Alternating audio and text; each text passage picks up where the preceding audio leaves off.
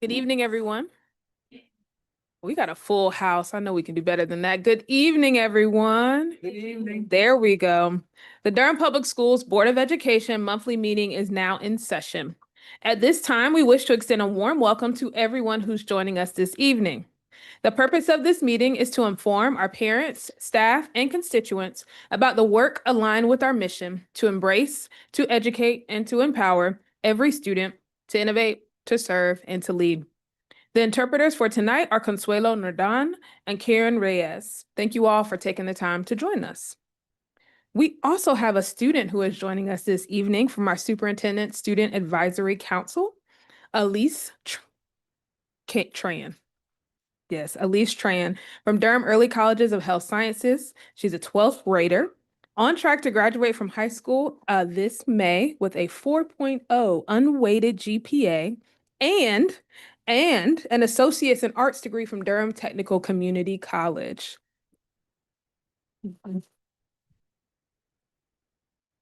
Elise is the student council president from 2024 to present, and has doubled the student council membership in your first year as president, tripled student council membership by the second year. We got an organizer in our midst.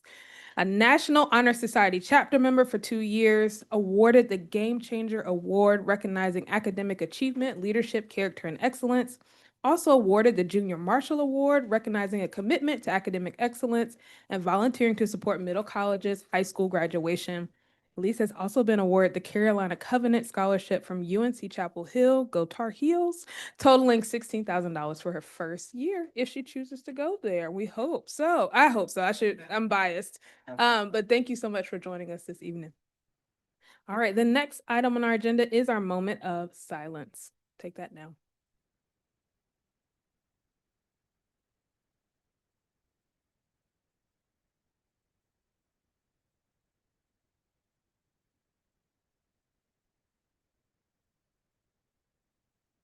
Thank you.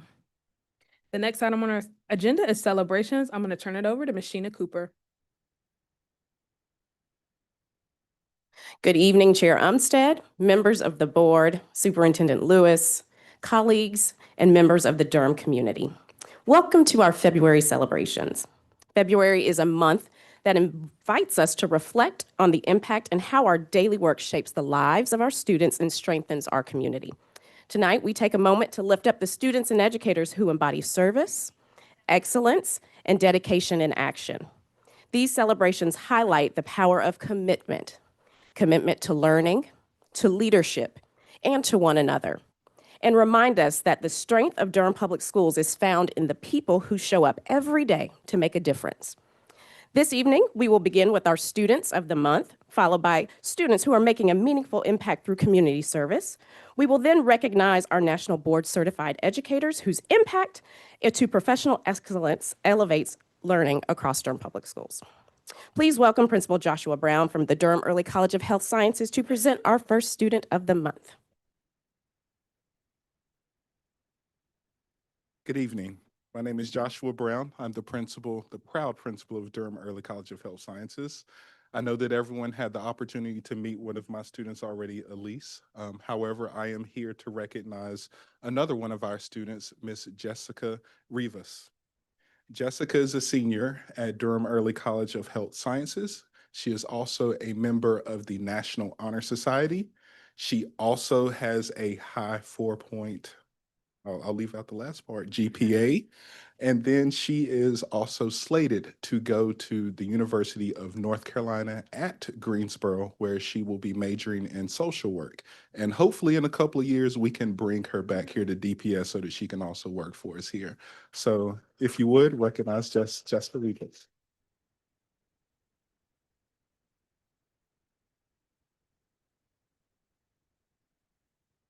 Congratulations, Jessica. We are so proud of you and your accomplishments. We know that you have a very bright future ahead of you, and so we want to celebrate you with a few things tonight, if that's okay. First of all, you get a Student of the Month certificate. Next, we want to present you with a Spark Pin for embodying our district's core beliefs, and we hope that you wear this proudly in and around DPS and beyond. Next, our friends from Triangle E-Cycling want to make sure that you are powered for success wherever your future takes you, so they want to present you with a laptop this evening.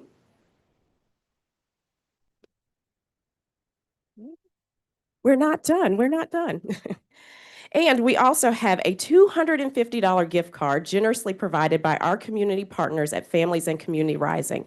This organization is dedicated to ensuring that students and families have the healthy starts they need to thrive. Because when our young people are supported from the very beginning, their potential is limitless.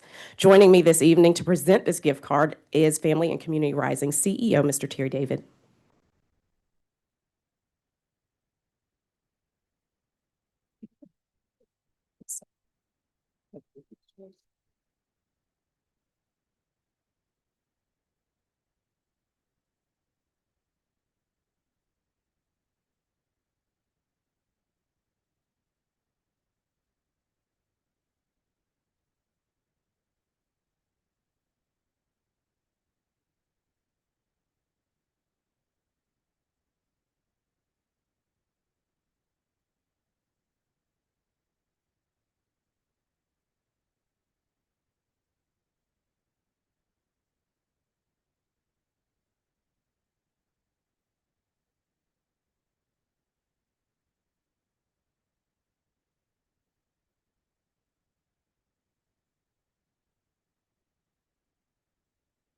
For our next Student of the Month presentation, please welcome City of Medicine Academy Principal Dr. Renita Griffin Jordan.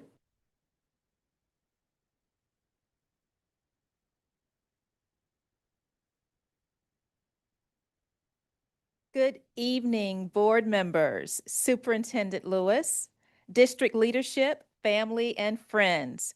I bring you greetings from the City of Medicine Academy, where we proudly recognize Miss Michaela Wynn as the Durham Public Schools February Student of the Month. I'm thrilled to present to you a future healthcare professional who consistently demonstrates integrity, responsibility, ambition, proving to be an effective student leader in the classroom, in school organizations, and the community.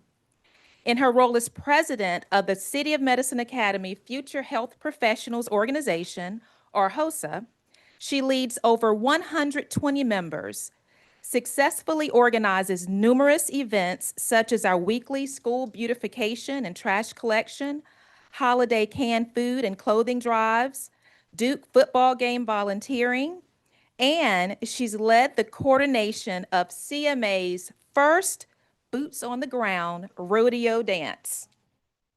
The faculty advisor for HOSA and her nursing fundamentals teacher, Ms. Ta, states that it has been truly a pleasure working with Michaela, as she has been a model student and outstanding president of HOSA. Her dedication to a healthcare career is evident. She stands out as one of the most driven and consistently improving students I've met. Michaela's academic performance is outstanding. She is on track to graduate high school with a GPA of 4.39 and an associate degree from Durham Technical Community College. In addition, she recently earned her certified nursing assistant credentials and is set to complete the certified pharmacy technician requirements by May 2026. These certifications showcase her initiative and readiness for college and career.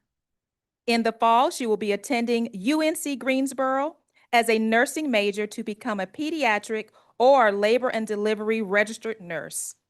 Michaela has a quiet but powerful voice and will definitely make a huge impact in the medical field. We are so proud of you, Michaela.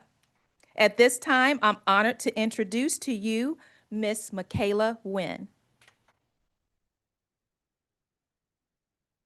Hello, everyone. Thank you so much for this wonderful opportunity to be chosen as the District Student of the Month. My name is Michaela Wynn, and I'm a senior at City of Medicine Academy. I would first like to thank my friends, families, teachers, and Principal Dr. Griffin, who have helped me get this far and watch me grow. Being a student at CMA has given me many opportunities to not only grow as a student, but as a person as well. CMA has given me opportunities such as recently getting my CNA certification through their Fundamentals of Nursing course, graduating with my associates in science at Durham Tech this spring, and getting certified as a pharmacy technician this May. CMA has also been a place that helped me make new friends and gain new connections with people who have the same goals as me to work in the healthcare field and change lives.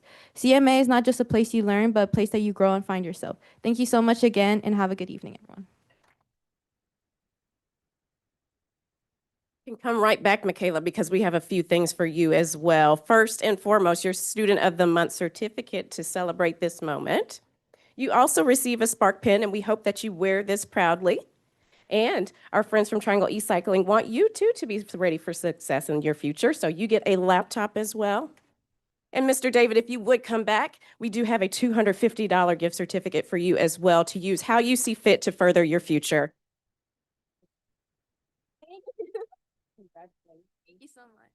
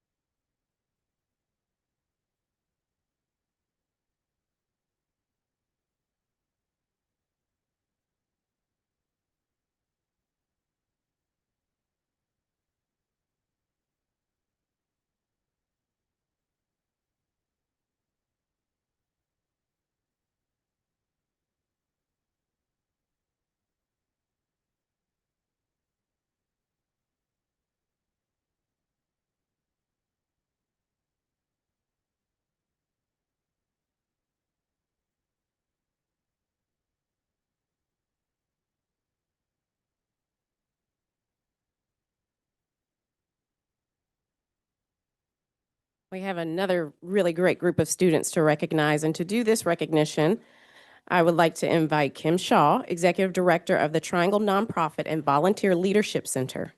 Ms. Shaw. Good, I would say afternoon. I guess it's evening. So good evening. Yes, Kim Shaw, Executive Director for the Triangle Nonprofit and Volunteer Leadership Center. Many of you in the room may think of us and remember us as the Volunteer Center of Greater Durham, but we changed our name a few years ago because of all of the work that we're doing in the community in different areas. So a little bit about the center. We were founded in 1971. And our mission was to strengthen nonprofits and to build volunteer leadership so that our communities can thrive. For more than 5 decades, we've served as a connector, a trainer, and capacity builder across the Triangle. And we serve over 1,400 nonprofits. And we have the largest volunteer database in the Triangle. Our work spans nonprofit training, volunteer engagement. We run the AmeriCorps Seniors Program for Durham County, and we have a lot of work in the civic leadership area. One of our most dynamic areas is our youth leadership and civic engagement. Each year, our youth contribute more than 30,000 hours of service back to this community. Research shows that students that are civically engaged perform better in schools, they develop needed employer skills, they add value to our community and help our nonprofits thrive. Some of our youth programs are our Impact Camp, which we run through the summer. It's 4 weeks of engaging students directly with nonprofits in this area. They learn a little bit about what the need is that that nonprofit is addressing, and then the rest of the day, they spend doing a service project with that nonprofit. 4 weeks of Impact Camp. We have a Civic Engagement Leadership Institute where we try to encourage young people to listen to each other, how to be a civil society, why it's important to listen to other viewpoints, and they create a community-based project to address a need that they've learned about. We also have a Model UN, and we would like to try to start Model UN clubs at all of our schools. But we take those same sort of listening skills and working with each other skills on a global level, and we have UNC and Duke come and help us lead our Model UN courses. We have a Student Action Board. This year, we have 2 different groups that was so popular. We have one in Durham, we have one in Wake and Cary, and these are students that meet every month. They try to do a service project every month. They plan that themselves and they govern themselves because one of the things we truly believe in is to develop student leadership. We also have a digital navigator program where we have students that are trained to teach older adults how to work with technology. We believe in intergenerational connections, and we believe that our communities need to be more digitally connected. We also have an oral history program, same sort of thing. Our students are working with older adults to try to offset social isolation and to make them feel engaged and important in the community. And tonight, one of the recognitions that we have is our Mayor's Award. We have two award programs. We have our Mayor's Award program for service that students do during the summer, and our Commissioner's Award for service that they do during the school year. We also partner with the Department of Social Services. We've been doing it for 51 years. We have Share Your Christmas, now Share Your Holiday. We serve about 3,000 low-income families in Durham. We have a Thanksgiving dinners program, same sort of thing, working with DSS, who makes referrals to us to serve those families. And we have a Backpacks for Kids program where we provide over 1,400 backpacks to low-income students. But tonight, we are just so excited for the first time to be partnering with DPS for the recognition of these students. They're all from Student U, and they have all earned the recognition of the Mayor's Award for their service this past summer. So I'd like to, before we call their names, let's give them all a big round of applause.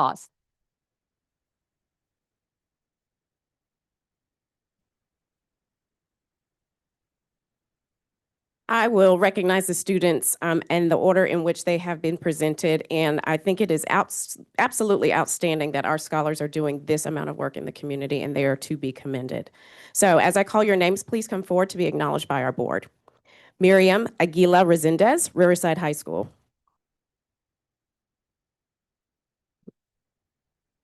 RJ Alston III, Durham Performance Learning Center.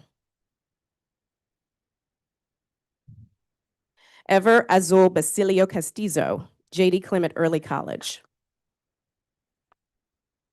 Destiny Blanton, Durham School of the Arts. Julian Cruz Rafaela, Jordan High School. Rosa Gonzalez, J.D. Clement Early College. Areli Lopez, J.D. Clement Early College. Abigail Castillo, Durham School of the Arts. Angel Sanchez Ariola, J.D. Clement Early College. Victor Vasquez, J.D. Clement Early College.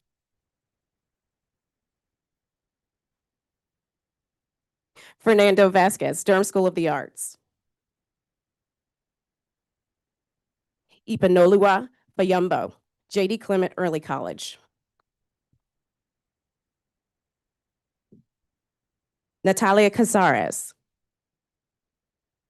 Jordan High School. Northern High School, my apologies.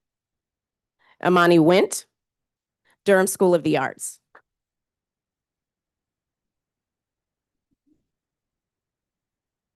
And if our students could come forward to take a photo.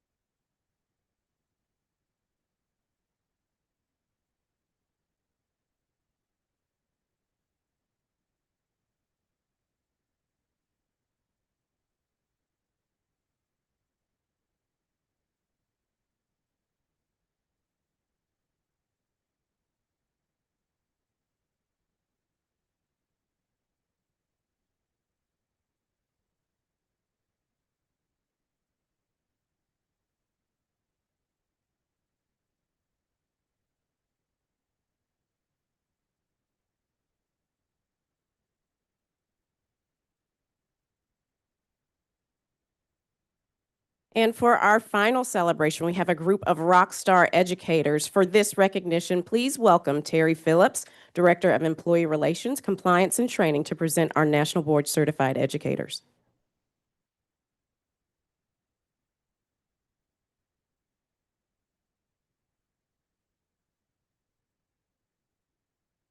Good evening, Chair Umstead, board members, Dr. Lewis, and administration. Tonight, we recognize an extraordinary professional milestone. Achieving national board certification is one of the highest distinctions an educator can earn. It is voluntary, rigorous process that requires educators to deeply analyze their practice, demonstrate impact on student learning, and reflect with honesty and precision on their craft. This achievement represents hundreds of hours of study, evidence collection, video analysis, and written reflection, all while continuing to serve students each day. When educators earn national board status, it is not just a personal accomplishment. It strengthens instructional practice across our district, elevates the profession, and most importantly, benefits the students of Durham Public Schools. It is my honor to introduce these dedicated teachers and counselors who have met this national standard of excellence. I present to you Amanda Bass, Kelly Burke, Kasha Hojkiewicz, Claire Hudzinski, Fiona King, Robert Oshlin, Maggie Radak, Amber Santibanez, Jamie Smith, Sarah Snyder, Alicia Stoft, woo, yay, Emily Young. Those not able to be with us tonight, but who we want to recognize: Danielle Cunningham, Sarah Johnson, Mr. Nguyen, Sonia Tallheimer, Ben Van Vliet, Sarah Watson, Morgan Whithouse Myers. In addition to celebrating new National Board Certified Educators, we are especially proud to recognize those who have maintained their certification. Maintenance of certification is not automatic. It requires educators to demonstrate continued impact on student learning, sustained professional growth, and ongoing reflection on their practice. In other words, they must prove that excellence was not a one-time achievement. It is a continued commitment. These teachers and counselors have chosen to hold themselves to the highest national standard year after year. Their dedication reflects both deep expertise and a belief that our students deserve educators who never stop learning. It is my honor to recognize those who have successfully maintained their national board certification. Dina Byers, Amy Davis, Franca Amazy, love it, Tyresha Jeffrey, and Megan Lewis, who has an audience outside the room. We also have members who were not able to be with us tonight. They are Tracy Bell, Meredith Herndon, Graham Brosnan, Kathy Connor, Abby Exum, Lauren Hobble, Brendan Murray, Rachel Passer, Brooke Sauer, and Ashley Van Open. I would now like to ask Tamika Ward Satterfield to come forward to introduce you to the nationally certified school social worker. Good evening, School Board of Education. Good evening, Dr. Lewis and all of our cabinet members. It is my esteemed pleasure tonight to introduce you to Ms. Coffee Hill. Becoming a nationally certified school social worker is an advanced certification that is both post-MSW and requires 4 years of experience in the field as a school social worker or school social work educator before you can even apply. Coffee Hill has demonstrated that she adheres to the National School Social Work Practice Model, which this certification is grounded in. This model is designed to promote consistency, to guide professional practice, and the evaluation of services. The model further empowers school social workers with a coherent framework to guide advocacy efforts and service delivery decisions. We also believe that our own Coffee Hill is the first in North Carolina to achieve this certification. Coffee Hill serves now as the Durham PLC social worker as well as our DPS lead social worker. And we would like to take this time to recognize and celebrate her accomplishments as our nationally certified school social worker.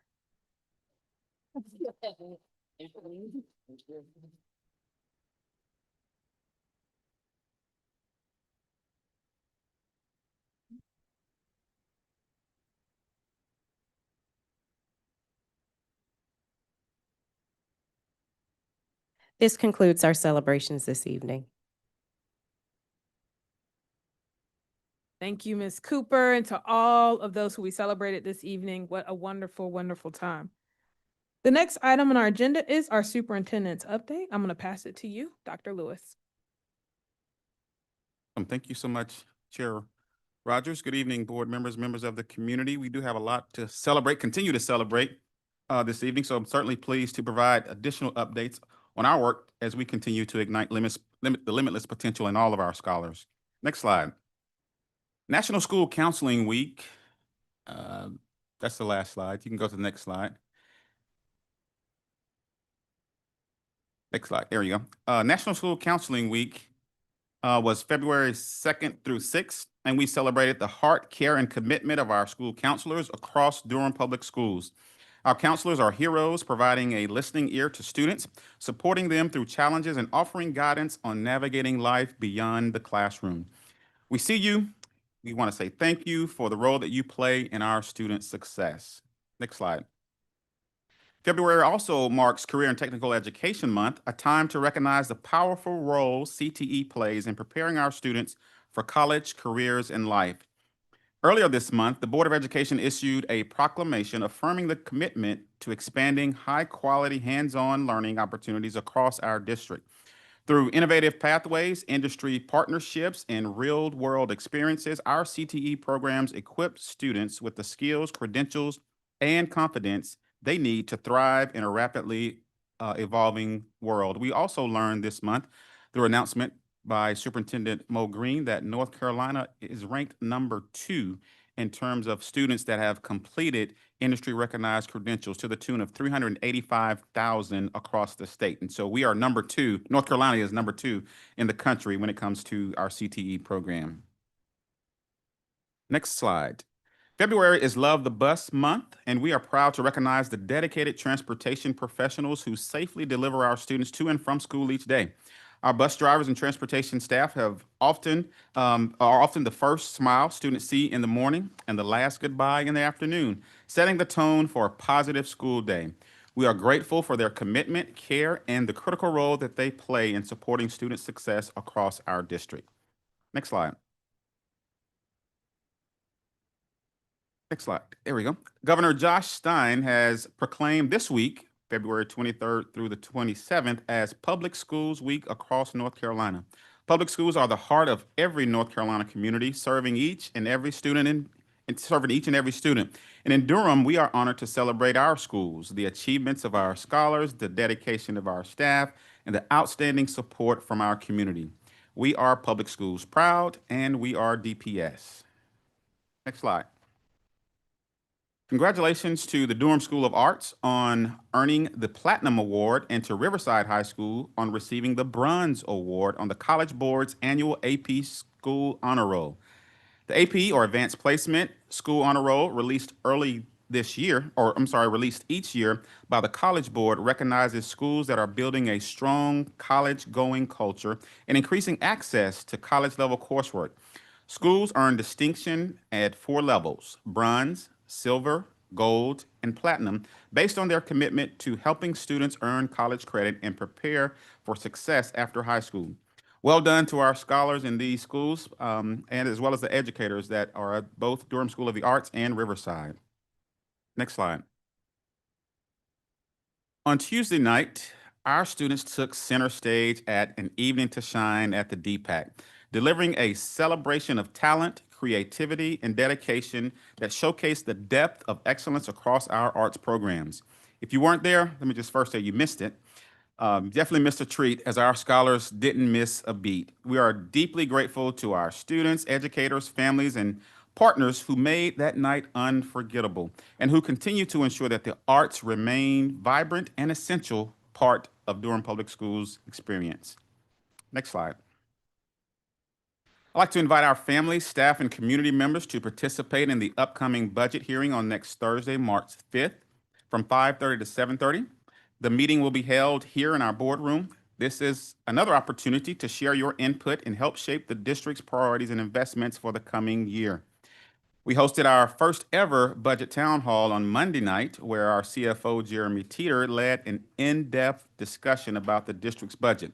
If you missed it, don't worry, we recorded it, and so there's a recording and a copy of the presentation available on dpsnc.net on the finance page. Next slide. We look forward to hosting our Sustainability Summit on May 7th at Southern School of Energy and Sustainability. March, what did I say? May? Yeah. Oh, well, my script says May, but it's March. March 7th, thank you, at the Southern School of Energy and Sustainability, bringing together students, staff, and community partners to highlight the innovative work happening across our community to provide environmental stewardship. This summit will showcase student-led projects, sustainable practices in our schools, activities for all ages. There'll be a food truck, and most importantly, collaborative efforts to support a healthier future for our community. This event reflects our shared commitment to preparing students not only for academic success, but also to lead responsibly in a world that depends on thoughtful, sustainable solutions. The summit kicks off at 9:30 a.m. Next slide. Also on that same day, March 7th, we are excited to host an upcoming job fair. This event will be at Northern High School. This is an opportunity for talented, passionate professionals to explore careers that make a lasting impact. We are seeking individuals who are committed to serving students and strengthening our school communities. Consider this your invitation to join a district dedicated to opportunities for every student. Next slide. Durham Public Schools is now enrolling kindergarten students for the 26-27 school year. If your child will be starting kindergarten, now is the time to get started. You can visit dpsnc.net to complete your child's registration, and stay tuned for details about our Countdown to Kindergarten event this spring. Next slide, which was the first slide, but I'll go ahead and go back to it. February is Black History Month, a time to honor the legacy, resilience, and extraordinary contributions of Black leaders, educators, innovators, and change makers who have shaped our nation and our local community. Across our schools, students and staff are engaging in meaningful learning experiences that celebrate Black history, not as a single chapter, but as an integral part of the American story. This event and every month, we celebrate the rich cultural heritage and strengths of our schools and inspire us all to lead with purpose and possibility. Speaking of Black History Month, which was the last slide, the We Are DPS slide, when I was 10 years old, I watched my grandmother clean homes of white families. And I would also see my grandfather, as he would go out into the community, speaking to younger white individuals. And through observing my grandmother, she would say, yes, ma'am, and no, ma'am. My grandfather would say, yes, sir, and no, sir, to white individuals that were younger than them.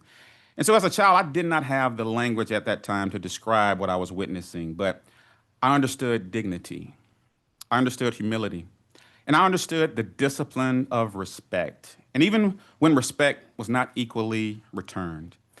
And so that experience shaped me. It taught me that respect is not weakness. It is strength. It is self-possession. It is character. And it is what we must model for our scholars. At our last meeting confer session, I was publicly addressed by my first name by the DAE president at the close of the meeting. Now, let me be crystal clear. This is certainly not about ego. It is not about titles for the sake of titles. It is about professionalism, respect, cultural awareness, and what our students learn when they watch how adults treat one another.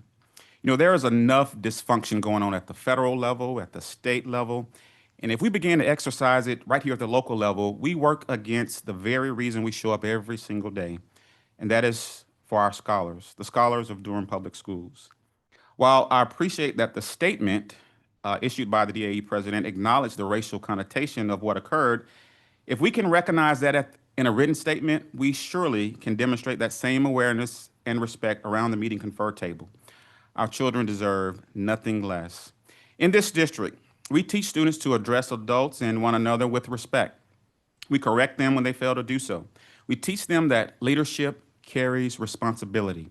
We cannot demand those standards from children while excusing behavior from adults that fall short of those same expectations. When the superintendent is addressed in a manner inconsistent with professional norms in a formal public setting, it sends a message. It suggests that standards of respect are optional, that protocol is negotiable, that titles earned through years of study, hard work, and sacrifice are insignificant. As a Black man serving as superintendent, I cannot ignore the historical context in which informality toward Black professionals, particularly those in positions of authority, has been used to diminish status and erode credibility. What you ignore, you allow. What some may dismiss as a small slight carries weight in a country where Black men with doctorates have often been denied the dignity routinely afforded to others. Stripping enslaved Africans of their names when they were brought to the United States was a strategy of domination intended to erase identity and assert control. Even during the Jim Crow era, it was common practice for white individuals to use the first names and refuse Black men the courtesy of titles of Mr. or Doctor, reducing them to a subservient status. This is bigger than a microaggression. It reflects how bias can surface in ways that normalize inequity. Intent does not erase impact. This moment is not about division. I want to be clear about that as well. It's not about division. It is about accountability and growth. And I'm speaking today as an accountability partner for the sake of our children. I cannot censor anyone's speech, but I can insist that we hold ourselves to the standards that we expect in all of our classrooms. I will continue to practice respect and humility, and I will not be a part or tolerate anything less. We cannot prepare students to thrive in a diverse democracy if we fail to model respect across differences. You know, there are times to restore, and there are times to reset. We cannot claim equity while tolerating behavior that undermines dignity. We cannot ask our students to rise above bias if adults refuse to examine their own. This moment, while difficult, is also a teaching moment. If our students are watching, which they are, let them see adults that reflect, grow, and recommit to treating one another with dignity. Let them see that respect is not optional. Let them see that leadership requires accountability. Let them see that you have one time to teach people how to treat you. Let them see that we can confront harm and still move forward together. So here's my call to action. Let us recommit publicly and collectively to professional norms in all district spaces. Let us recommit to ongoing equity or implicit bias training or self-study, not as a compliance exercise, but as a leadership development.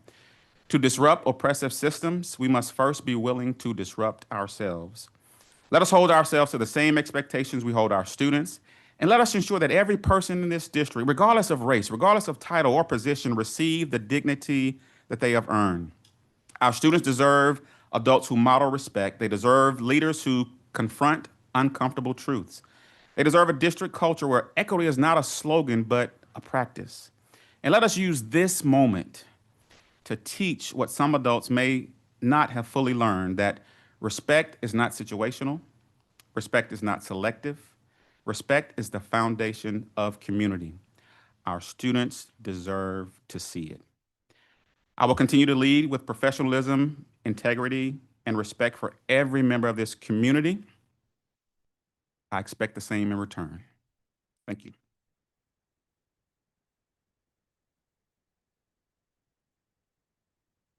Thank you, Dr. Lewis. Thank you for your words and appreciate your leadership in this district and what it means for us to model what you shared out for us today. Continue to reflect, examine, and come to the table better. I really appreciate that charge, that call to action. All right, the next item on our agenda is our agenda review and approval. Madam Chair, I would like to request that we move item 2F, the retiering of policies, to a new item 5B under Policy Committee updates so that the board can discuss this item. Second. Been moved that we amend the agenda and take item 2F to make it a new 5B. Is there any other discussion? All right, all those in favor say aye. Aye. Any Aye. opposed? Aye. Any opposed, use the same sign. It passes unanimously. I'll take a motion to approve the amended agenda. Move to approve the agenda as amended. Second. Been moved by Ms. Byers, seconded by Ms. Harold Goff. Is there any other discussion? Other way around. I'm sorry, what did I say? It was Ms. Harold Goff, and then I was the second. I apologize. All It was good. moved by Ms. Harold Goff and seconded by Ms. Byer. Is there any other discussion? All those in favor say aye. Aye. Aye. Any opposed, please use the same sign. It passes unanimously. The next item on our agenda is our Board of Education monthly meeting minutes from January 29th, 2026. Move approval of the monthly meeting minutes from January 29th, 2026. Second. It's been moved by Ms. Chavez, seconded by Ms. Rogers. Any other discussion? All those in favor say aye. Aye. Any opposed, please use the same sign. Passes unanimously. The next item on our agenda is general public comment. I'm gonna do a quick review of the rules before we get started. I think we have 38 speakers, so we've got a good amount of comment to listen to tonight. So we got a quick review of the rules. First, please state your name, and if you're speaking for an organization, please state your name and the name of the organization. Second, speakers are going to be asked to present your comments within 1 minute. When the yellow light comes on, you will have 30 seconds left to start winding up your remarks. When the red light comes on, it will beep, and that indicates your time is up. Complaints about named staff, students, or parents should not be voiced in open session. However, we are very interested in hearing your concerns with regard to public education, safety of students, or to the operations of the school system. Finally, board members will listen carefully and consider the comments, but we do not engage in a discussion with speakers. I'm going to call multiple speakers at a time, so you all can come on in and line up at the podium. And please correct me when you get to the podium if I mispronounce your name. So we have Ever Castillo, Michael Karan, Elizabeth Cluckman, Kayla Karan, Megan Lewis. I'm gonna call those one more time. Ever Castillo, Michael Karan, Elizabeth Cluckman, Kayla Karan, and Megan Lewis. If y'all can line up right here. Awesome. You can go ahead and get started. Hi, my name is Ever Basilio, and I go to J.D. Clement Early College. I'm here because honestly, a lot of us are stressed. I appreciate what the board has done for our safety so far. But as of right now, if immigration officers show up at our school, I have no idea what is supposed to happen.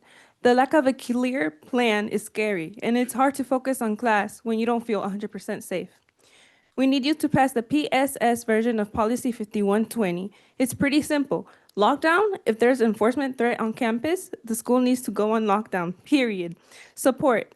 If a student is being questioned, they should be allowed to have a trusted adult there, not just a parent, but someone they actually feel safe with. School is supposed to be a safe zone for every single one of us. Please do the right thing, listen to the PSS team, and pass a strong Policy 5120. We're counting on you to have our backs. Thank you.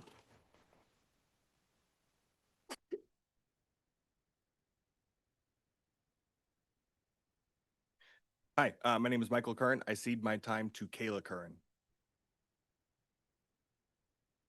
Hi, my name is Elizabeth Cluckman. I'm a third grade teacher at Lions Farm Elementary, and I cede my time to Kayla Curran.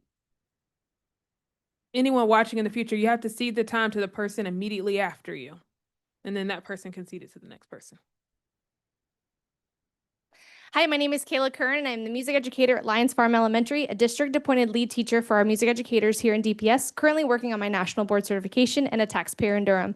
I'm here to advocate for our children. This is about them. I'm here to question why the arts program at our school is being completely dismantled. Due to the overwhelming number of students trying to attend our school next year, the district is choosing to convert our physical spaces, the music and art room, to classroom spaces. This already happened to our STEM program at the beginning of the year, despite being a school founded on the core value of exploration. This is happening while neighboring elementary schools sit with empty classrooms. This is not equitable. Dr. Lewis, you stated in an email directly to me that it is not equitable for DPS to sponsor H-1B visas to international teachers because it is not equitable for all schools. What this is describing is equality rather than equity. What is not equitable is when one school lacks designated art spaces while other schools have thriving programs. Both Louise Mello and I opened up this school 4 years ago and have built immensely successful arts programs. These programs have been so successful that the district appointed both of us as lead teachers in the district, helping to support the other 31 elementary schools in DPS. There are choices available to you, and you have the power to make these changes. Here are a few solutions. Number one, inform families which school is appropriate for their student to attend by clearly defining the lines. It is your responsibility as the district to continuously assess and adjust the lines to accommodate the schools and their capacities. This is your job. When the district does not use population growth to inform these decisions, schools become overrun, underfunded, and the district, as a result, consistently loses excellent, capable, and qualified educators to other districts. Number two, plan accordingly to provide additional buildings when the school population continues to grow. I'd like to personally invite you, Dr. Lewis, to come into our classrooms to see some of the things we do in our spaces every day to clearly highlight what you will be removing from the students at Lions Farm. This is not equity. Just 2 nights ago, we had our amazing students highlighted at the district-wide Evening to Shine event at the DPAC. At this event, Dr. Lewis, you correctly stated that we are amazing and exceptional educators, but this plan will completely undermine our work. Despite my exhaustion from this event, I am still here to speak on behalf of our students because if you continue to make these inequitable decisions about our programs, the quality and sustainability of these programs and events will suffer. I am not teaching your children how to play hot cross buns in the recorder for nostalgic reasons. Learning how to read music directly correlates to children's literacy skills, which is at an apparent low across the country. Arts programs teach math, language, reading, history, and science skills each and every day. Every year for the month of March, DPS celebrates arts in our district, and nationally recognized celebration of the power of arts education in a young person's life. Do not deprive Lions Farm children of this standard. Thank you for your time, and I look forward to your adjustments.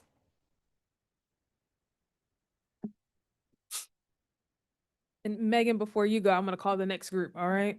Alicia Stoft, Maggie Dill, Morel Cacciabaudo. Cacciabaudo, Samantha Delverne, Lisa Giraldi. Go ahead. My name is Megan Lewis. I'd like to cede my time to Alicia Stoft. My name is Alicia Stoft. I'd like to cede my time to Maggie Dill. Good evening. My name is Maggie Dill, and I am the kindergarten through 2nd grade EC developmental needs teacher at Lions Farm. Like my colleagues, I am here to address the proposed solutions to overcrowding at our school, namely the removal of art and music classroom spaces and the relocation of our EC pre-K program. I came to DPS in 2022 from Chapel Hill Carbo City Schools after I had experienced my own self-contained program being moved to another school across town to make space for general education classrooms. I experienced firsthand how this decision, which had been made without talking to stakeholders, negatively affected my students and their families. Unlike students who have their choice of magnet programs in charter schools, students assigned to special programs just have to go where they are told, which is whatever school closest to their home has their program. School choice does not exist for these families. But at Lions Farm, we have built an EC program that parents do seek out and do want to be a part of, which is something I am very proud of. 2 of the biggest reasons our program are so strong are 2 of the things we are facing to lose. At Lions Farm, we have the unique opportunity to serve students in DN from the day they turn 3 to the day they finish 5th grade. We develop strong relationships with families and get to see these learners achieve so much progress. Removing our DN pre-K class would mean that the most vulnerable population of students who don't get to choose where they go to school will have to experience unnecessary transitions and have to learn an entirely new staff and a new school environment at a critical time of their development. When you combine this with the loss of classroom spaces for our STEM, art, and music classes, we face a situation in which we cannot provide the same standard of inclusion that our Lions Farm families are accustomed to. Our specials team go above and beyond to include all students in each special, even creating an adapted specials program for our students with the highest needs, which has opened up a new world of learning and exploration for all of our students, including a child with autism who has discovered a passion and talent for music thanks to Ms. Curran. We do not see how this would be possible without physical classrooms. Moving specials to carts would cause immense challenges with accessibility and equity for this population. I ask you to consider what these proposals could mean for our most vulnerable population, and I sincerely urge you to consider any and every alternative before making a decision. But most importantly, I ask you to please engage with all stakeholders, including families and teachers, before making a decision that greatly impacts us all. Thank you.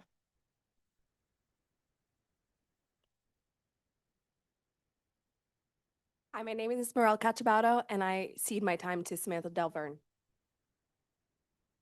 Good evening. My name is Samantha Delverne, and I cede my time to Lisa Girardi. And Lisa, before you get started, I'm gonna call the next group, okay? The next group of speakers is Will Lelane, Shannon Sutterth, Caroline Brickhouse, Kathleen Nevins, and Dan Genshaft.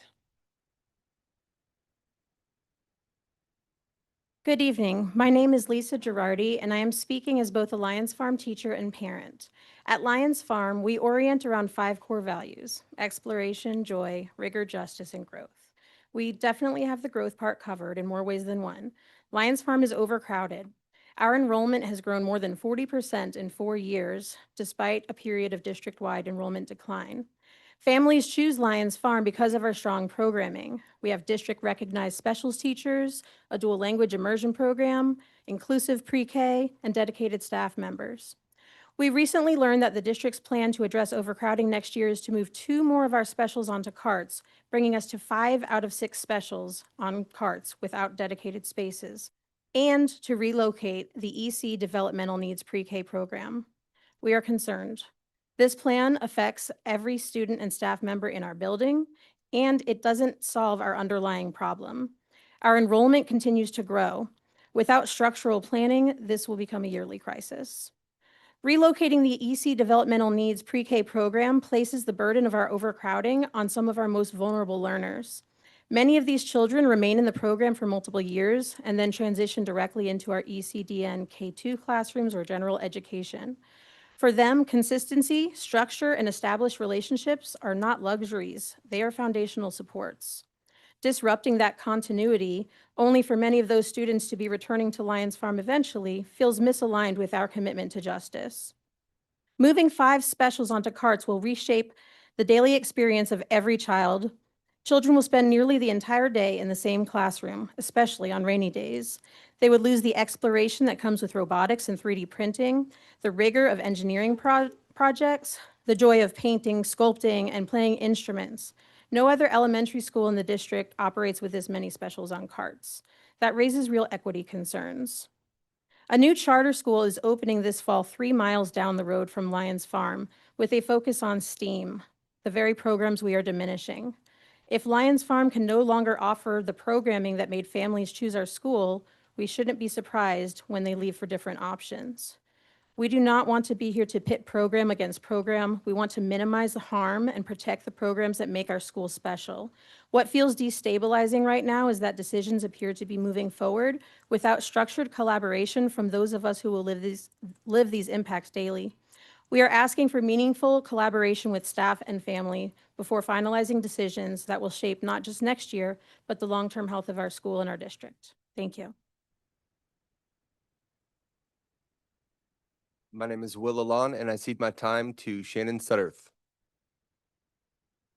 My name is Shannon Sutterth. I cede my time to Caroline Brickhouse.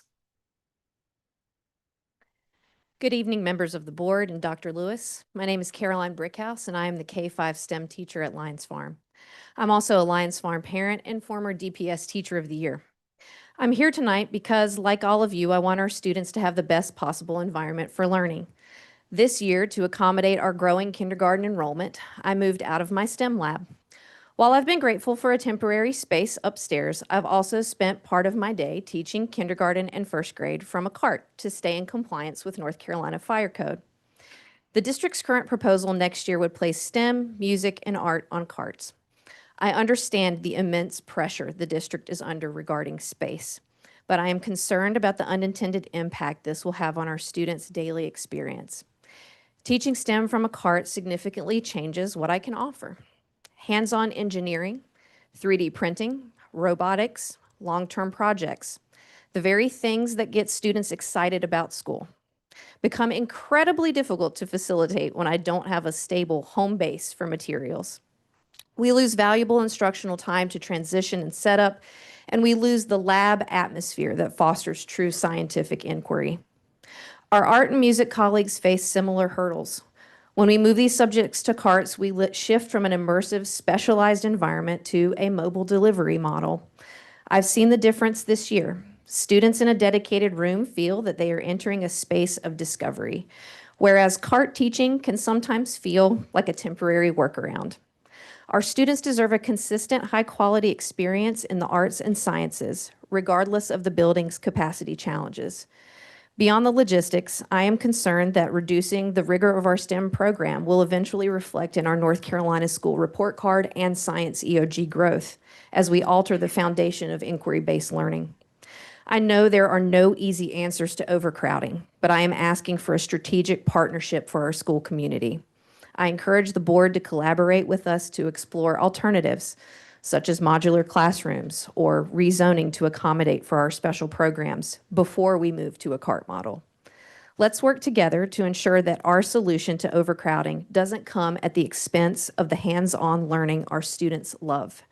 Thank you for your time and dedication to our schools. My name is Kathleen Nevins, and I cede my time to Dan Genschaft. My name is Dan Genschaft, and I cede my time to Jason Fife. All right, I'm gonna call the next group of speakers. Jason Fife, Sean,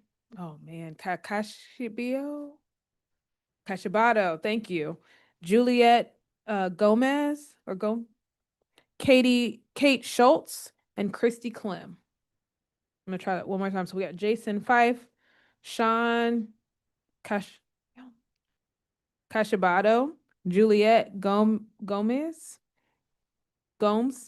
Katie Schultz, Christy Clem.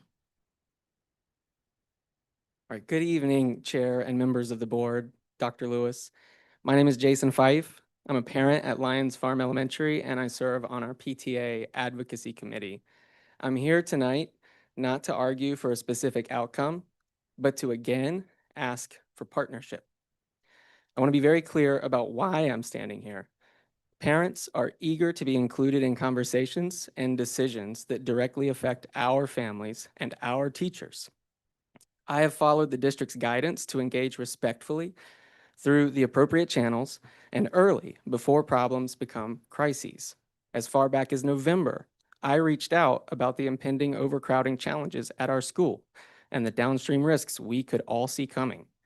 The response I received thanked me for my concern and assured me that district leaders and staff were addressing the issue. I took that response seriously. It led me to believe two things. First, that parents were not expected to be part of that conversation. And second, that the district was already actively coordinating with school leadership and teachers. What I later learned is that neither of those things was true. After speaking directly with teachers and with school administration, my understanding was that staff had been seeking a promised meeting with the district that had not yet occurred. And that was deeply concerning. So I followed up. I attended a board working session. I offered public comment, again asking for collaboration between the district and parents to work through these challenges together before decisions were made. The following day, a board member offered to speak with me, and I delightfully responded promptly with 3 specific times I was available the next week and shared my scheduling link to make it easy, but no meeting was scheduled, and I received no response. I then communicated with another board member who asked whether I had received the information I needed. I explained that I was still trying to connect and had not received that response. And I want to pause because this matters. It's not about an unanswered email. It's about a pattern where parents and educators are being told implicitly that decisions are being handled elsewhere without meaningful engagement from the people affected most. And this past weekend, I helped facilitate the Durham Council of PTA's meeting where Dr. Lewis opened with remarks about the importance of partnership, about adults in children's lives working together to create a school system that truly serves students. I agree with that message wholeheartedly, but partnership has to be practiced. And if that's a core belief of this district, then parents must have a seat at the table. They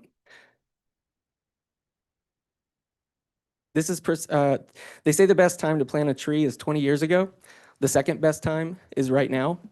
And this is precisely the moment for proactive planning, open dialogue, and coordination with families and educators who built these programs and are deeply invested in their success. Thank you.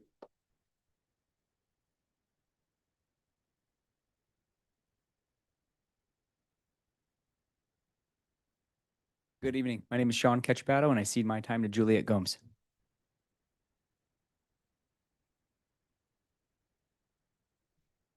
Hello, I am Juliet Gomes, a fifth grader at Lions Farm Elementary.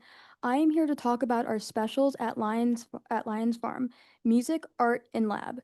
2 nights ago, I performed at DPAC for an evening to shine.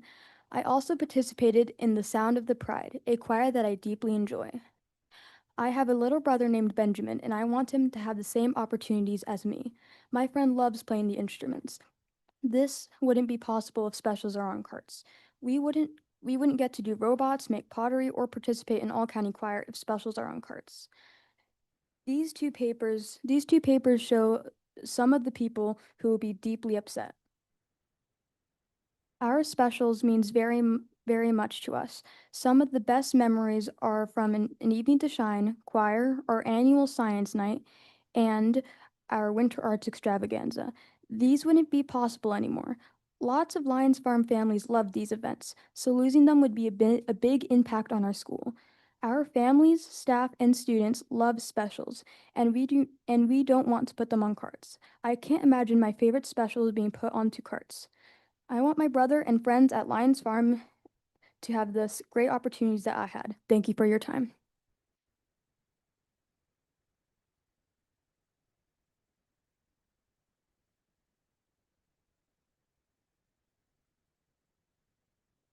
Do we have Kate? Do we have Kate Schultz? Kate Schultz.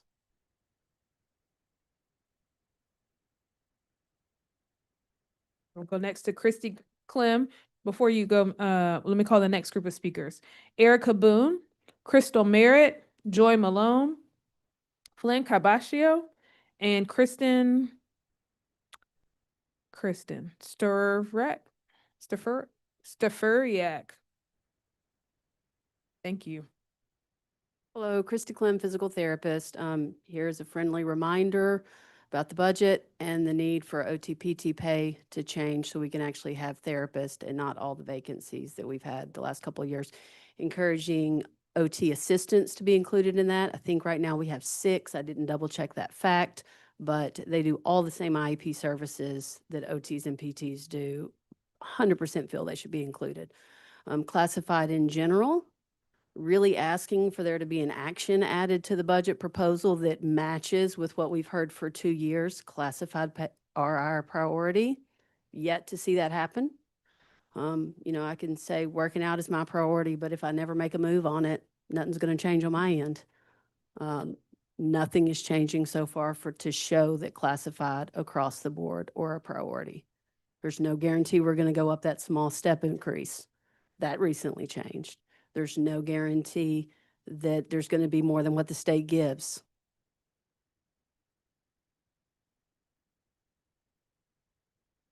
Next, we have Erica Boone, Crystal Merritt, Joy Malone, Flynn Cabascio. Thank you. Y'all can come on up. Yeah, right behind each other. My name is Erica Boone, and I concede to Crystal Merritt. My name is Crystal Merritt, and I concede to Joy Malone. Good evening. My name is Joy Malone. I stand before you as a former DPS employee and DPS parent. Now I am a deeply invested community member. because this district is shaping the future leaders of our city and beyond. I am here this evening to address two critical issues. First, the disrespect displayed during the last meet and confer session. Dr. Lewis, thank you for addressing that today in your superintendent's update. I won't repeat a lot of your same comments, but what I will say is that before meet and confer resumes, the community deserves the same public visibility of accountability that we witnessed in the disrespect from the DAE president. A typed statement on social media is not sufficient.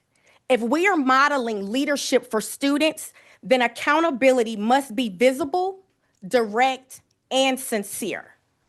Meet and confer should exist to improve conditions for students, not to create division, distractions, or a public spectacle. Now, the $4 million technology request. Technology in schools is not a luxury, it is infrastructure. This request is not about shiny new gadgets. It's about maintaining the basic operational capacity of a modern school system. Without sustained investment, systems fail, instruction suffers, security risks increase, and ultimately, students pay the price. You cannot demand innovation, state testing readiness, and outcomes when you're underfunding the very foundation that's required to deliver them. DPS has been at a crossroads for a long time. The community is watching. Families are making enrollment decisions. Staff is deciding whether to stay. And students are deciding whether they feel supported and prepared for the world that they are entering. I urge this board to stand firmly behind Superintendent Dr. Lewis and invest in what truly moves this district forward: safe schools, functional classrooms, and reliable infrastructure for teaching and learning. Durham's children deserve stability. They deserve adults who can disagree without being disrespectful. And they deserve a school system that focuses on progress, not political or personal agenda. Thank you. Thank you, Ms. Malone. It's good to see you back here. All right, Flynn, come on up. Kristen, I believe, is at the podium as well, followed by Brandon Daniel, Christy Patterson, Maggie Raddick, and Fern Hickey. All right. Say my name is Flynn. Oh, it's okay. All right, this is Flynn Cachabato. He's a kindergartner at Lions Farm Elementary. He's very sad about his specials being lost, and he's ceding his time to Kristen Safuriak. Flynn, thank you for coming today. Good evening. My name is Kristen Staviriak, and I'm the mother of two students at Lions Farm Elementary School. My son is a proud graduate of the General Education Pre-K program at Lions Farm, and my daughter is currently enrolled in the Exceptional Children's Pre-K classroom there as well. I'm here tonight because I recently learned that due to overcrowding, the district is considering relocating the pre-K classrooms to a different school. I understand that enrollment growth creates difficult logistical challenges, and I know space planning is complex, but I am asking you to consider what a move like this would mean for some of our youngest students. My daughter is 3. She has developmental delays. She's just beginning to find her voice, to trust her teachers, and to feel safe in a school environment. For children in EC programs, consistency is not just helpful, it is essential. Predictable routines, familiar spaces, trusted adults, and stable peer groups are the foundation that allows them to make progress. Lions Farm is our base school. This is the community that she will grow up in. Each morning when I walk her to her classroom, she is greeted by name by every teacher and staff member we see. Though she doesn't have many words yet, her love for Lions Farm is unmistakable. While the number of children enrolled in the pre-K program at Lions Farm may be relatively small, the positive impact that these programs have on these children and families is tremendous. The literature strongly supports the benefits of continuity and high-quality early childhood programs, particularly for children with exceptional needs. As you're faced with incredibly challenging decisions in the coming weeks and months, I urge you to please consider the voices of the families at Lions Farm in that process. Our community and commitment to supporting all students is truly what makes Lions Farm so special. Thank you for your time and for listening, not just to a parent, but to the voice of a child who cannot stand here and speak for herself. Thank you.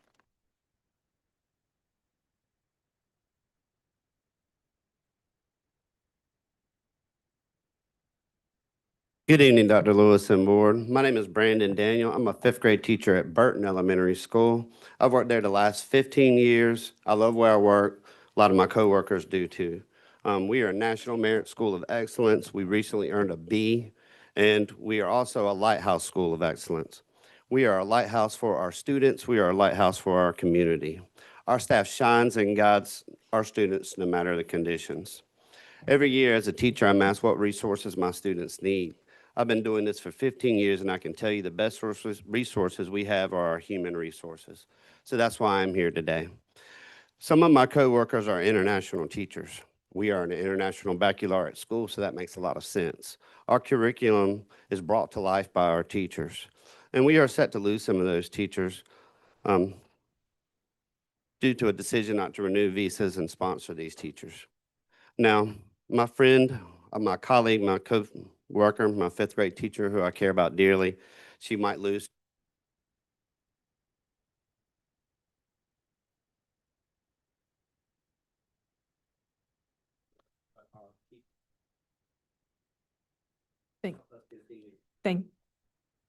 Thank you, Mr. Daniel. Thank you.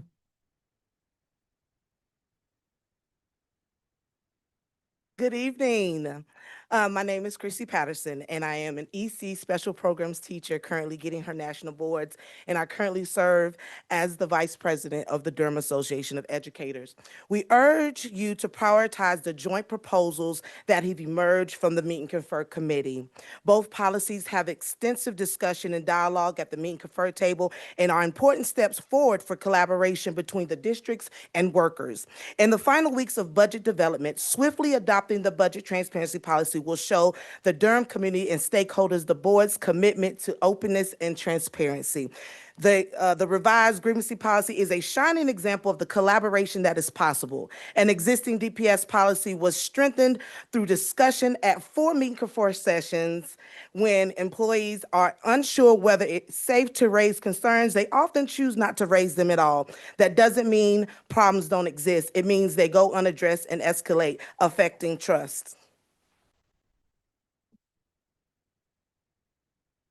I'm gonna call the next group of speakers. So we have Fern Hickey, Daniela Flores, Mercedes McCurley, and Yahir Rangel. My name is Maggie. I'm a newly certified National Board Science teacher at Northern High School. I've been teaching there for 8 years, and I'm here speaking on behalf of DAE. We understand that there are many policies in the policy committee queue, important policies for our students, our community, and our school system. 2 of the policies on the re-tiering list, the budget transparency policy and the grievance policy, have been co-developed for the first time in DPS history through the Meet and Confer process. These 2 draft policies exist today because administration and workers united to solve pressing issues in an attempt to strengthen the district we all want to see thrive. The Meet and Confer committee collaborated, discussed, and debated numerous drafts and edits before jointly putting them forth for the board's review. We cannot have these policies take time away from the work that the policy committee is doing to revise, update, and develop policies that have not gone through Meet and Confer. The policy committee policy states that the policy committee chair, in consultation with the superintendent, may recommend that the board review a policy prior to policy committee review when circumstances are exigent and emergent and require expedited processing. Those 2 policies require those. Good evening. My name is Fern, and I'm a DPS parent and a member of Durham Public School Strong. And I'm here tonight with a group of parents, students, and teachers, one of whom already spoke today earlier, to show our support for revising Policy 5120 on relationships with law enforcement. We want a policy that protects the physical and emotional safety and undisrupted learning of all our students and makes it clear that ICE is not welcome at DPS schools.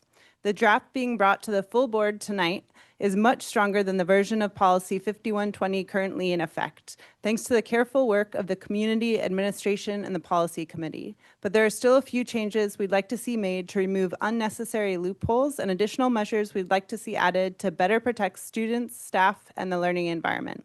We ask that the board remove except in exigent circumstances from section F1 and remove the first two sentences from section F13 because there are no exigent reasons why ICE should need to come into schools.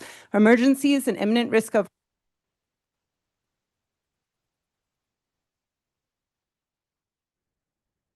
Thank you. Come on up. My name is Daniela. Good evening. I want to thank the Policy Committee and Administration for incorporating elements of the ACLU and North Carolina Justice Center's private zones policy into Policy 5120. There are a few additional pieces we would like to see carried over from that model policy in order to make it clear that ICE is not permitted to enter our schools without a signed judicial warrant. Section F3 provides guidance on what the principal should ask for and do if an immigration agent shows up at school.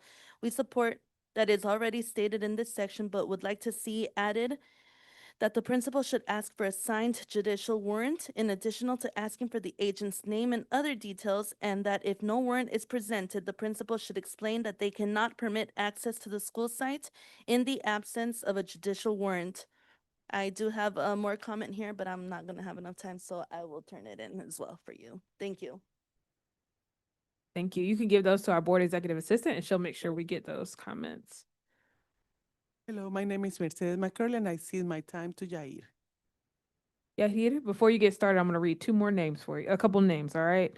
The next folks on our agenda is Jordan Harless, Jen Painter, and Dr. Jennifer Girish. You all can come on up.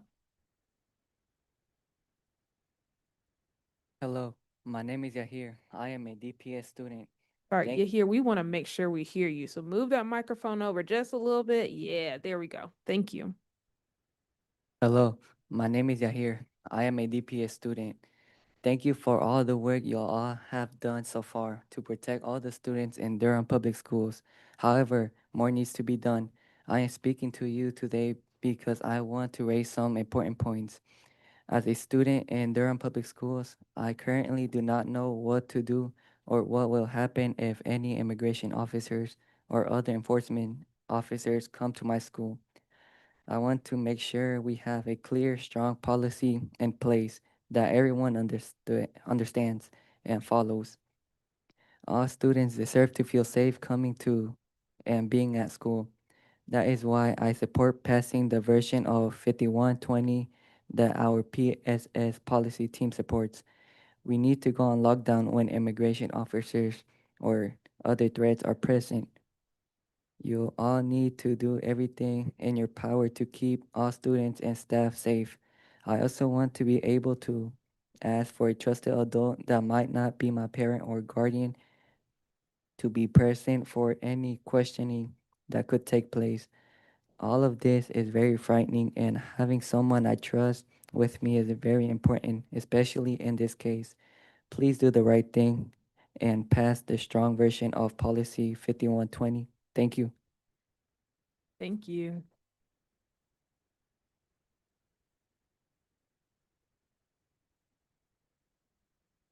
Good evening. My name is Jordan Harless, and I'm an educator at Jordan High School. As a teacher, two of the main philosophies I have are that children deserve to have a safe place to learn and that I will be honest with them when it comes to their safety.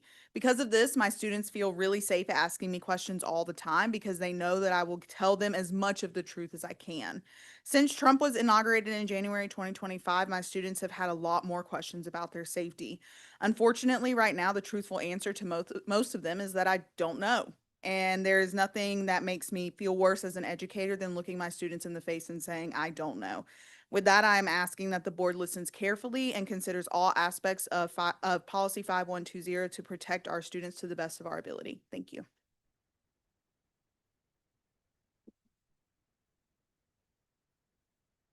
Good evening. My name is Jen Painter. I'm an ESL teacher at Jordan High, a DAE member, and I'm here tonight with Durham Public Schools Strong.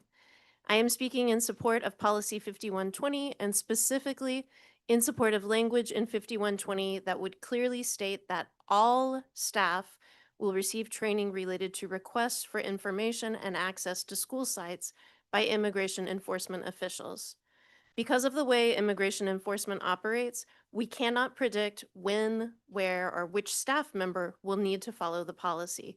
We need to train for this situation the way we train for all safety situations, which includes opportunities to practice and get feedback so that we can confidently and quickly follow policies to protect our students, families, and staff.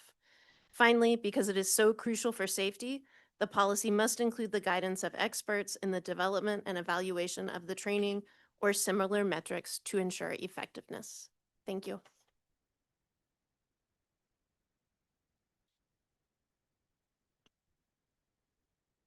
Have mercy, only a minute. Okay. Hello, my name is Jennifer Garish. I'm here representing the Discipline and Suspension Committee for Durham Advocates for Exceptional Children. Previously, the seclusion and restraint policy was next on the policy committee's list of priorities. We are grateful that that decision got moved to the regular menu agenda for discussion. We, with the Durham Advocates for Exceptional Children, have voiced our concerns around this policy. We want to make sure this remains a very high priority for the board, especially in light of the recent very public incident that happened with a restraint of a child with disability who is very, very young. Broadly, we have three primary concerns. The current policy permits too many seclusions and restraints. The policy gives too much discretion and power to adults in deciding whether to seclude or restrain a child. And the policy is unclear and confusing. We detail much more in the email that we sent to you all earlier today. You have that.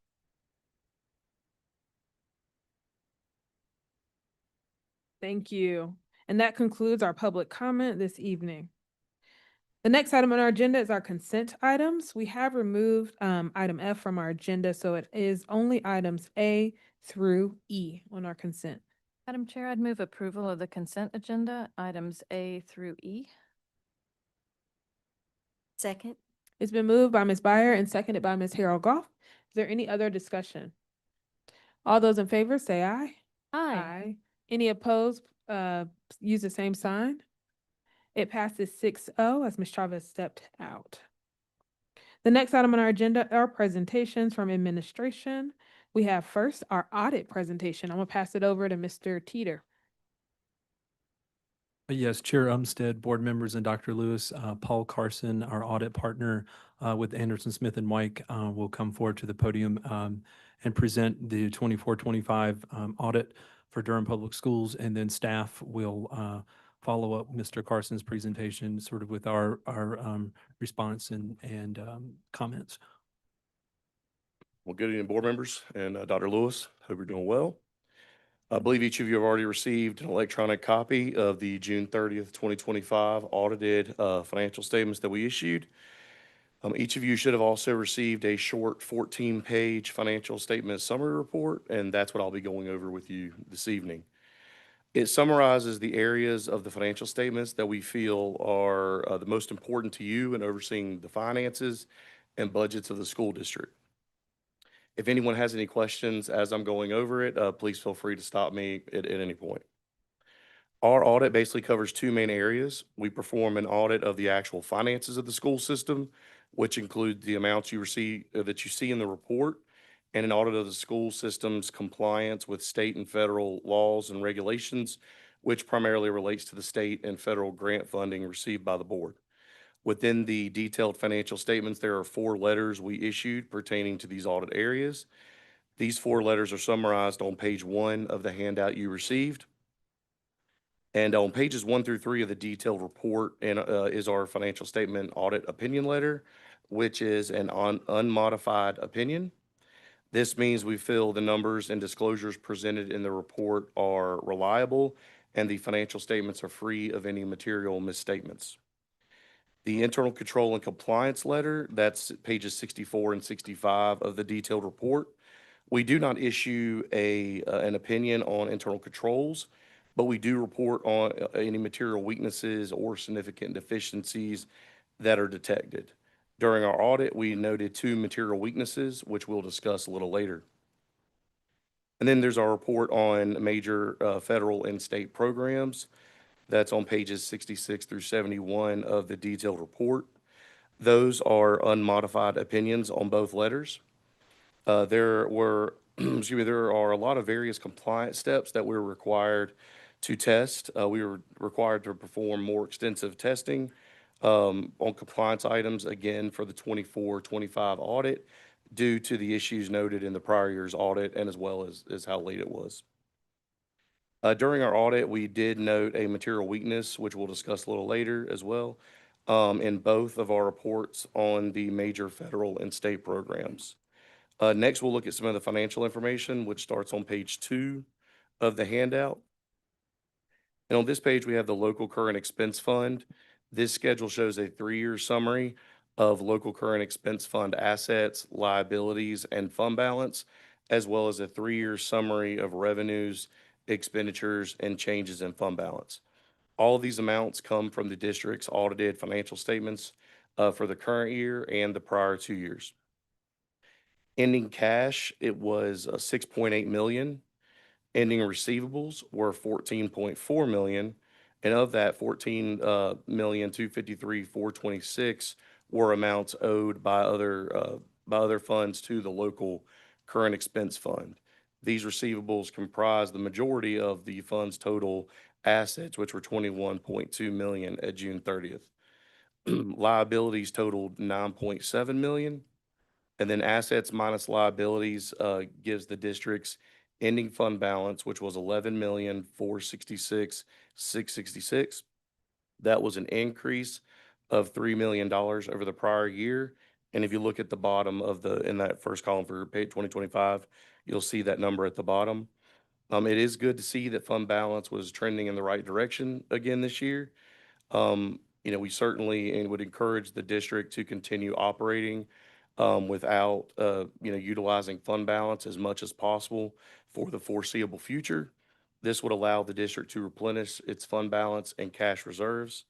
And as we've stated for several years, and we stated all of our districts, fund balance and cash reserves are vital for cash flow purposes and emergencies or to address any other unforeseen issues that occur.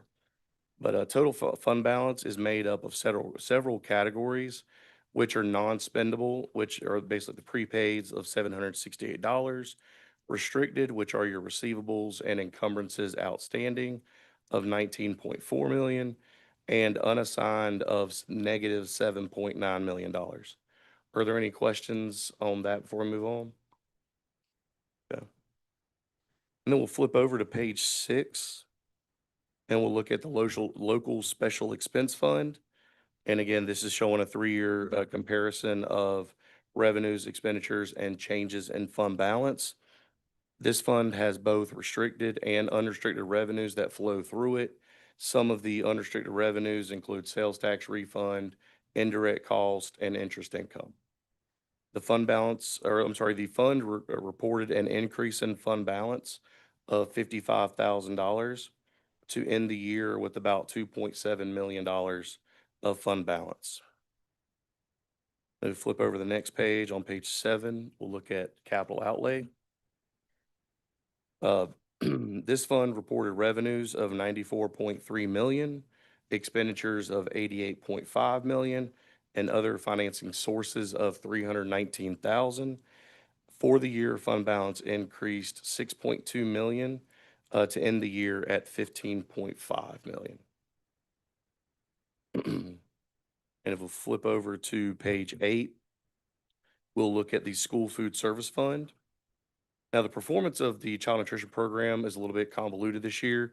The local current expense fund and the grant and community school special revenue fund did purchase $5.3 million in food during the 24-25 fiscal year. These purchases are shown as transfers from other funds on the schedule, which is the second to last number in the 2025 column. Therefore, while the program reported a total net income in the financial statements for the year of $773,000, there was actually a loss of $4.6 million prior to transfers being recorded. Over the past 3 years, the program has incurred losses totaling $12.9 million, excluding transfers from other funds. As you'll see at the top of the schedule, cash balances increased $4.8 million during the year. This was primarily due to the fact that in the first half of 24-25 fiscal year, the district loaned the Child Nutrition Department $5 million in cash. This was in addition to the $3 million in cash that was loaned during the 23-24 fiscal year. But there is a chart on page 9 that shows a visual 3-year comparison of cash balances, revenues, expenditures, as well as net income and loss. Are there any questions before I move on? Okay. So, thank you, Mr. Carson. What's your comfort level with child nutrition moving forward? Maybe I should ask Mr. Teeter that, but Probably more as question for him. I would just say much more comfortable, right? We started doing, so I came on board in November of 2024, so almost halfway through the fiscal year that we're looking at. But immediately started working very closely with the program.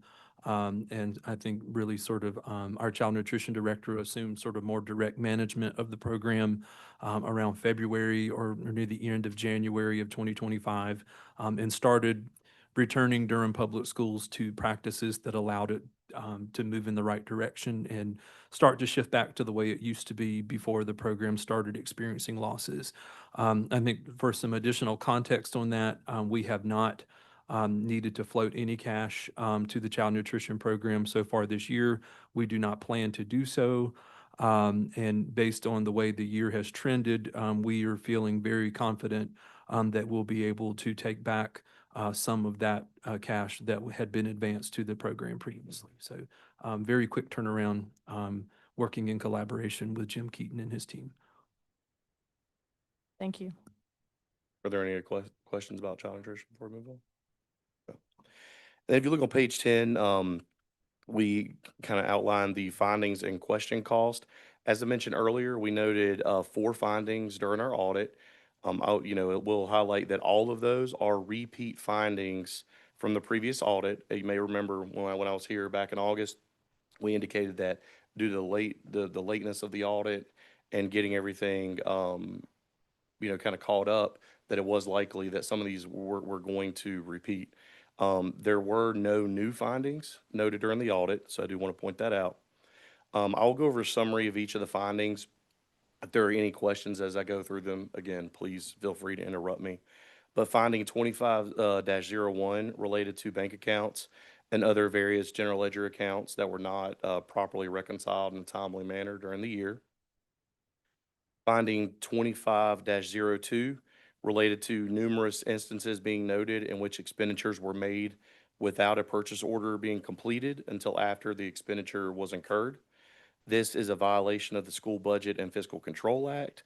It is worth noting that the majority of these instances were for purchases made during the first half of the 24-25 fiscal year. And then findings 25-03 and 25-04 relate to the state bank account reconciliations not being prepared in a timely manner during the year. This directly relates to the issues noted in finding 25-01. Since this issue affected the state and federal programs that we audited as major for the 24-25 fiscal year, we had to report this issue as a finding in each of those opinion letters for both the major state as well as the major federal programs. It is our understanding from discussions with management that these issues have been completely resolved. But of course, we will follow up on these findings as part of our June 30th, 2026 audit in order to confirm that that is the case. Are there any questions before I move on? Okay. And then page 11, we have the management letter. This is a separate one-page letter to management regarding 2 matters in which there were opportunities for the board to strengthen internal controls and operating efficiencies. I'll go over a summary of each of these, and if you have any questions, please feel free to stop me at any point. But the first item related to outstanding salary exceptions as of June 30th, 2025. The board overpaid employees with state and federal funds totaling $183,891. We recorded a liability in the local current expense fund for those overpayments. And then the second item related to our testing of internal controls and transactions at for the individual schools. We noted various areas where improvements could be made. We provided the CFO with a detailed listing of our comments and recommendations for each school. We also recommend that routine trainings be conducted with all bookkeepers and principals to ensure that they understand the importance of following proper procedures for accounting for school funds. Are there any questions on that? And then pages 12 through 14 is we call our required communications letter. It's just a separate letter that details specific audit items that we're required to communicate to the board about. This letter just has boilerplate language. It discusses that there were no difficulties or disagreements encountered in dealing with management during the audit. This letter does mention the findings and management letter items that we have already discussed. But overall, the audit went very smoothly this year. Management was able to provide the supporting documentation for all transactions and account balances that were selected for testing, and we're very transparent with everything that we asked for. We really do appreciate Mr. Teeter and his staff for helping to get the audit completed on time this year. The 23-24 audit for DPS was, I do believe, the last school district audit to be completed in the state for 23-24. That was definitely not the case for 24-25. When audits are as late as they were in 23-24, which was almost 6 months to the day prior, it is usually expected that the audits will run late for a couple years, and that's very normal. So it is a testament to their hard work and dedication that, as I mentioned, 6 months after issuing the 23-24 audit report, we were able to complete and issue the 24-25 audit report. So again, we do appreciate their help. Are there any questions for me before we wrap up? Yes, ma'am. Ms. Rogers. I'm not sure if this is a question for you or for Mr. Teeter, but thank you for working with our administration to get this done. It's particularly about the individual schools. When you are sharing that you shared with Mr. Teeter about the individual schools, has there been any growth, any modification or improvement over the last couple of years around individual school findings? Like, is it a higher percentage this year than it was last year? So I think it was a broader sample this year, right? So I think we did, so for 25, we did every school.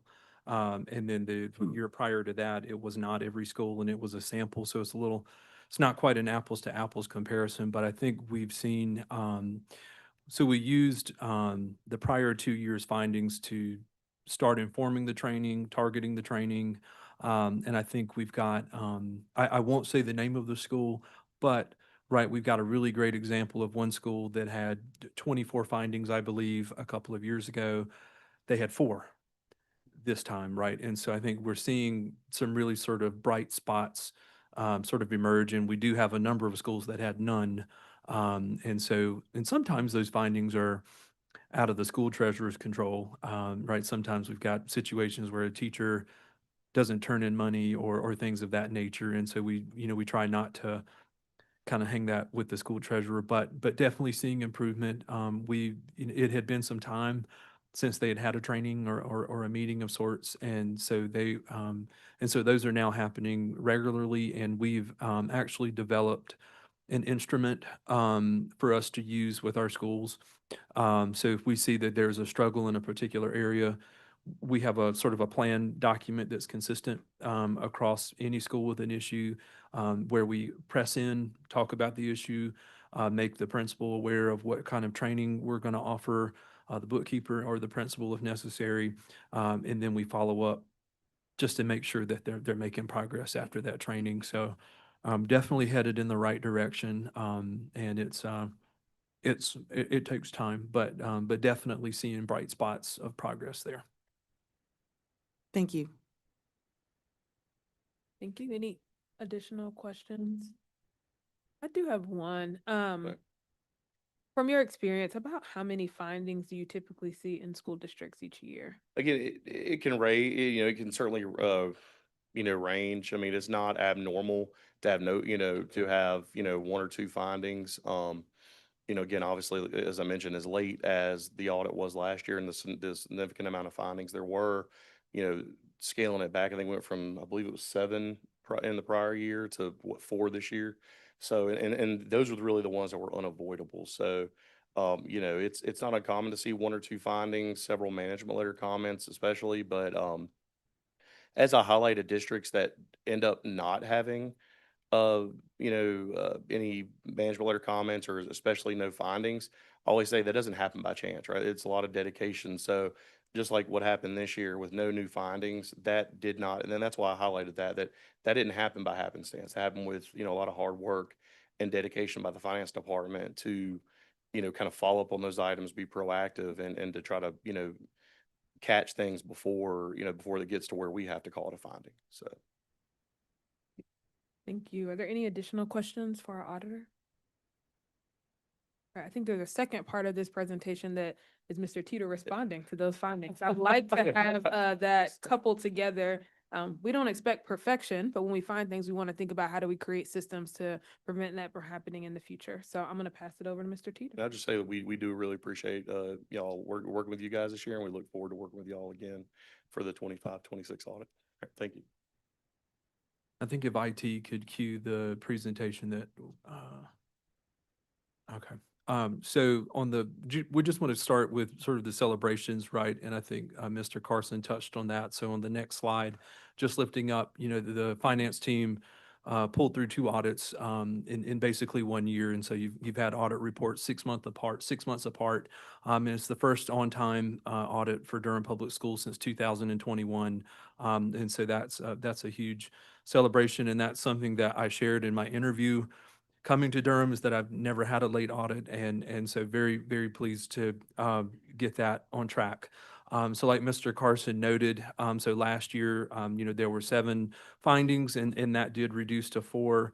And so for 3 of those that are related to our general ledger and our bank account reconciliations, when I came on board, the district was about 1.5 years behind on that. And so between November of 2024 and January of 2025, we were able to pull it current and then keep it current through the close of the 24-25 year.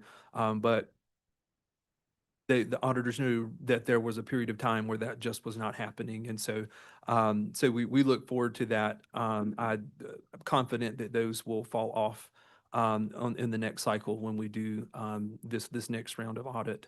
And then the other item related to the purchasing process, right? So I'm very relieved, right, that our work paid off in that there was demonstrated improvement from the first half of 24-25 to the second half. And so the measures we put in place are starting to work. And that's a space that we're continuing to focus on with schools and with departments to make sure that they are following those processes and getting things to us timely. And so I'm sort of forecasting 0 to 1 next year. And so looking forward to that continued progress where that's concerned. And so Mr. Carson also touched on the management letter, right? So there were 6 management letter comments in the 24 audit, and that's reduced to 2. That's reduced to 2 this go round, and I'll touch on kind of our thoughts on each one on some slides coming up here. But also wanted to share in this same timeline where we completed 2 audits and made that progress. We've converted the district to a new accounting system, and that will continue to assist us in getting the audit complete on time and getting the reports that we need. And then we've also developed an updated finance procedure manual for the district. And so that's been the first update to the manual since 2017. And we rolled that out recently at a leadership meeting. And I sort of deliberately held on that update because I knew we were moving to a new accounting system, and I wanted to make sure that while we're doing that work, that it would just go ahead and reflect the system that we're moving to and capture that in the procedure manual for our staff throughout the district. On the next, if we can advance 2 slides. And we just lift up that first finding that Mr. Carson talked about, and we know that we are current in that regard. We could not avoid that for 24-25 due to timing, but things are in good order with the balance sheet. Staff is catching issues as they happen because they are looking at the balance sheet and they know something. They're at the point now where they know something did not occur correctly with the process because something doesn't look right on our balance sheet, which is a huge change for us. And so, like I said, I expect that to not be an issue rolling forward. On the next slide, in that same spirit, sort of the purchasing, like I shared earlier, we saw improvement in the second half of the year. We continue to see improvement this school year where those processes are concerned, and really sort of driving home those best practices. We've done a couple of purchasing trainings with school treasurers and with administrators, as well as rolling out that manual and developing that improvement plan document. It's linked in the presentation for anyone who wants to look at that, just for awareness of the instrument that we're using to provide support where we recognize that it's a need. On the next slide is the 2503 and 2504, right, are those bank reconciliations that are married to the trial balance. And so the cash account has to be correct. The bank reconciliations affect our ability to know our cash balance is correct. And when that is correct, right, we're able to maintain the trial balance. But fortunately, we were able to bring bank reconciliations current a couple of months after I came on board in the middle of the year that was audited, and they remain on track. And just extreme gratitude for my staff and all of the expectations that were put on them to research things and resolve things very quickly. They really did step up to the plate in a meaningful way, and I was just glad to be able to guide their work and help them get there in a timely fashion. We can move 2 more slides and we'll just touch on the management letter items. And so as the board's aware, right, the Department of Public Instruction monitors very carefully how we pay our certified staff members. And so when we came on board, there were 2,186 issues in that arena that needed attention, and we worked very diligently to bring that under control. And it could have been a liability to the board in a couple $1 million or so. And so lots of hard work to bring that down. In the course of that fiscal year last year, it was the first year that the Department of Public Instruction moved to a new system to monitor that. A number of districts fussed about that and had to be patient with the department as they worked through some challenges. But nonetheless, after the fiscal year concluded, that 183,000 or so, we were able to resolve and have that cleared up. And so that has been taken care of. And then this summer, we really spent some time diving deep with the payroll team and doing some very specific training on how to mitigate things that can cause those types of errors so that we can reduce those. And then we meet on a monthly basis to review what has occurred and what we're going to do to fix that. And we continue to provide ongoing training in-house. And we've done some training outside of the district for payroll. And they've had the opportunity to collaborate with payroll departments in other districts a few months ago. So we're all over that. And then on the next slide, I think Ms. Rogers' questions about the schools, right? We sort of touched on what we're doing there and ongoing trainings and providing those structures there for our school treasurers and organizing. We reorganized the team that supports them so that that's a little more streamlined. And so we have one member of the team that supports only our high schools and our specialty schools and laser focuses on those issues. We have another person on the team that supports our middle schools and just a small number of elementary schools, and another member of the team that only works through elementary school issues so that they can more naturally have sort of job-alike, so to speak, and can provide that custom support to the different things that go on at those levels of the schools. On the next slide, I'm just rehashing the chart that we used last year. And so no yellow this time and greens across. So just we see low risk of those items repeating, and just thrilled to have been in control of this fiscal year from the beginning and to help, and then using those months at the end of the previous year to help start getting the staff geared up to get in front of this year and be proactive about what some of the challenges have been. And then next slide, we just call for questions if the board has any additional questions.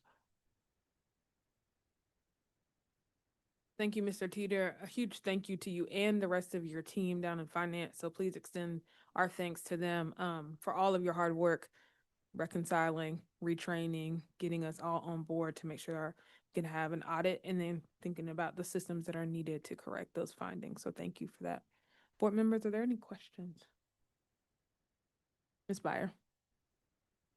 Yeah, I just want to also extend gratitude to Mr. Teeter, your team and your leadership, and then the incredible number of systems that you have revamped and brought from way out of date and way out of compliance to where we have now. And I think we can't understate the progress that your team has led in a very short amount of time. I know that the board and the superintendent wouldn't be getting any sleep if we didn't know that it was in such good hands as you've moved through this. And it's so great to have Manager Hager here feeling like we have it together. I do think this budget year may be one of our most stressful as a board, as we are sitting here waiting on the state that continues to not do anything. There will be temptations to touch fund balance for recurring cost. And I just wondered if you or Mr. Carson wanted to speak to that practice and why that, yeah. I mean, it is good to see that growth in fund balance. It's good to be reminded that we dove nearly $9 million into it in a year. And if you could speak to that just a bit, I think that would be helpful. I think sort of three sort of broad comments. And so one, very, very grateful that we were able to add back to that and sort of recoup some of what had been consumed in the year prior. And then two, we're in an interesting spot where we have it, but we technically cannot budget it because we do have those receivables that are due to us from school nutrition as an example. And so that might be, an unintentional safeguard there to mechanically keep us from being able to do that.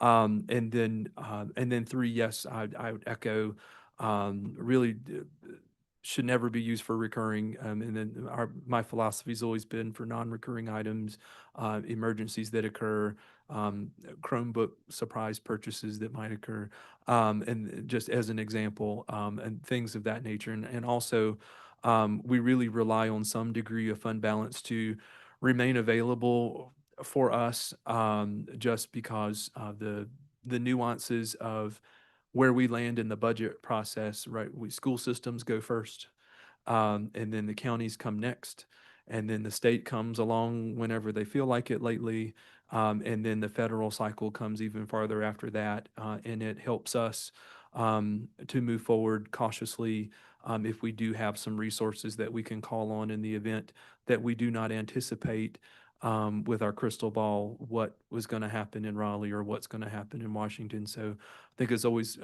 my biggest reason for always wanting it there, and it helps me to sleep at night to know that that's there to call on if we get a surprise from the entities that develop a budget after us.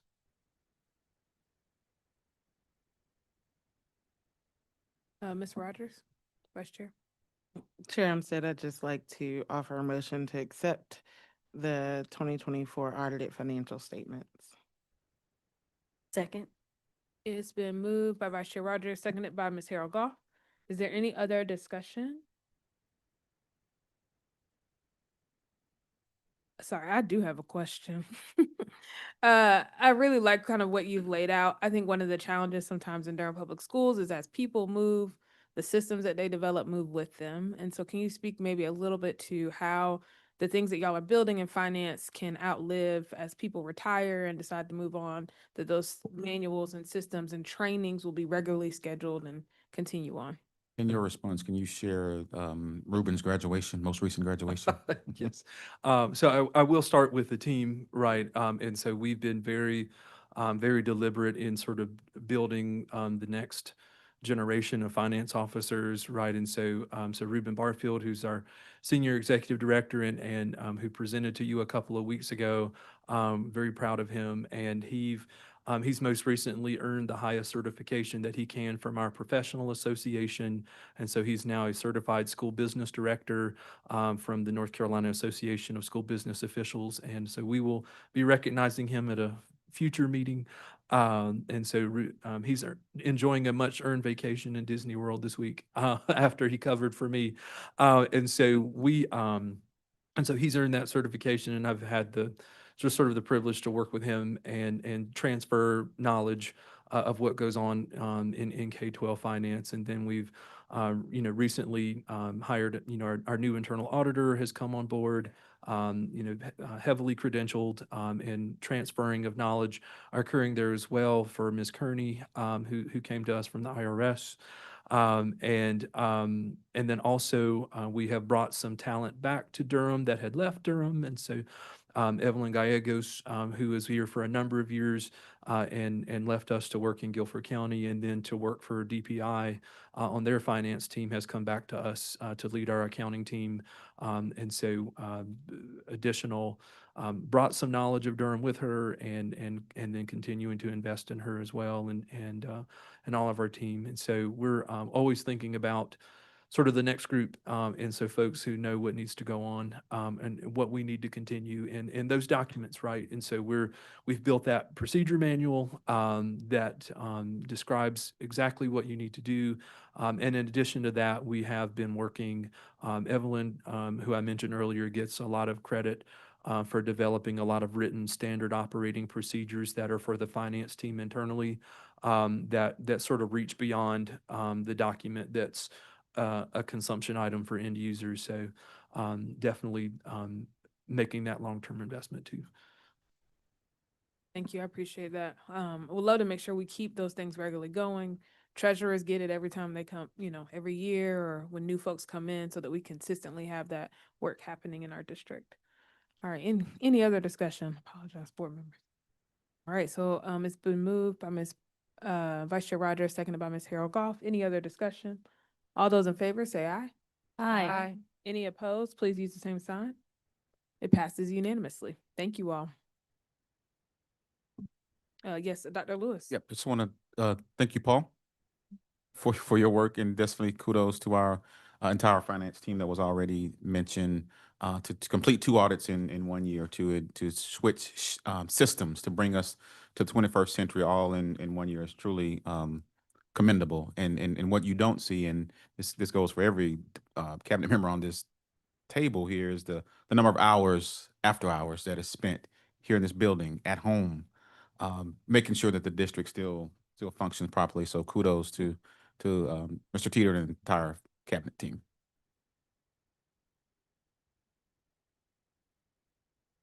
And the next item on our agenda is the 2026-2027 budget presentation. I'm going to pass it over to you, Dr. Lewis, for you to narrate us through this. Yes, I am super excited to have our my partner in crime, Manager Hager, at the request of the board, has so graciously agreed to come and share an update with our board and our community from a county's government perspective. We're happy to have Manager Hager, and I'm super excited that she was here to see the audit that we are improving. I was We're Keith was. want to show you all the great things. So when we get ready to ask for some money, you'll see we're on the right track. Manager Hager, thank you for being here. Thank you so much, Superintendent Lewis, Chair Umstead. I am so grateful to all the board members for inviting me and sharing where we are in our budget deliberations. We typically have an update in our joint BOE-BOCC meeting. It's a little later, and so it's great that we're conversating tonight, and I will not delay long sort of with introductions, but we'll walk right on into it. The topics, we'll just talk about the guiding principles we have, the context on how we're going to develop the budget. We'll highlight sort of expenditure and revenue trends that we're seeing, and also share the next steps. We have about 2.5 months before I have to present to the board the budget. I will say this is probably one of the toughest budget years I've ever experienced. When I was in higher ed, there were years where we had double-digit cuts we had to look at, et cetera. In local government, especially in Durham, in this region, we've been very fortunate to have a strong economy. So even when there were cycles, there were declines, the local government was still very stable. The policy shifts at the federal and state level have caused tremendous burdens and challenges, as well as opportunity across all sectors. The fiscal climate with the uncertainty makes it another layer of challenge as we walk through things. Our guiding principles that we have, next slide.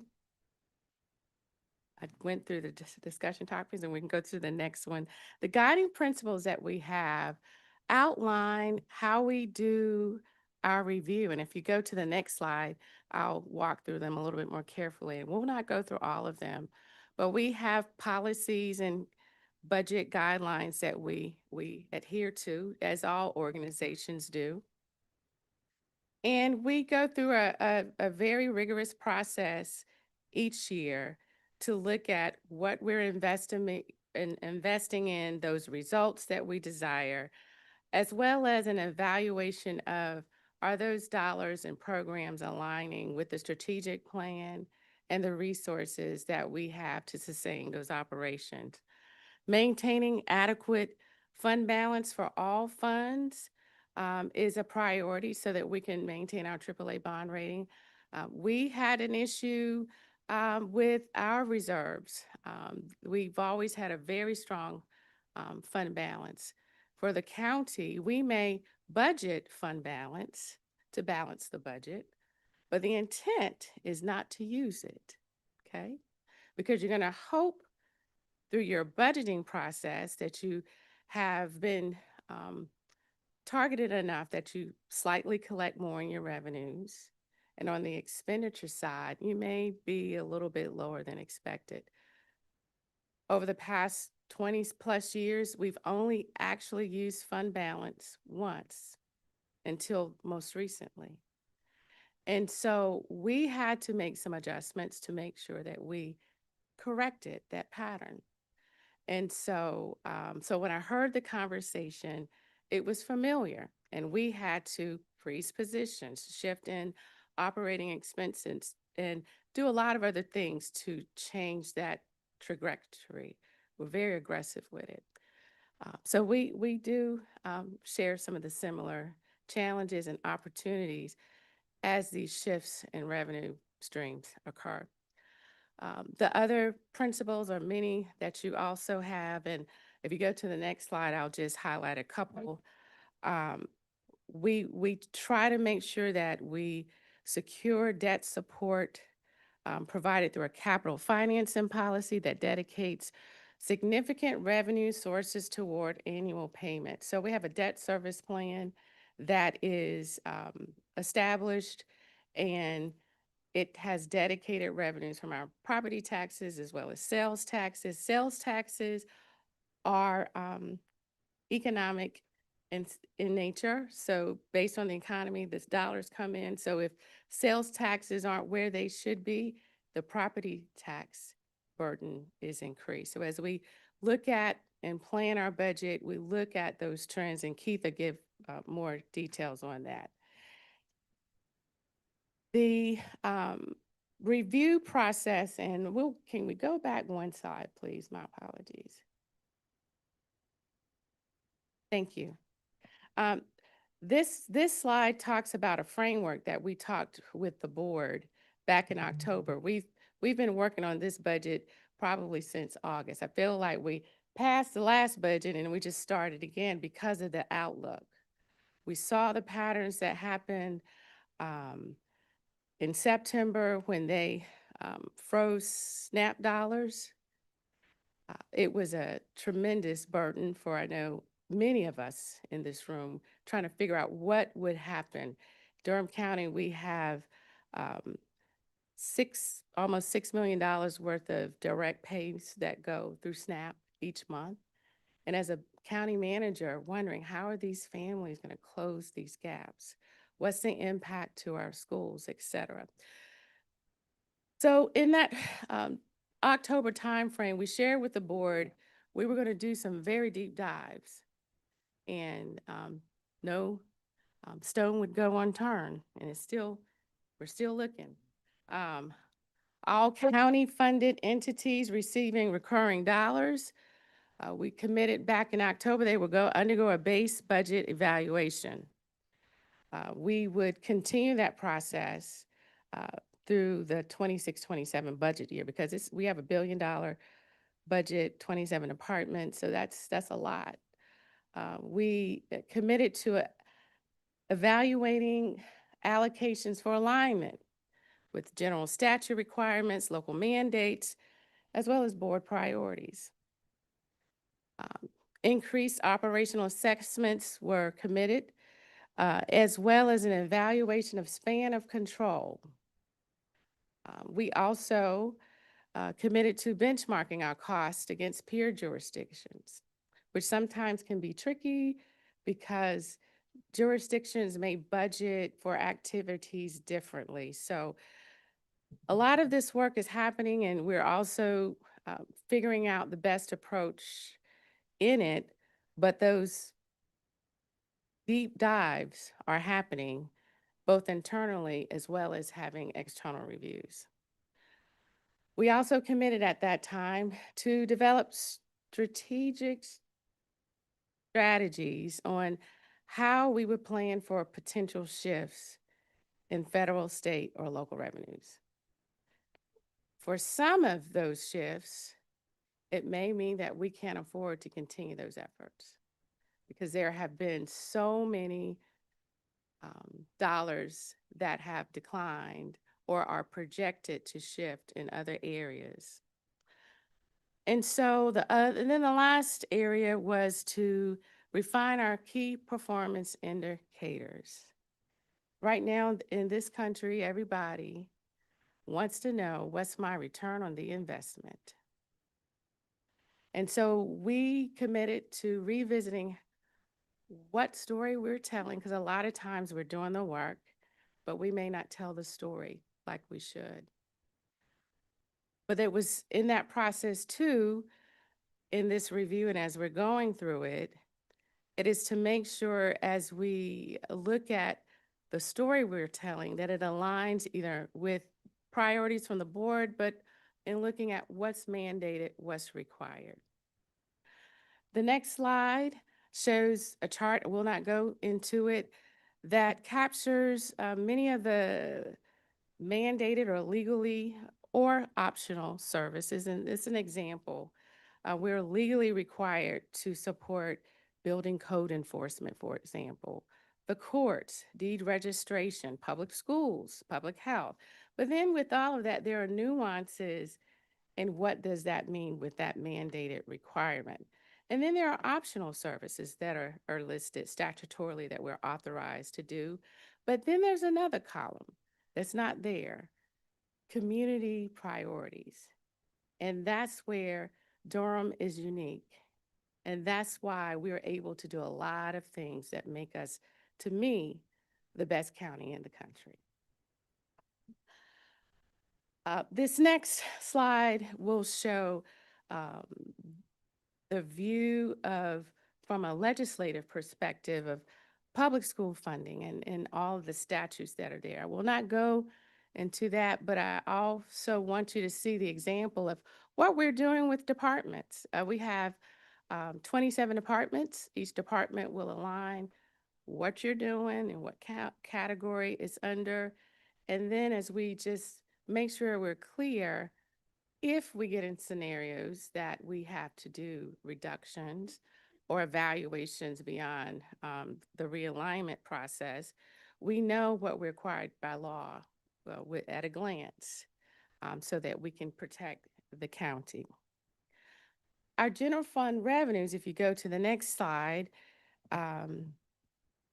is comprised primarily of property taxes and sales taxes. They comprise about 78% of our revenue.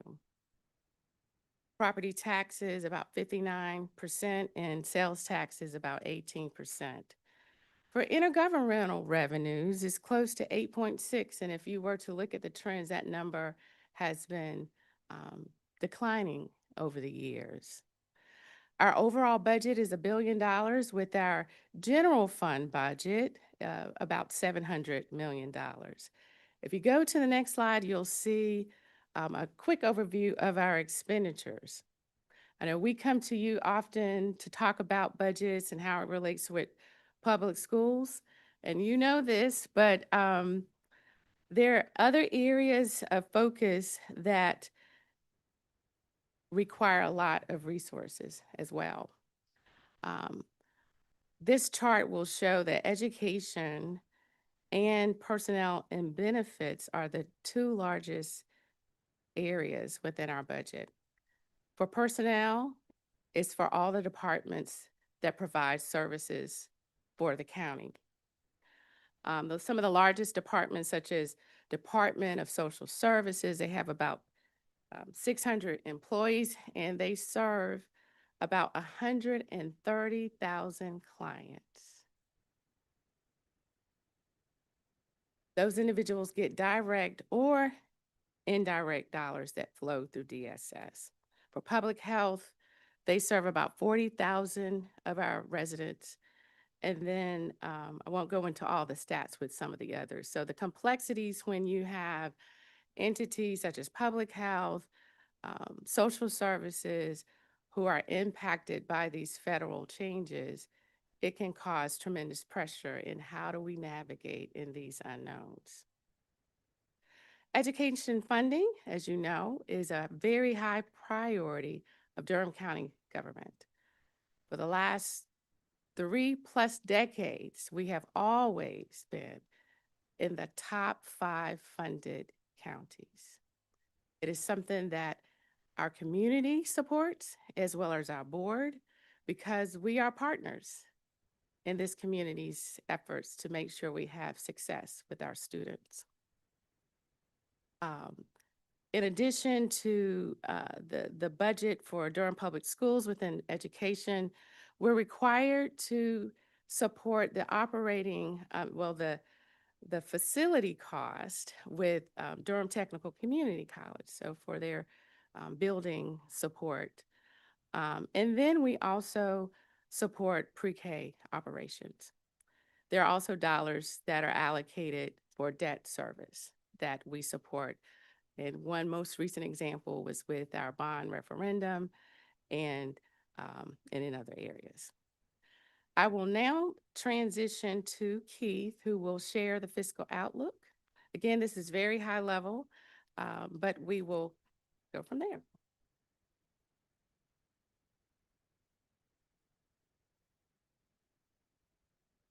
Thank you, Manager Hager.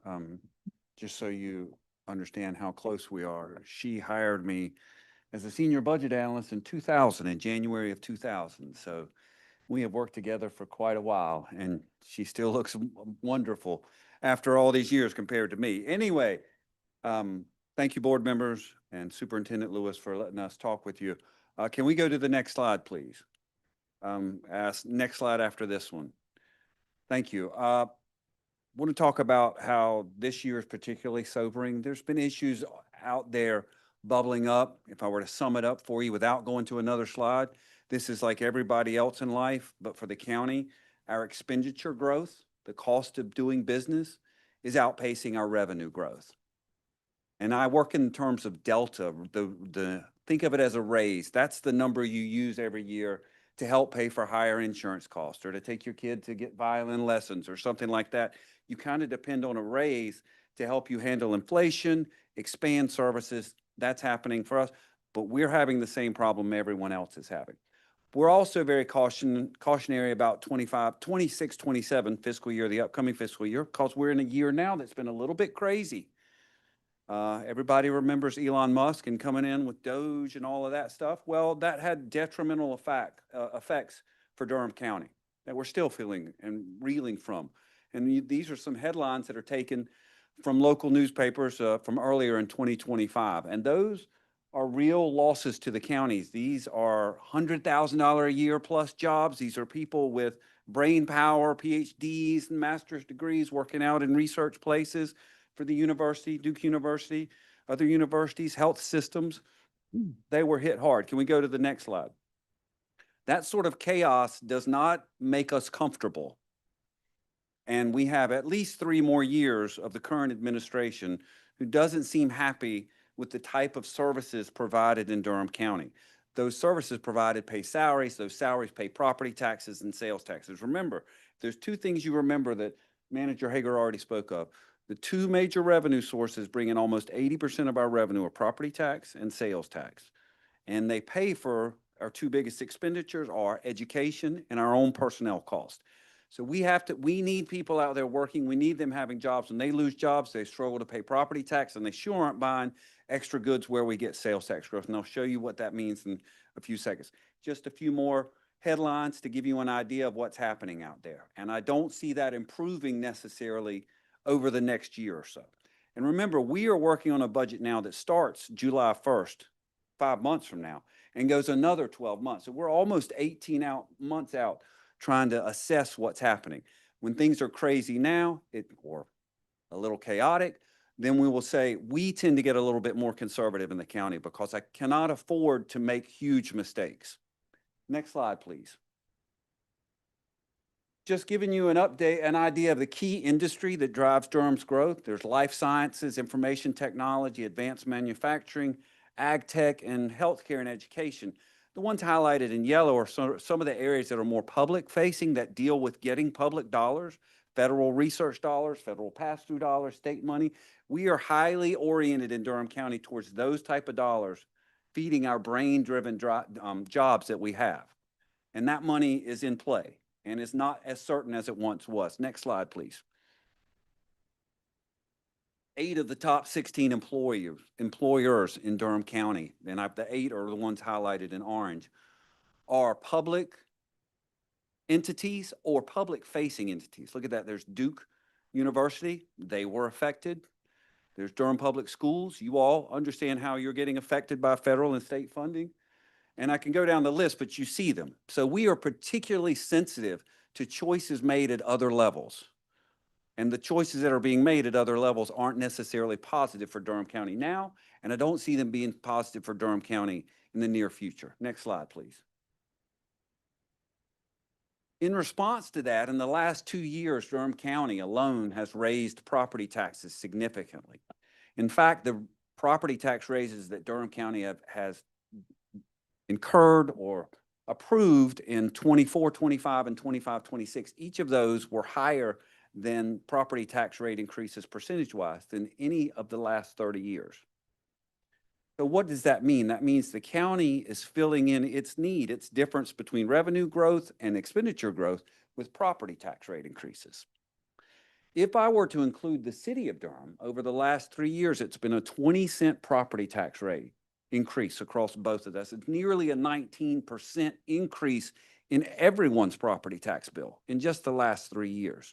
That doesn't include the effect of the revaluation process, which happens, which may have made for many people's house property tax rate go up even more, even with the revenue neutral tax rate. I won't get into the nuance of that, but I'm just saying we have the city and the county have increased property taxes to fill in that gap. The big question for everyone here and for our commissioners and for Manager Hager is that feasible moving forward year after year after year? We're getting close to being in that position to make reasonable decisions about funding for schools or the many services we provide.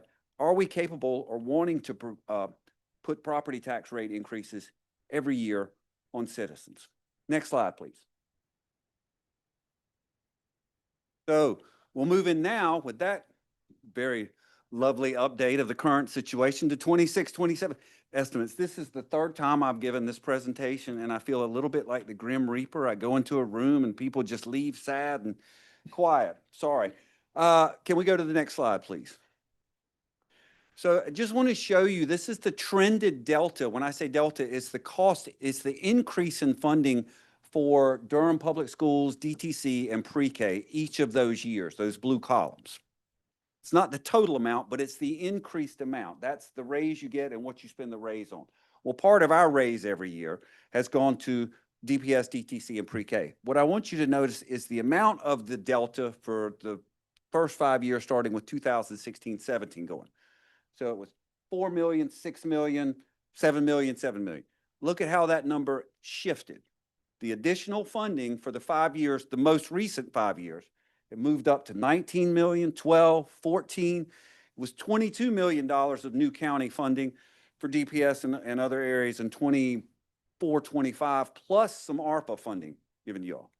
And it's 16 million this year.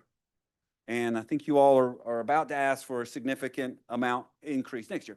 All that being said, this is where expenditure growth is outpacing revenue growth without a tax rate increase. Used to be that we were more closely aligned. Natural growth in sales tax, natural growth in property tax without a tax rate increase was enough to pay for salaries, was enough to help support public school funding. That isn't the case anymore because of things like this. Everybody's got needs. I understand that, just showing the math. Next slide, please. These are slides I'm sure that you have seen. This is Durham School student trending. These are ADM numbers. These are final ADM numbers. The y-axis on the left side is tracking Durham Public Schools, which is the red line. And the y-axis on the right side is tracking charter schools, private schools, and homeschool. The concern here is if we look at, and I'm going to pick an arbitrary, I'm going to pick the highest peak for Durham Public Schools was roughly 2014-15, 33,000 plus students. And by the end of 2024-25, you were down to, I can't see the number, it's a little far away, but I think it's in the 30, oh, I can see it's 30,500, significant drop. COVID happened, those students have yet to come back. While charter school growth has continued to grow, as has private school. Next slide, please. This is the second month ADM numbers for charter schools and Durham Public Schools. And you see that same trending, the high of 33,600 in 14-15. And you see it go down to 31,000 at the for 24-25 or 25, excuse me, 24-25. But look at 25-26. And I know you've already, you know these numbers. You heard it. I saw it in the paper. We see it too. That's another 1,000 plus drop in students. So in 11 years, 3,899, we'll call it 3,900 student loss, while you had a charter school growth of 3,185 from 2014-15 to now. So everybody got that? That's a net loss in students of 704 in 11 years, but the population hasn't decreased in Durham County. It's grown. What are some of those reasons? I can't go into specifics. I'm not sophisticated in that, but I do know that we're aging as a country, we're aging as a state, and even Durham County is aging. It is predicted to age farther into the future. All we know, that's a trend that's concerning for everyone involved. Go to the next slide, please. Why it's concerning is in the same time period, we have increased current expense funding by $100 million for Durham Public Schools. While Durham Public Schools has lost 3,900 students, charter schools have gained 300, but that's a net loss of 700 students and a net gain in current expense annual funding of $100 million. I only say that not to judge, but to say those numbers can't work that way forever for a whole host of reasons without property tax rate increases that have real costs to citizens in the county. That's the conundrum. That's the area, that's the world we are all living in and trying to figure out. And that's pretty much my presentation. Yes, ma'am. No. I just want to ask one clarifying question. For this graph right here, is this Durham Public Schools funding plus the pass-through funding for charter schools? Or It is the total amount of current expense funding going. So yes, it would Okay. include pass-through. That's all. that was Yes, it. ma'am. To follow up on that, because I think your graphs are always great, and then Mr. Teeter's interpretation is always super helpful. and what gets lost within the community is those local dollars that come through you all do get dispersed out on behalf of those students. And so that student difference is more the 700 than the 3,000. It's a 700 net decrease from 2014-15 to now, based off of second month ADMs. If Yeah. you include both, it's a net loss of 700 students. But the per pupil amount is going and being shared on behalf of those charter school students Absolutely. as well, which is why Durham is such a generous place, and we keep getting, and we have empty office real estate that fills up with charter schools. Here we are. But Mr. Teeter, did I say that right, or is it? No, I think you articulated it well, and I think when I saw that number pop up, right, I heard Dr. Pittman say private schools too, right. So that's been a factor as well, and explains sort of that overall delta across the public school sphere with the traditional public and charters. Yeah. I think that's the end. I'll ask to see the next slide just to make sure I'm at the end. Oh, I do have a few more. I want to show you some of the issues that we're dealing with, and I've already said them. Some of our revenue issues are economic growth. You heard Manager Hager talk about sales tax growth. That is the most economically variable revenue that we have. Property tax is pretty steady growth, 3% a year without a property tax rate increase. But sales tax is highly dependent on the economy. And when you have high-paying jobs getting lost out in the RTP and low-paying jobs getting lost or slowing, you have less money being spent around Durham and in the state for us to collect sales tax. That growth, we're still getting some growth in sales tax, not as much as I'd like. It's very little, but it's definitely slowing. Local property market is doing pretty well. It's consistent. It's not as hot as it once was. We're not building quite as many apartments as we once were, but it's still pretty good. But we are losing some other revenue sources like occupancy tax. Our intergovernmental revenue is highly uncertain for some of the reasons I've already noted. If you were to talk, and we just had a discussion from our DSS department and our public health department that are highly dependent on federal revenue, and they had a laundry list of possible revenue losses they're going to experience from the federal government. So we have growing revenue variability. When we have growing revenue variability and we have to have long-term fiscal stability, we have to become more conservative.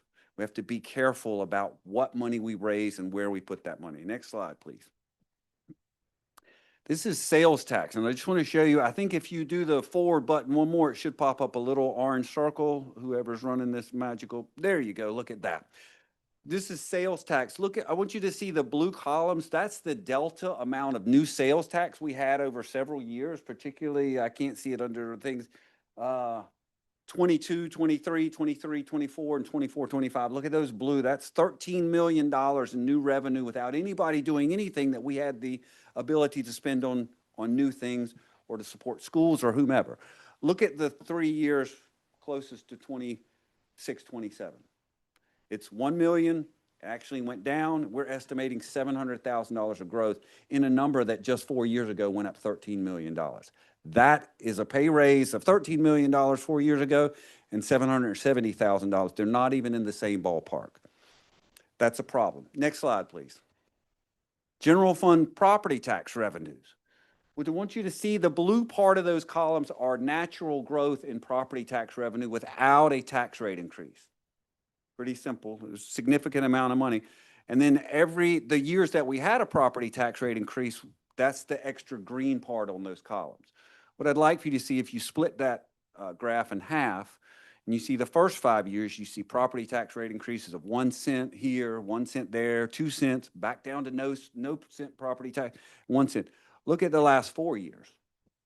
We're looking at 1.5 cents, 4.65 cents. Remember, that's one of the highest tax rate increases in the last 30 years.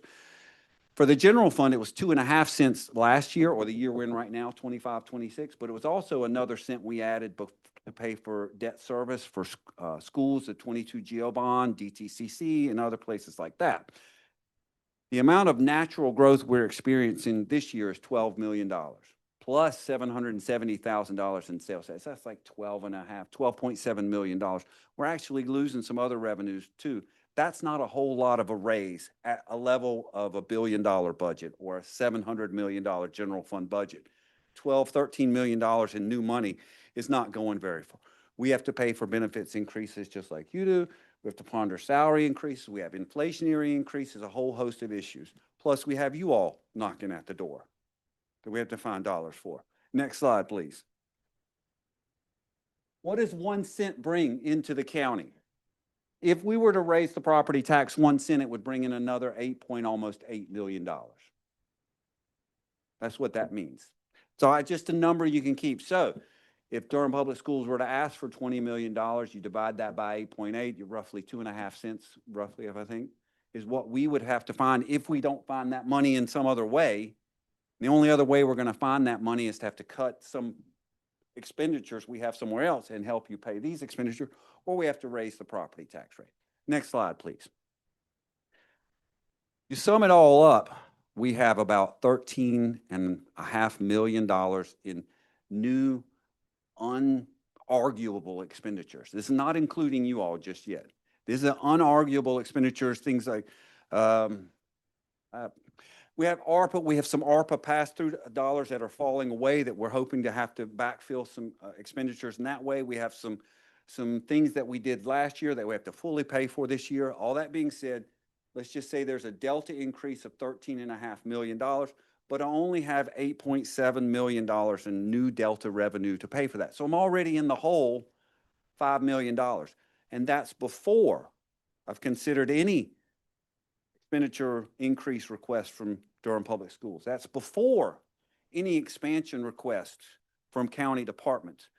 We've grown 70,000 people in the last, I don't know how many years, and I don't know the last time we had a whole new EMS crew put on, like a whole new ambulance that takes about 8 to 10 people to run it 24 hours a day, and 2 or 3 ambulances to run.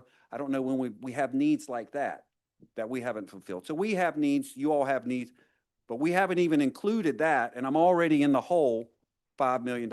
We don't have a salary increase yet for county employees in that hole. So you all are one of many people in line to find money that we are struggling to find. Yes, ma'am. Ms. Chavez. Just a quick question. Thank you. The 8, it's not, where's the 8 coming from? That's you saw the property tax revenue natural growth without a tax rate increase was $12 million. Then we had $770,000 in new sales tax, but we are also losing some money in some other places. We're losing some intergovernmental revenue that I didn't show you on this slide because it's getting into a lot of detail. We have one-time money. I know you, Jeremy told you about using one-time money and not wanting to use it for ongoing expenses. Well, guess what we did last year? We did the same thing. It wasn't an oops, it was planned, but we knew we had to do it because we wanted to limit the tax rate increase to only 2.5 to 3 cents. So we borrowed we took money, $3 million from one fund that we had and put it in the general fund. But just like Jeremy said, we can't do that every year. So it's a loss of revenue in the upcoming fiscal year. That's how we went from 13 million back down to 8. Does that answer your question? Next slide, please. This slide I want to show you, and I think if you click through this magical person behind the screen, you'll see a couple of red arrows go through the slide. There you go. There you go. You see that arrow? What's that arrow doing? It's growing. The difference between, this is the delta growth in revenue and expenditures, the green line, and that is the blue line is the delta growth in key revenues without a tax rate increase. The best analogy I can give, and I thought about this long and hard, so I'm going to see if it works with you all. I played football when I was a kid, way back then. If you want to get a little bit stronger, you might tie a rope around your waist and drag a tire behind you.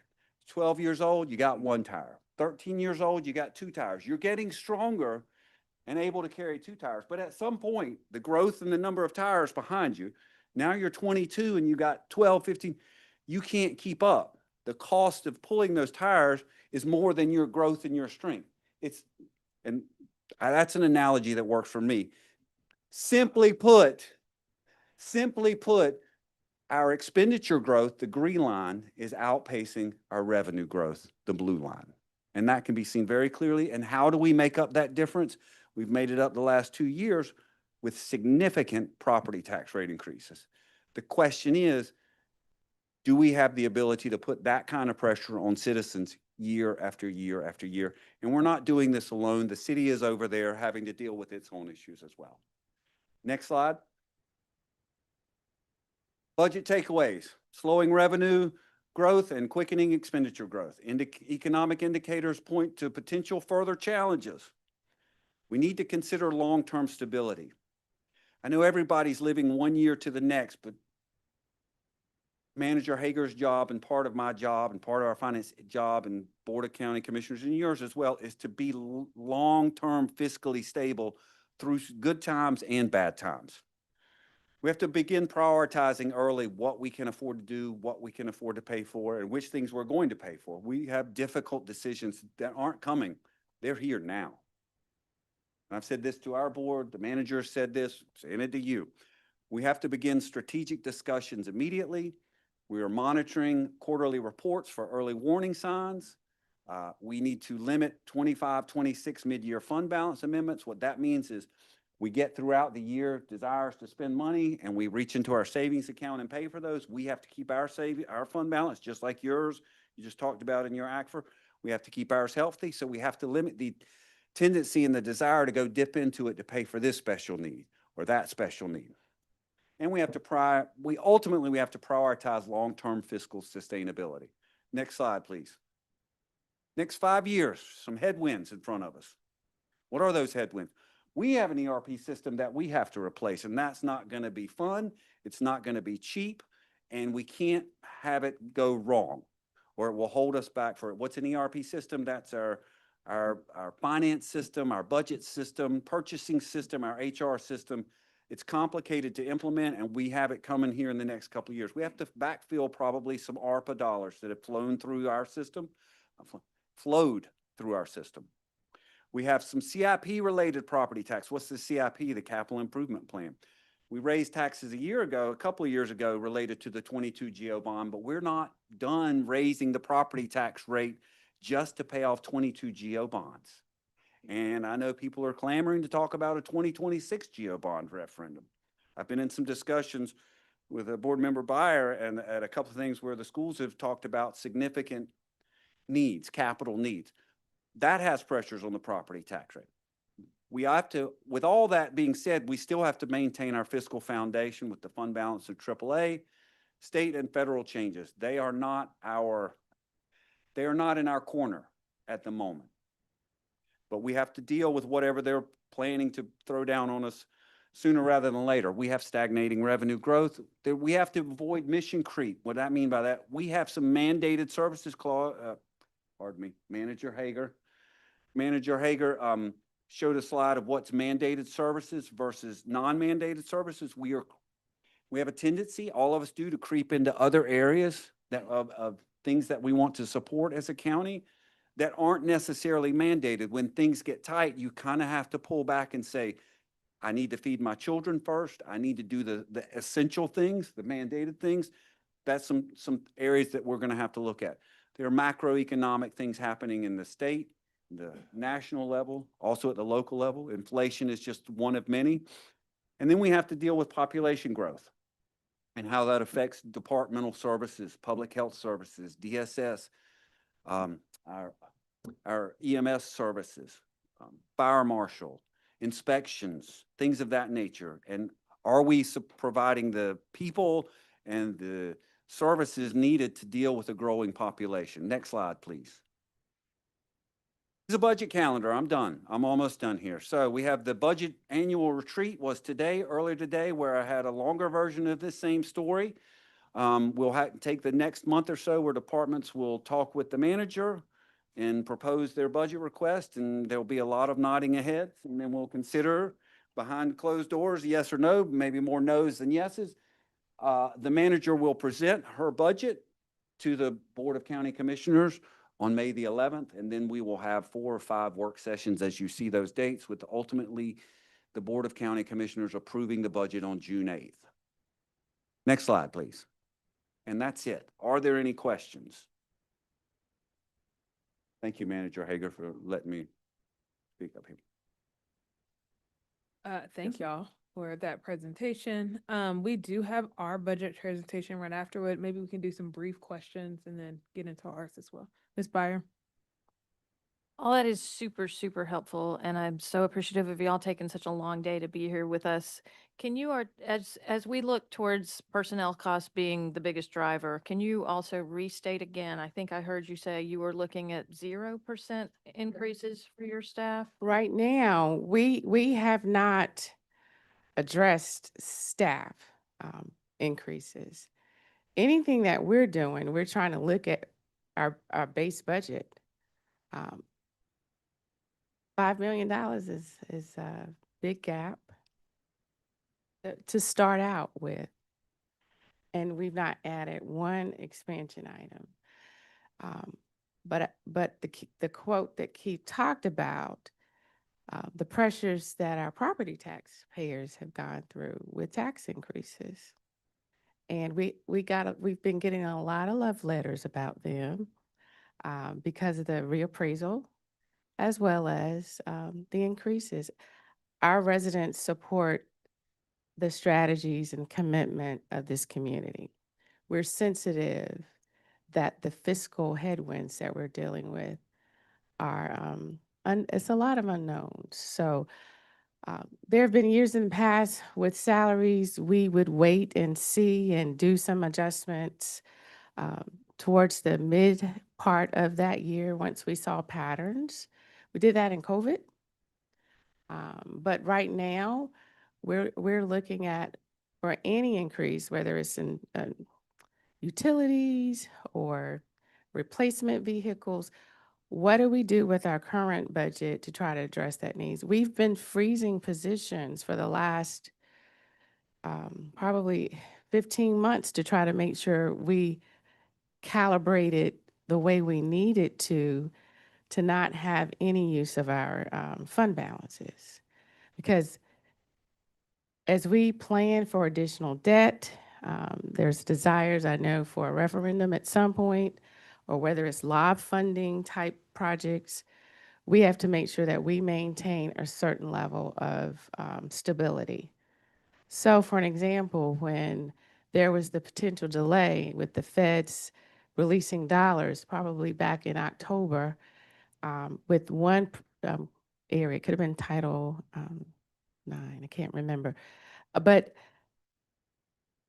some of us, Keith and John Kiefer, because he used to work at DPI, we were all wondering and praying that those dollars would be released because we knew DPS did not have the reserves to float that.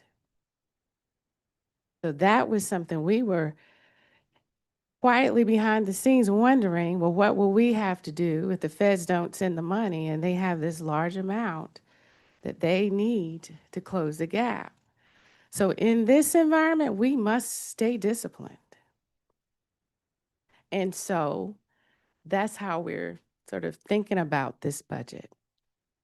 I would add to that we are concerned.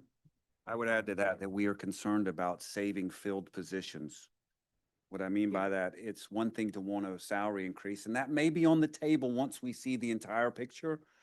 But more importantly than that is we don't want to let go of filled positions. We don't want to furlough human beings if we can't do it. Not at the expense of a 1% or a 2% or a 3% salary increase. But we are yet to figure all of that out. We have to see all the numbers. Because we have we have positions that are, that were SNAP funded, that supported the DINE program, which is an area that supported Durham Public Schools. There are 14 positions. That funding, stable funding, 28 years. It went away in September. So we've been closing that gap. How have I closed that gap? I've frozen positions. I've slowed down spending in other areas because that's important. It's important for the schools. So in this season, all communities, all local governments are grappling with the same issue. How do I do what's mandated? How do I do what's required? How do I make those investments in those areas that are most important? There's nothing more important than our children. I have a child in Durham Public Schools, so I'm very concerned.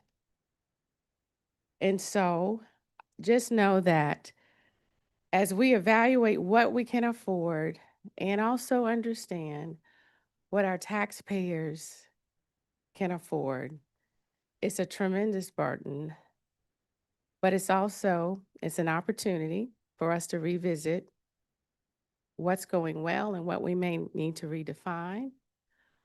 But it's also a situation that we may have to make some decisions after we have better information of some of the patterns that are happening. We're always and have been and always will be your partners. Durham County, as I said earlier, top funded district for decades in the top 5. That's a partner that we will always be, at least we hope to be, as long as the resources are there. And just know as we get through this season, we'll get through it together. Ms. Chavez. Thank you. One quick question. Sure. I know we talked about sales tax in the past. Can you remind me what the deal is with sales tax Sure. and like an Amazon and these kind of things? The online? Yeah. Yeah. Do we get? Yeah, so that's a great funding? question. That's a great segue for me to always say buy in Durham, for one, okay? But secondly, if you do buy online, those dollars do come back to the place in which you did the purchase. There was a change in the law back in 2018, so those revenues do come back to the county. So you can buy online as well, but buy in Durham. Thank you, Manager Hager, Right, thank Mr. you. Lane, for coming. We look forward to seeing y'all soon in our Okay, joint great. meeting. One day y'all gonna come with great news for us We about how are. continue to expand our requests. No, I'm just joking, but I really do appreciate your partnership and thinking about us as you're watching the news, right? I think we know you all share we got 3 more years of some turmoil. Hopefully we have some different options after the midterm elections, but thinking about us as we're navigating this tricky season together. So we appreciate that for Thank you you. all. Feel like we very much understand you as you talk about your things getting more expensive, because we too are seeing Oh, that, right? absolutely. It We is. don't do anything different. Our continuation budget still expands, so we very much understand that. Ms. Harold Goff, I apologize, I didn't see you. Okay. Thank you so much. You're welcome. I'm glad that, this is public and people can go back and listen to this Sure. and internalize this. I'm wondering, I know that the county, the city of Durham, they have their own engagement with community. I really appreciate Dr. Lewis and the cabinet for doing the dollars and decisions and having the budget, forums and things like this for community to become more and more engaged about what this looks like, in a bigger picture. And I'm wondering if part of that partnership could maybe wed some of that so that we can get more of our community engaged in understanding this on a understanding it better. Sure. So Absolutely. that when things are happening, because I tell you what, when you're hurting in your pocketbook and when you're not making it, all of these things make sense, but it's like meeting people where they are, not gonna understand it. Well, and Yeah. we understand. We Yeah. understand.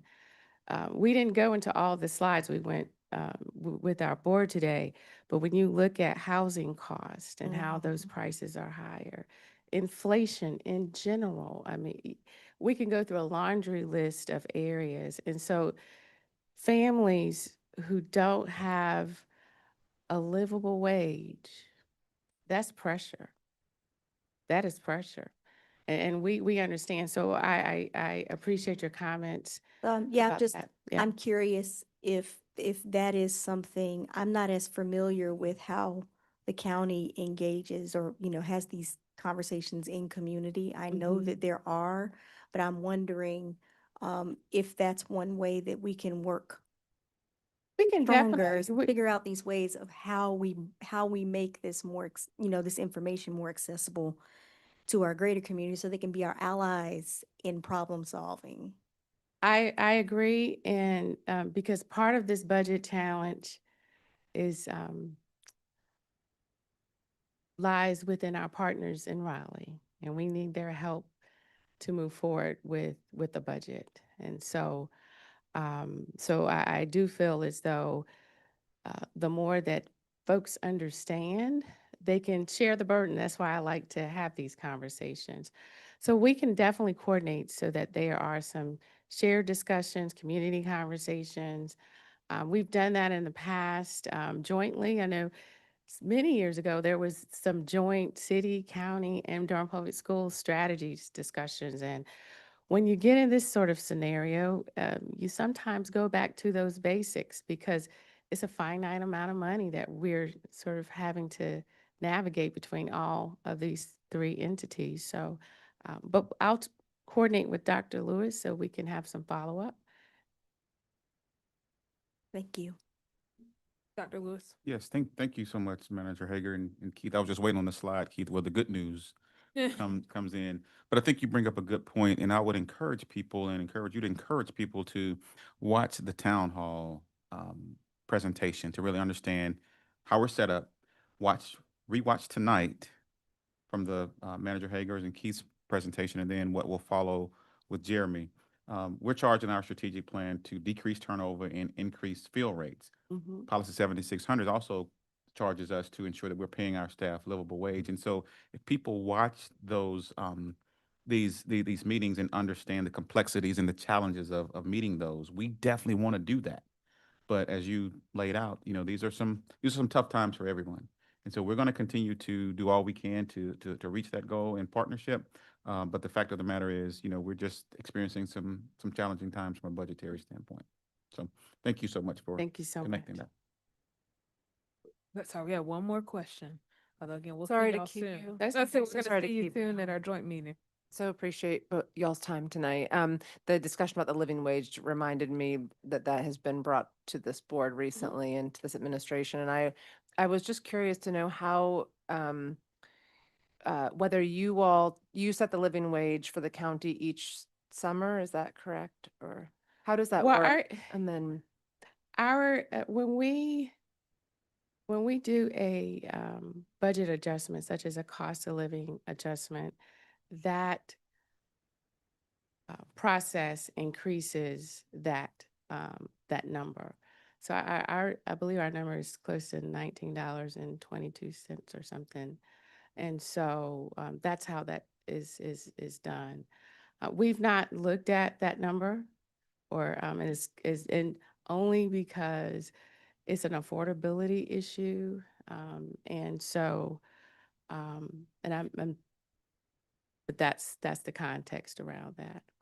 And so, and again, anything that we do, we will try to look, we're going to have to look from within. Yeah. Yep. All right. Thank you so much. Thank y'all for being here. Thank you. All right, we're going to move it to our budget presentation with Mr. Teeter. Superintendent's updated budget. Dr. Lewis, did you have any comments before we jump to Mr. Teeter? All right, good evening again, Chair Umstead, board members, and Dr. Lewis. I will, being cognizant of time and knowing that we've seen these materials, I will move quickly. And so after we're done admiring our students on the cover, if the IT team could advance to page 9 of the document, that will help sort of move us along with the agenda this evening. And so up one more, please. There, thank you so much. And so the first grid is vexing, and it really harkens to comments that I made during the audit presentation of we go first in the budget process. We do not have the ability to generate revenue, and we are dependent upon decisions that are made by other entities, how we shape our budget, right? And so normally at this point in time, we would be operating from a blueprint of year 2 of a 2-year state budget, and there is not a year 1 or a year 2 or any of that. And so they need to listen to Chair Umstead and do multi-year budgeting and get it together. And so I think right now, just sort of the latest information that we have, right, is that everything seems to be hinging perhaps on the primary in a few days, and who is to and who is not to potentially return to the General Assembly and what kind of progress can be made forward from there. For now, just to be responsible in budgeting, we have to sort of assume some situations and assume them sort of more on the more expensive side of things in the absence of better information. And so this is fluid, and we may see things change as early as April, depending upon what happens in March. And so we're watching very carefully what may or may not happen when the General Assembly convenes in April. There is a chance they may make conversation even about this year that we're in now. And then certainly we expect them to have conversation about next year. And that could range anywhere from a $1,000 thank you for returning bonus to this 5% that we contemplate. And things in between. And so this is tricky work. And so I feel safe kind of nestled here at this 5% assumption. And if it comes in less, we'll adjust and react in some other ways. And then if it comes in more than that, then we got some additional types of conversations to be had. But the continuation budget forecast as it stands, we assume a 5% increase. We assume some pretty stringent increases in utilities and in insurance. Again, it's a space that we don't control. And so I don't know how the Utilities Commission will respond to what Duke Energy has been petitioning for rate increases in North Carolina, but we have to be prepared. And I hope that they don't approve for my own personal checkbook. I hope they don't approve the rate increases that Duke Energy is pursuing, but we're prepared nonetheless as we contemplate this. And then also the charter schools are looming, and if any increase that we receive for continuation costs, we have to true that up and make sure that as we give them their share, we have enough left over to take care of the actual need here in Durham Public Schools. And related to that, we're operating from a space of assuming that will be 26% next school year. In that spirit, I think this is also an appropriate time to sort of make an update for the board. And so, as you know, we operated with the assumption of 21% for the year that we're in now. That materialized to 23. We had to take some actions in this fiscal year that are not too different from what you heard from the county manager a few moments ago regarding freezing hiring, and we've trimmed some operating budgets. We put some extra pressures on the purchasing process. And so I think Mr. Barfield touched on this loosely at the meeting a couple of weeks ago, that we are at a situation where the measures we took allowed us to overcome the current year obstacle where that is concerned. And so we're pulling our foot off the brakes a little bit as we wrap up the year. And so we've recently pulled together our staffing allotments for the year ahead.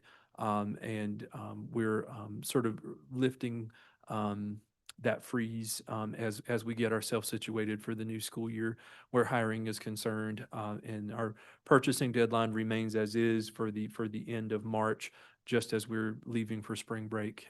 That remains in place. So just wanted to lift that up and provide an update on that issue. And thank you for partnering with us and supporting us as we did what we had to do to work through that situation. And so we're trying to avoid that next year by planning this 26%. We've moving on to the things where we've really had some passionate conversation over the past few weeks with expansion items. And so looking at the classified pay item is probably where I'll make the most remarks. And so the dollar amount that you see reflected there, if I were talking about this in isolation, I would say this is $5.5 million. In our continuation component of the request, we're lifting up the potential for a 5% increase that's state mandated.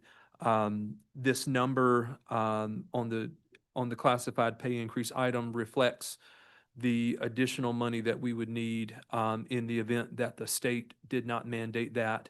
and we decided we wanted to try to do this 5% on our own without some type of state investment. And so I just do that to not duplicate our request of sorts and ask for too much money from the county, particularly knowing what's going on from that last presentation. We've received a lot of feedback. We've received feedback through the meet and confer process, feedback from the finance town hall earlier this week, as well as through various rounds of public comment in the room. And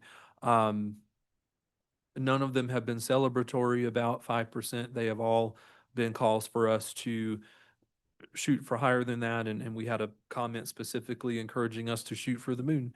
And so Dr. Lewis and I, having conversations about what we proposed to push that forward. And so by the work session in March, we will have also had the March 5th public hearing for feedback, and we'll sort of make a judgment call about how this item looks in the recommended budget and in that draft that we bring to the work session. So just know we're thinking about it. We've heard the feedback and balancing realities in tandem with that feedback as we sort of land on a final recommendation from Dr. Lewis.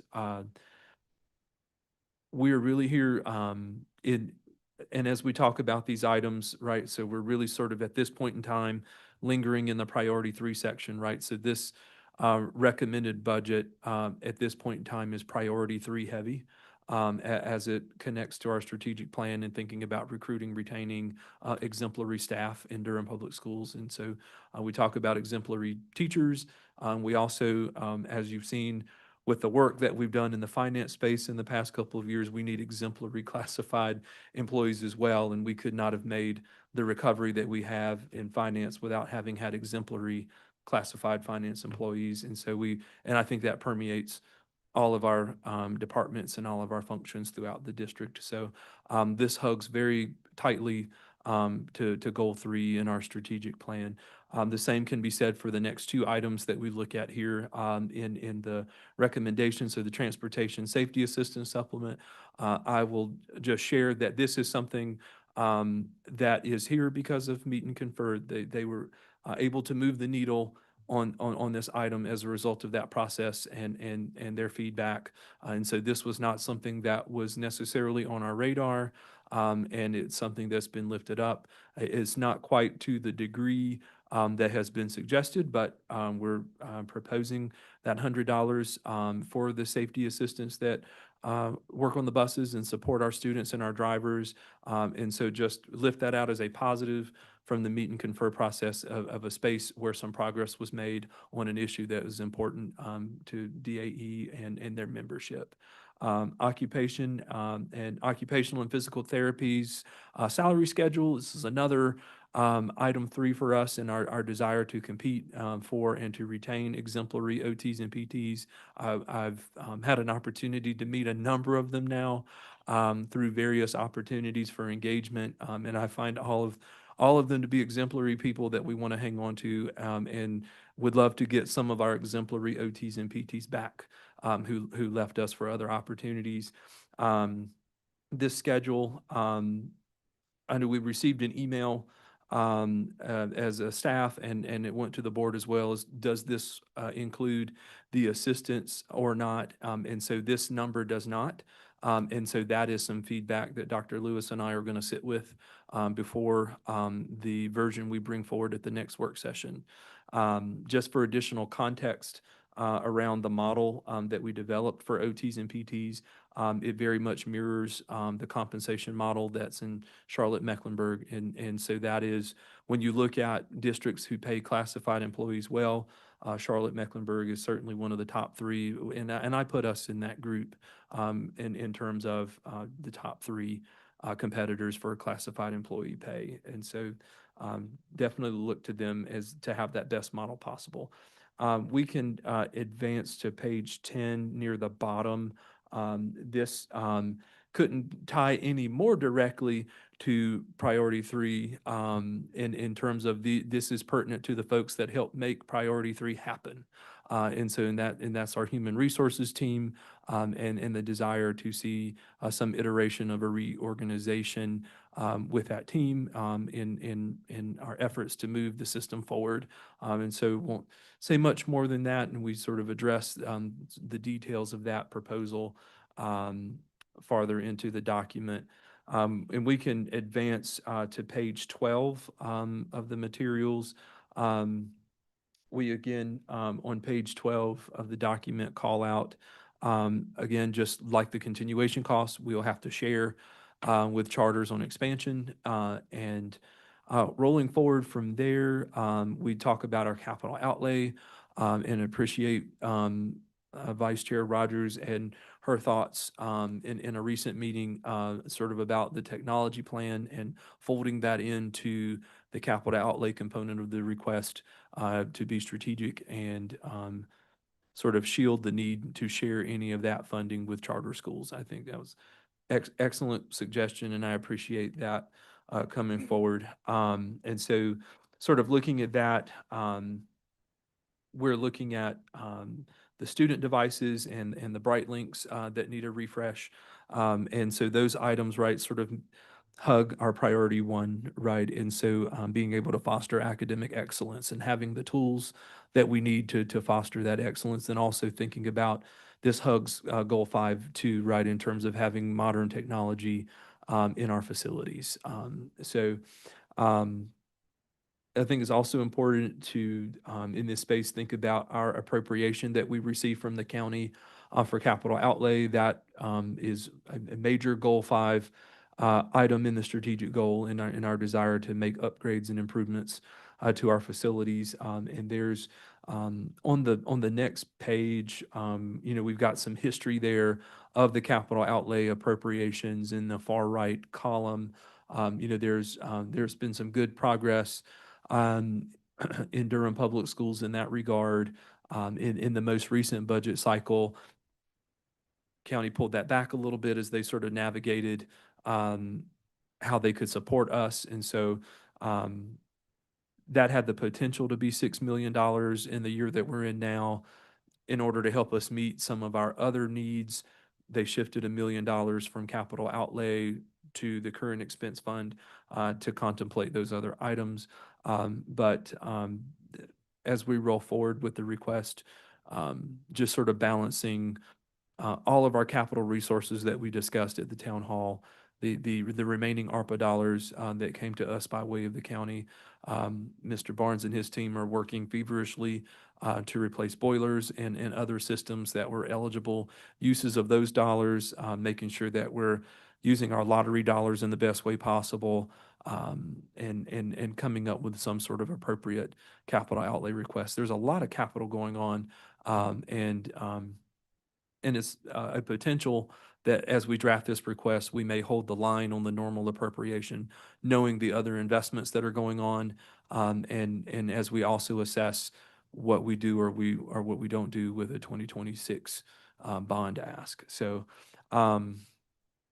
as this is structured in the request section, if we proceeded as is, we would be pursuing just shy of 16 million additional for current expense and 3.7 million for capital outlay. Something we need to sit with, and is that going to be more than the county can tolerate? Do we bring that down, and in what ways do we bring that down, or do we ask for more, lifting up some of those compensation items around which we've gotten feedback? And so it's not an easy one to develop, and so I'm done rambling, and so I will. I worked hard to answer as many questions as I could that we received in writing, and I may reference my responses to those as we have questions this evening. So happy to answer questions. Thank you, Mr. Teeter and Dr. Lewis, for that presentation. Board members, colleagues, questions?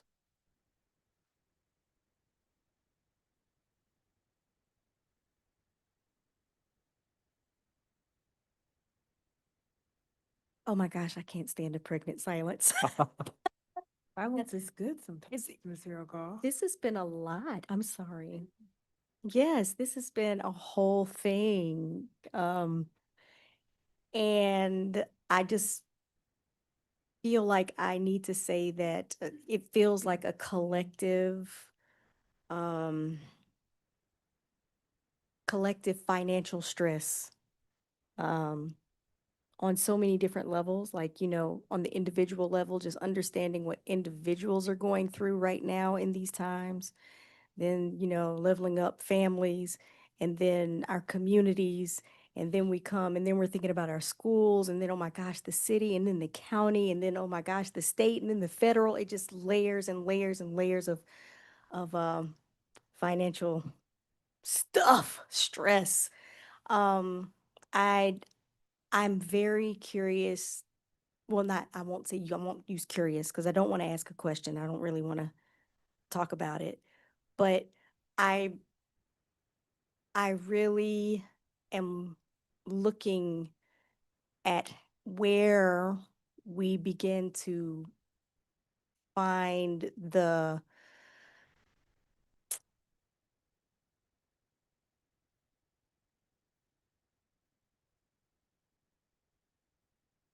problem solving, because it seems so dire. Um, and my go-to is always to really just think about how we gain more understanding. I feel like there's a silver lining, and I don't want people to get so caught up in the dire that we don't think that we can't find solutions. Um, so I just wanted to say that out loud. I really appreciate the transparency and the conversations, and I'm wondering how we make it even clearer, more understandable, how we do even more engagement, and how we do that collectively so that we, build this big, I don't even know what the image is, um, team of, community of problem solving. And I think that's what gives me the energy and keeps me from going into like a really dark, oh my God, what was me place? Of like, how in the world do we do this? I really think we have to do it as a community. We have to do it communally. And how do we, I think that's part of the problem solving, of figuring out how we survive it, because it feels like we're going into survival mode. And a lot of people are familiar with that. So I would just urge the community to become more involved. And I would encourage all of us on all of our different municipal levels to figure out how we go deeper into engagement so that we can bring all the people who are going to be affected along um, as we deal with this. That's all. I'll stop. I didn't even know I was going to say anything. So Thank you, Ms. Harold. Other board members, Ms. Byer. I appreciate the detail. I appreciate the vision and the way you all are trying to continue moving the district forward and prioritize some really urgent needs amongst too many urgent needs.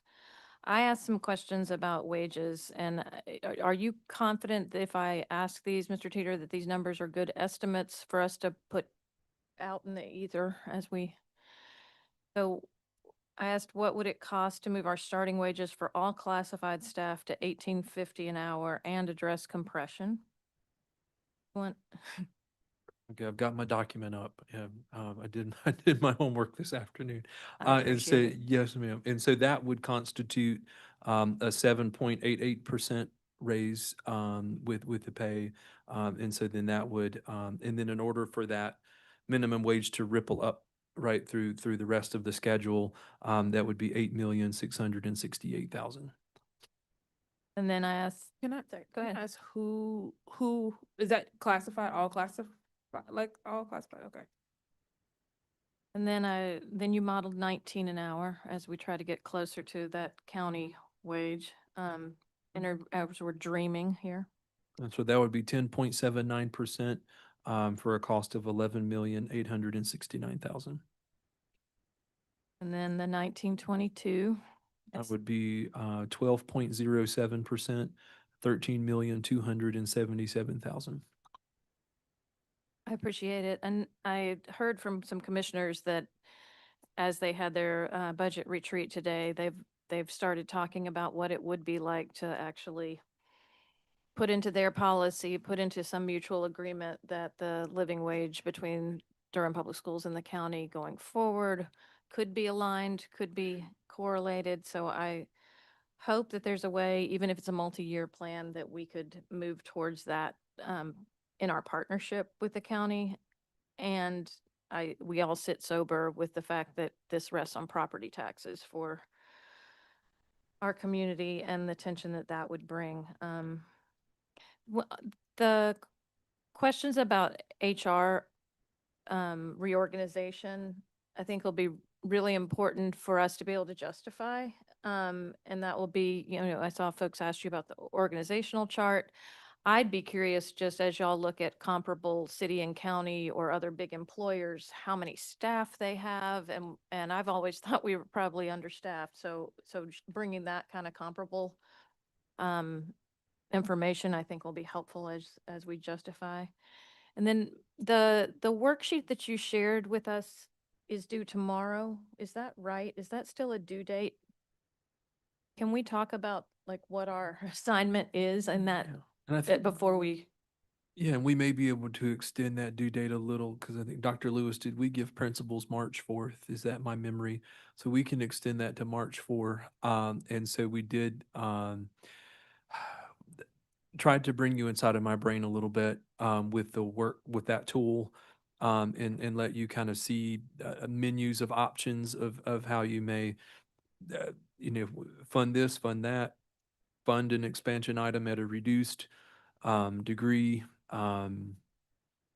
What are potential reductions that the district could make in order to help offset the costs? And just like the tool that we used in May or June of last year, it gives you a running tally. I just didn't give you a limit this time. And so I think it'll be good for you to interact with. And but very similar in terms of we're color coding like decisions, and so you only have to say yes per color in the categories. That's super helpful. Does it actually reflect what's in this already and like, does it reflect the superintendent's request, the yeses and nos that are lined up in here now, or will it be moving? I don't think I defaulted it in that way. Okay. And I think because we have demoed it to a couple of different stakeholder groups just so they could see how it operates, right? And so we asked our principals advisory group to work with this. Our superintendents student advisory group, I know for sure, had an opportunity to play with that. And so if you're working with that Google Sheet version, I would encourage you to go to File, make a copy, and then name it whatever you'd like to when you do that, so that you're not working on top of each other. But so no assumptions with anything that you see in the columns at this point. But there is the ability, if someone so desires, to select everything the superintendent has recommended. Those options are in there for the picking, but we didn't structure it to default that way.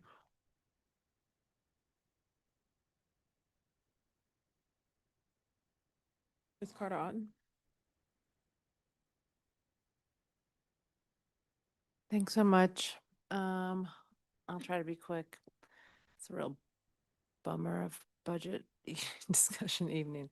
I appreciate that y'all are thinking about the OTPT assistance. I was really curious to see what that could look like, costed out. That seems like something that we could maybe should be considering, given what it sounds like the work that they're doing and how important they are to our students and our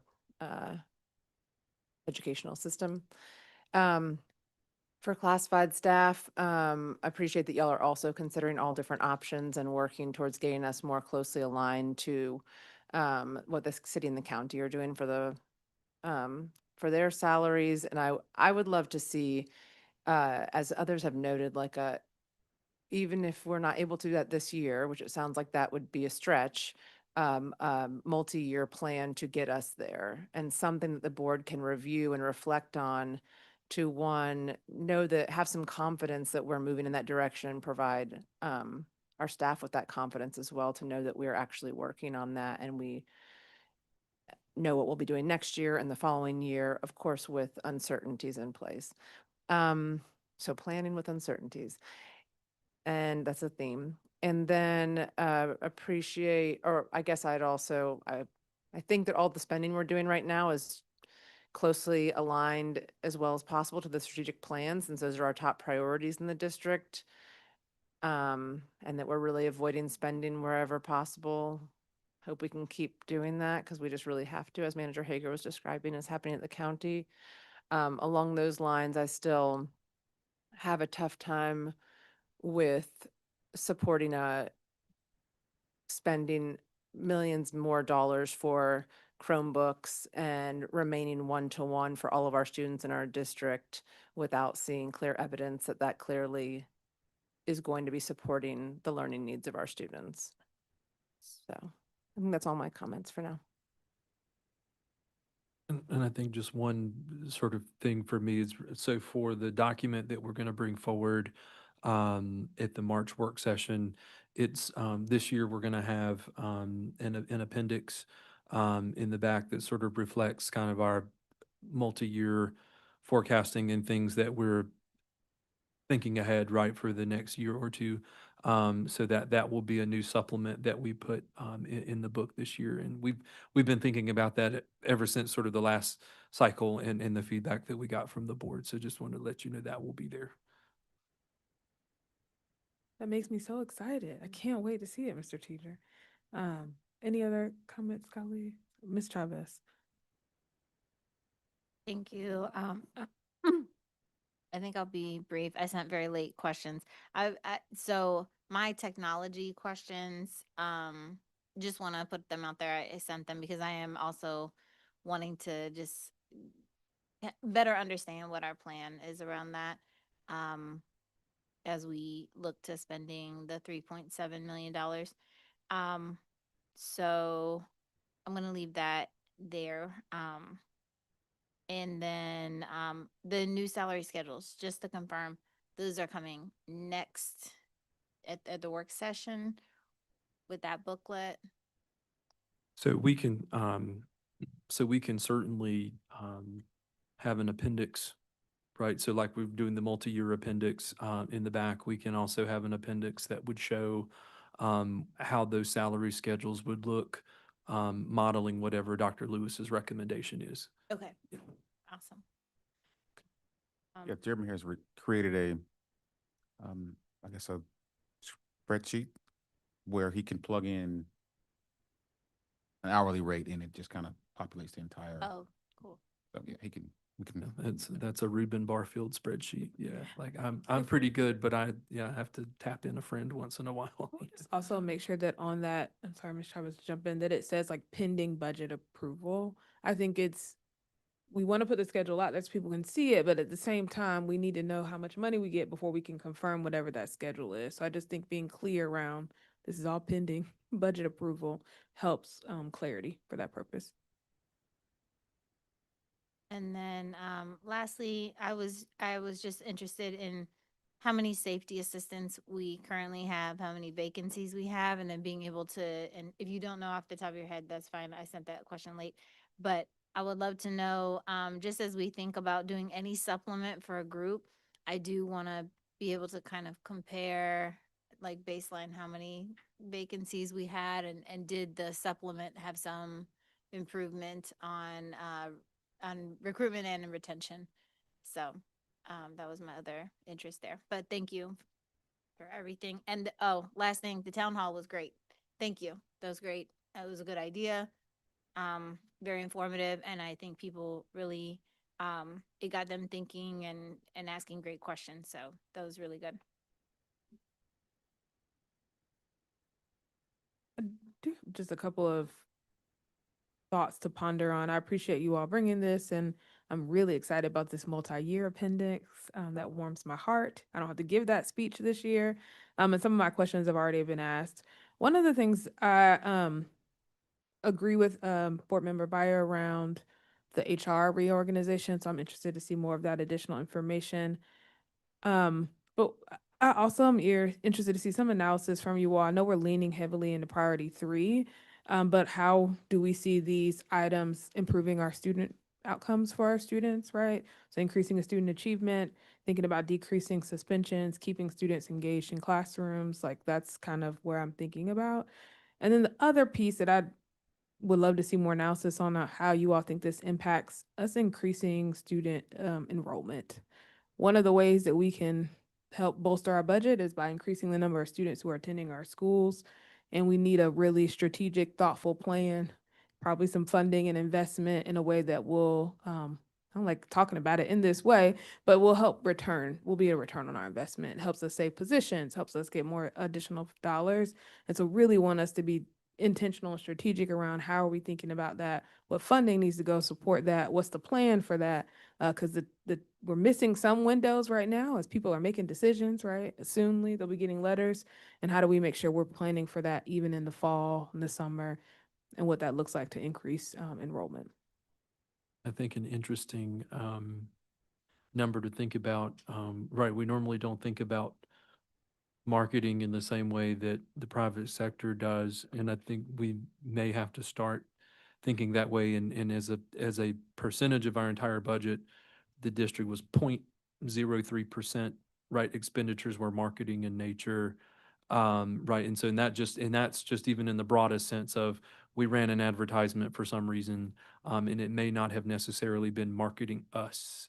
And so I think there's some opportunity to think about how we strategically place dollars in marketing line items, for sure. Absolutely. And that makes me think about going back to, I think Mr. Barfield presented this at our January session with all the different items that kind of came from cabinet and included some funding for Office of Public Affairs and around marketing, but it also had a lot of other items in there. And so I'm curious, I don't know if we can answer this question now, if this comes later in a follow-up around how we got to our final items. And we had lots of other items around technology, academic services, human resources. There was a lot in here. So curious to kind of understand the filtering process to get to where we landed to. Again, around these lenses of thinking a little bit more about priority 1, priority 2. So.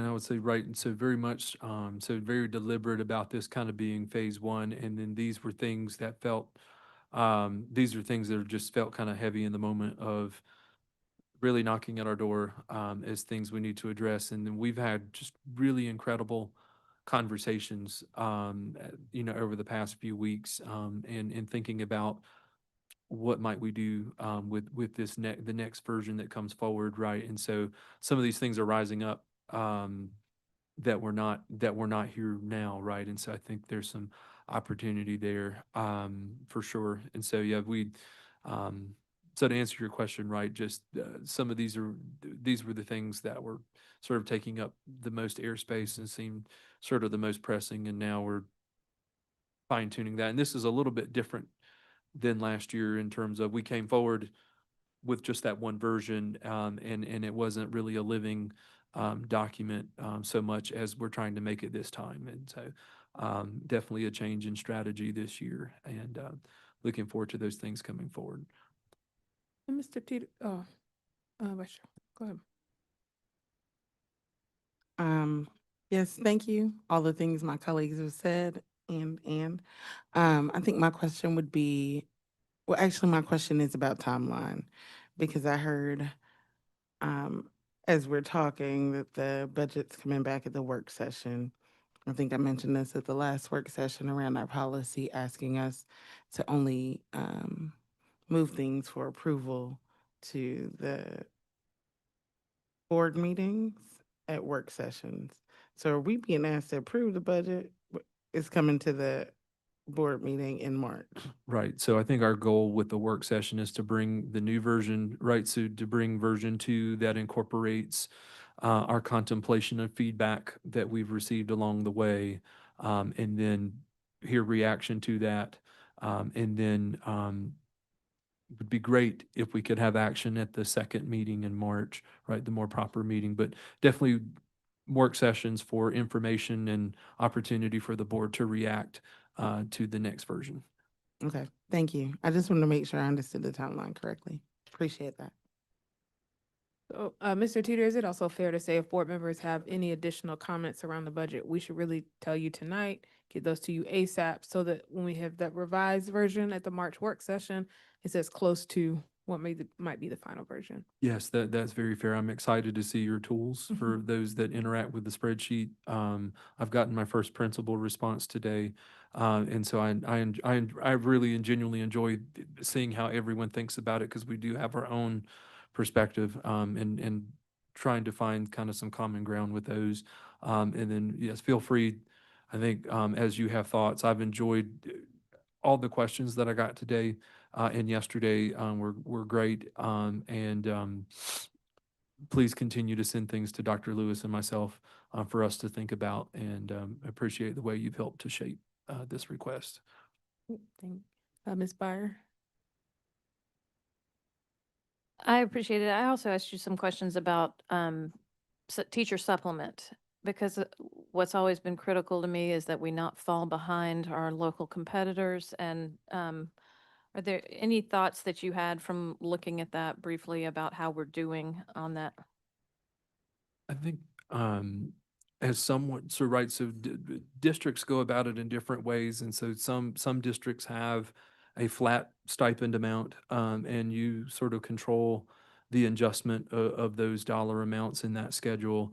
Other districts have a percentage, a supplement that's a percentage of base pay. And so when the state takes action, those supplements automatically start triggering changes, and they have to contemplate those as a continuation cost. And so I've been in that percentage environment in the past, and it makes for some very expensive continuation requests. And so our neighbors, Chapel Hill Carborough, one of the two districts that you asked about, does have a percentage model. And then I believe Wake's system models ours was sort of that flat amount that we can control and move as we're ready, independent of what might happen at the state level. But the state prepares with data, right? So we all contribute data each year to compile the statistical profile that the state maintains. And one of the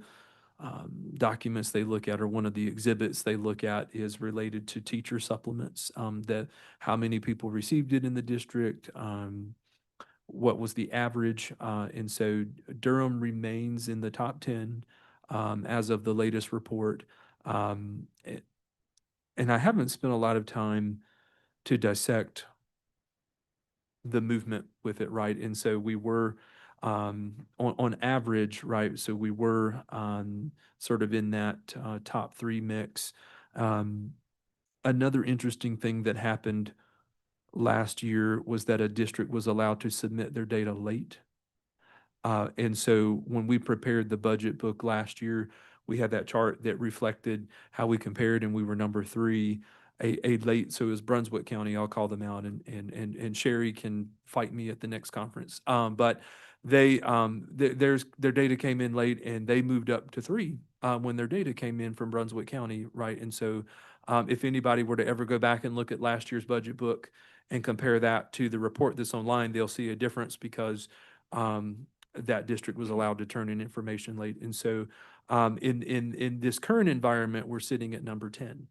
And that can be, and the board made additional investment in supplement, right? And so you remember my conversation last year about you can invest and still lose ground because of things you can't control what other districts are doing. And we're turnover plays a role in that, right? And so if we've seen a change in the average years of service with our teachers, that can affect our average. Also, we think about we're competing with some districts now that are getting state dollars to support their local supplements. And so we see some people in the top 10 list that we never saw before. So Yadkin County out in the West is now in the top 10 list. And they've been making local investment. And they've been pairing that with state supplemental dollars that we do not get in Durham because of our perceived ability to generate our own. I feel like we're a little targeted there. But anyway, all that to say, so Chapel Hill Carborough's averaging 11,612, and they are number one this year. Wake is averaging 11,493, and they are number two in this year, and we're averaging 8,904 in the latest report that we prepared. And so hanging. And we're not three, no. So we're number 10 in that data set. Yeah. So, and we can, and I can work with my team before the work session to spend some time dissecting the variables and attach sort of a rational explanation to that of why we moved in that way. But it wasn't from lack of investment from the board. So that concerned me to see, and especially as we compete and that folks are so desperate that they can commute to other places nearby. And as you all are wrestling in cabinet, maybe the trend data on the supplement would be helpful, just to kind of say what we've done over the last 5 to 10 years. And the same thing for classified. And I know our classified are hurting, especially because the state hasn't moved anybody this year. But that trend of how they have moved, and I know the 11% felt like a huge insult, but it was a raise. Yeah. But thank you all so much for all this work. All right. Thank you, Mr. Teeter and team. We're going to move to our next presentation. All right. Academic services, we have after school tuition and fee increase proposal for 2026-2027 school year. Welcome you all to the podium.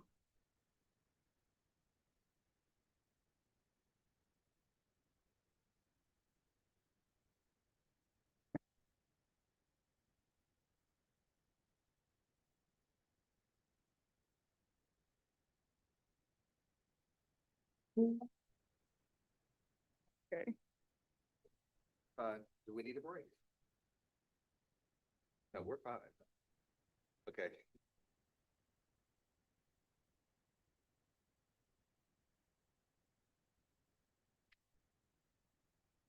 Good evening, Dr. Lewis, Chair, Umstead, and Board of Education members. Next slide.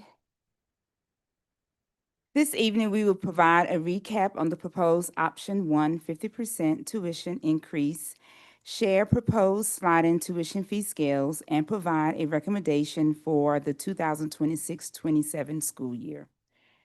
Next slide. As previously shared in our January 29th presentation, a tuition increase is requested to support rising increase in operational costs. Without a tuition adjustment, the remaining fund balance will be depleted, placing the program at financial risk. Next slide. The projected revenue for the 25-26 school year is $3,935,288. Total expenditures equals $6,196,700, resulting in $2,261,412 in expenditures over revenues. This shortfall will be covered by the fund balance, leaving a remaining balance of $242,818.80. Next slide. Program continuation in our fund balance. At the conclusion of the 2025-26 school year, the projected fund balance is $242,818.80. As a self-supporting enterprise department, best financial practice recommends maintaining a reserve equal to approximately 3 months of operating expenses, which is 1.5 million to ensure operational stability and long-term sustainability. Next slide. Option 1 proposes a 50% tuition increase. Based on this increase, projected revenue totals $6,538,142.50. which would generate an additional $313,570.15 to the fund balance. Next slide. Projected budget with 50% increase. Prior to the January 29th, 2026 Board of Education presentation, the Office of Finance reviewed both the current budget and the projected budget for accuracy. Our projected revenue is $6,538,142.50, and the operating expenditures include $4,645,094.59 for salaries and benefits, reflecting an estimated 5% increase from 2005-26 school year, and $1,391,832.71 for program operating costs, and $187,645.05 for families and DPS employee discount. The total operating costs are $6,224,572.35, resulting in $313,570.15 in excess revenue, and the overall fund balance would be $556,388.15. This will restore the enterprise fund balance to the recommended fiscal standards of up to 3 months of operating reserves and ensure funding to sustain program operations. The projected 2026-27 budget reflects a difference of $74,704.41 in salaries and benefits compared to this current school year. This difference reflects a more accurate projection of staffing needs for the 26-27 school year. The Office of Finance provided a suggested pay rate of $19.22 per hour for the 2026-27 budget projection, reflecting a potential increase from both the state and the district. And the projected pay rate will be adjusted to align with the rate approved by the Board of Education. If the pay rate is set at $18.39 per hour, representing a 5% increase from the current school year, the projected fund balance would increase because overall salary expenditures will be lower, resulting in a stronger ending fund balance. And the difference between the current year and the projected salary budgets is also influenced by lapsed salary savings from vacant positions during this current school year. Next slide. What we know about the sliding fee scale tuition. Research states that sliding tuition scales for after-school programs provide access, increase affordability, and support diverse enrollment.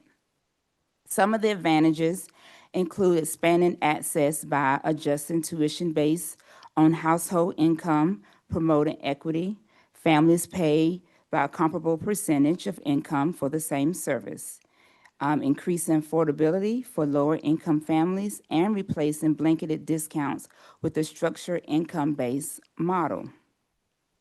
Next slide. Some of the things to consider with the sliding fee scale is that a sliding fee scale model works best with multiple funding streams, whether public, private, in-kind, to offset the reduced tuition revenue. The revenue uncertainty also is difficult to predict income tier distribution without having any supplemental funding. The potential need for tier caps to maintain financial sustainability, and then the increase in staff and operational costs for income documentation and verification. Next slide. Impact on the lottery and enrollment. A sliding fee tuition scale would impede the lottery system notification because the lottery is designed to place families without collecting or prioritizing income data upfront. When fees depend on income, several conflicts arise. Income data is required earlier, so the sliding fees require verify household income before placement, but the lottery typically notifies families first, and then we will collect details later. Delayed notifications. Staff must pause notifications while income documentation is submitted, reviewed, and assigned to a fee tier, which will slow down the process. And then the inability to seat by income tier.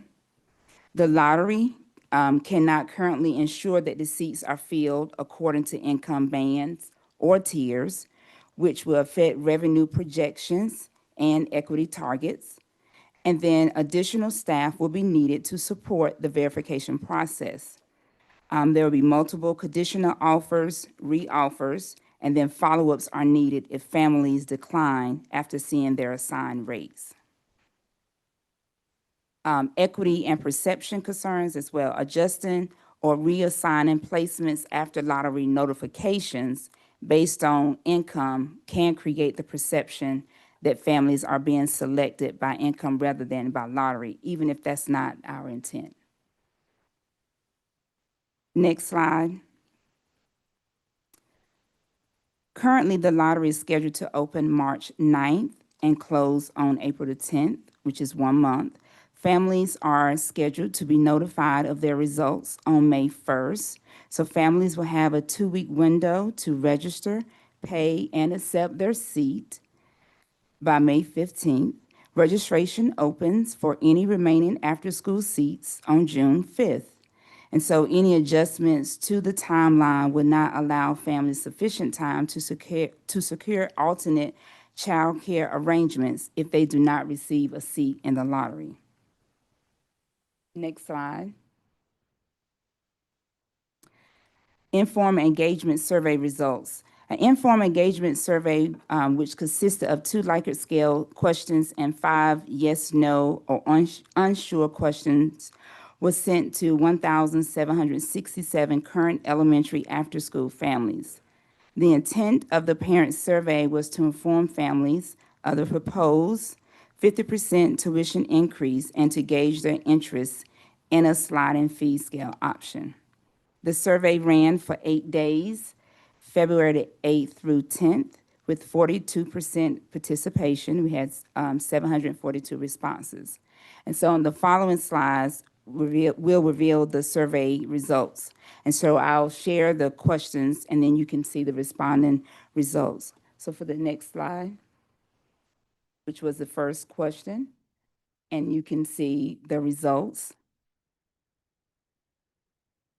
Next slide.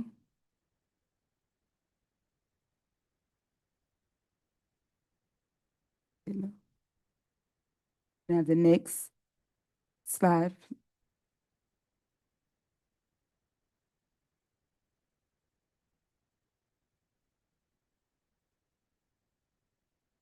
The next slide, please.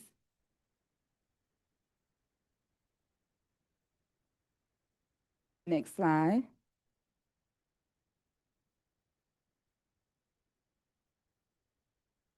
And the next slide.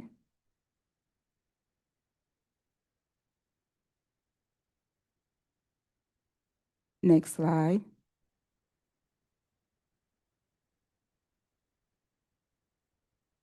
The next slide.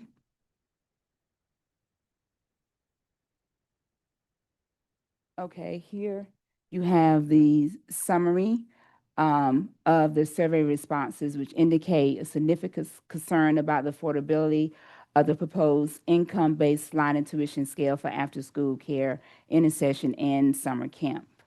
And then you can see that most of the families that responded do not believe that the sliding scale would be more affordable than the current flat rate, and that many indicated it would negatively affect their ability to pay.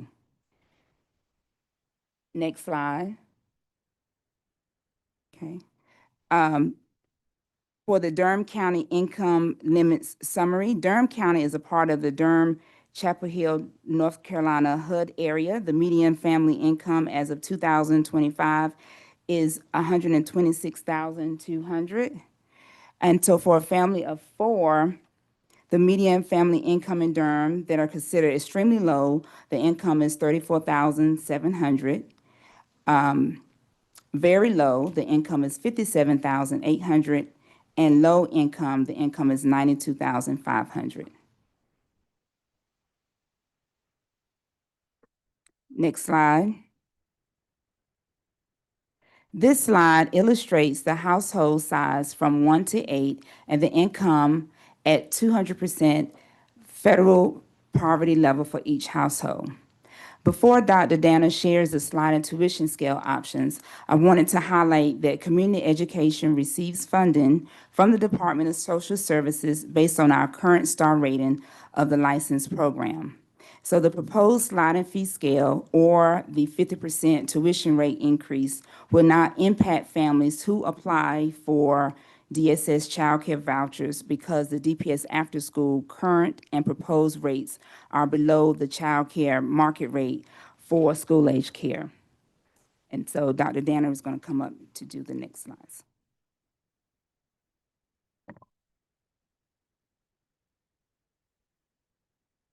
Next slide, please.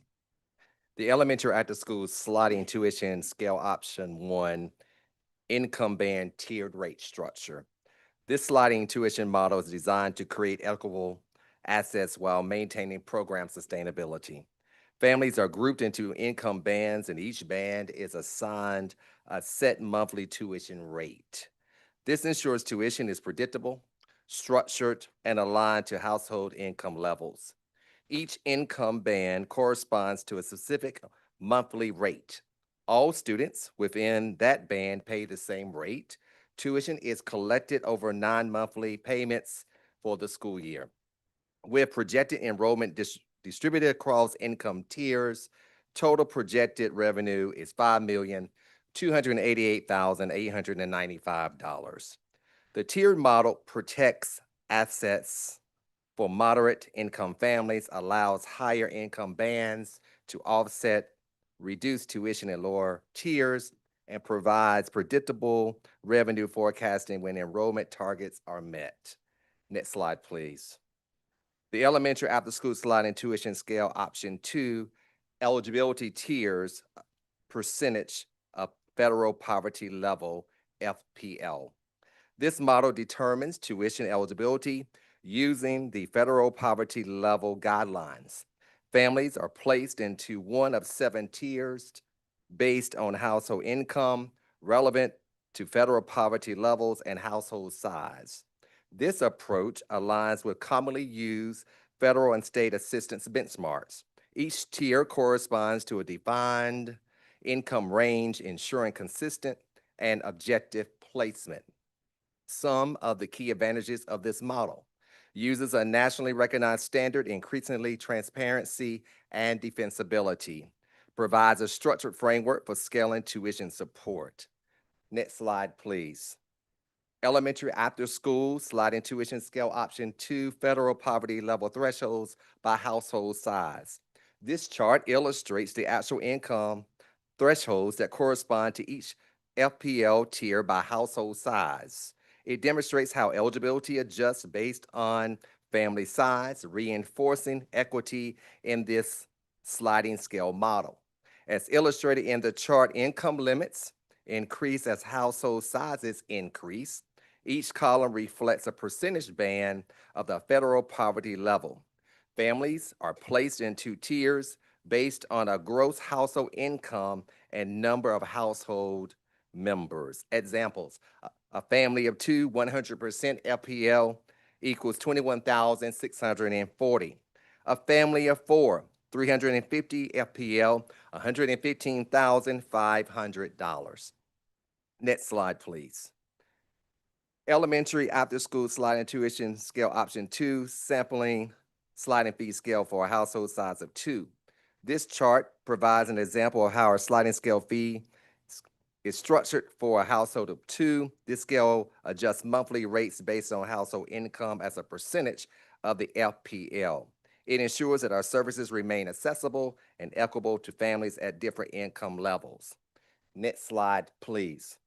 This slide shows a household size of 4, and it shows the adjusted monthly rates based on household income as a percentage of the FPL model. Next slide, please. Elementary after-school sliding tuition scale option 2, sample sliding fee scale for household size of 6. This chart also shows how the scale adjusts monthly rates based on household income as a percentage of the FPL. Next slide, please. The elementary after-school sliding tuition scale option 2 monthly rates by percentages of federal poverty level. This model prioritizes assets, promotes fairness for families, and aligns after-school tuition with a family's ability to pay the tier after-school tuition rate based on their income using the FPL guidelines. Families are placed into 7 tiers based on household income and household size. FPL adjusts by family size, ensuring equitable placement. Tuition increases gradually as income increases. Enrollment consistency, 277 to 278 students in each tier is critical for projected revenue stability. Next slide, please. Summer intersession camp sliding tuition scale option 1, tier rate structured based on income bands, 200% federal poverty level. This chart outlines our summer and intersession projected revenue by income band using a weekly tuition model. It shows enrollment assumptions, weekly rates, program duration 11 weeks, and a total projected revenue. The goal is to demonstrate how a tier rate structure impacts overall program sustainability. Next slide, please. Sliding tuition scale option 2, weekly rates by percentages of federal poverty level. This chart shows a revised sliding scale tuition model based on federal poverty level. It assumes 100 students per income band, program length 11 weeks. This slide illustrates how revenue changes across income tiers while maintaining access for lower income families. And our next slide, please. Next slide, please. Next slide, please. Next slide, please. And our recommendation. The administration recommends option 1, a 50% flat rate increase for the 26-27 school year.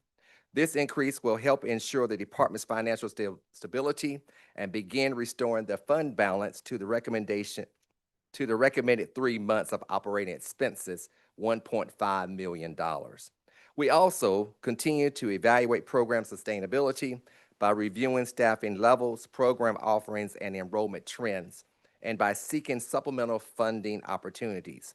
Additionally, we recommend that tuition rates be reviewed annually by financial services as a part of the district's budget development process.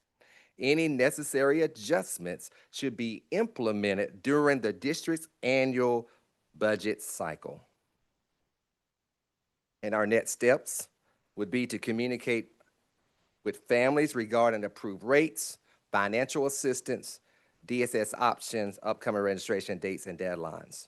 And of course, we will launch the after-school lottery process should all of this be approved tonight. Thank you.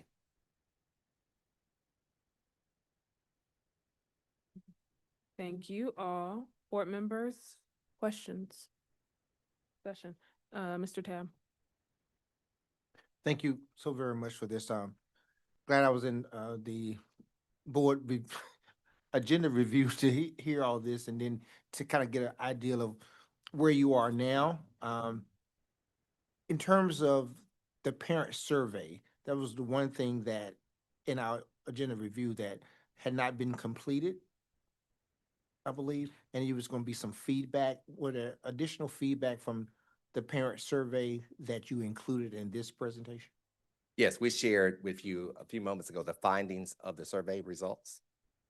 Okay, but my question was about what was the difference between what you shared before and we didn't have any results at no, the time of the board review. Right. It was right. The survey had launched, but right. We had no preliminary data. So because it wasn't, did that change anything from your decision that you already had? Because the decision that you're showing me now is the same that we had in the agenda review. Yes, based on the survey results, And what we share with you tonight, we are still recommending the 50% option one, the flat rate increase. Okay, just want to make sure the parent survey didn't change or sway anything differently. No, it didn't. Okay, thank you. Vice Chair Rogers. All right, I have a couple questions. My first question is about the recommendation for the program increases to be reviewed by financial services. And so, we're at this crucial point where we're asking the community for a 50% increase, which is significant of an increase, but this hasn't come before the board. What standards would be used to determine if an increase whether or not an increase would come before the board? Right? Because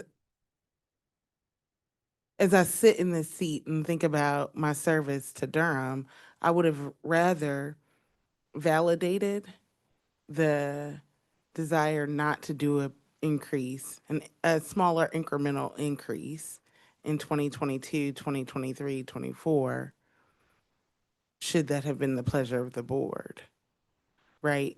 And understanding that you were coming off of grant funding, but it's a program we have to sustain. How were you going to balance that without a pay increase? Like, shouldn't the board be the ones reaffirming that? So to answer your question about how we, in terms of going before having the Office of Financial Services, so one of the things to look at to see if a pay increase or tuition increase is needed, I think that was the first part, what you were asking, is looking at the expenditure. So one of the key things is salary. So as the expenses have been going up, is looking at to see if the salaries are going to be pay increases, because that's one of the driving things. And so for each year, if there's an increase or pay increase, and then we will have to have those calculations. So that's why one of our recommendations is to have that part of the discussion and to work with the Financial Services Department. So of course, when we had the grant funding in place, that was able to sustain and help us meet budget during those years. And as we mentioned in the previous board meeting, we were able to, we tried on, several occasions to do that, to make sure that we were able to, it wouldn't take so long before we try to come to the board. There was other factors in place at that time. If I can add, I just believe this is one of those instances, as Keith had shared earlier, how expenditures outpace the revenue. This is one of those examples where expenditures outpace tuition. We were not moving tuition. Prior to 2017-18, we had a circadian rhythm. Every 2 years, we would come before the board with finance and make a recommendation.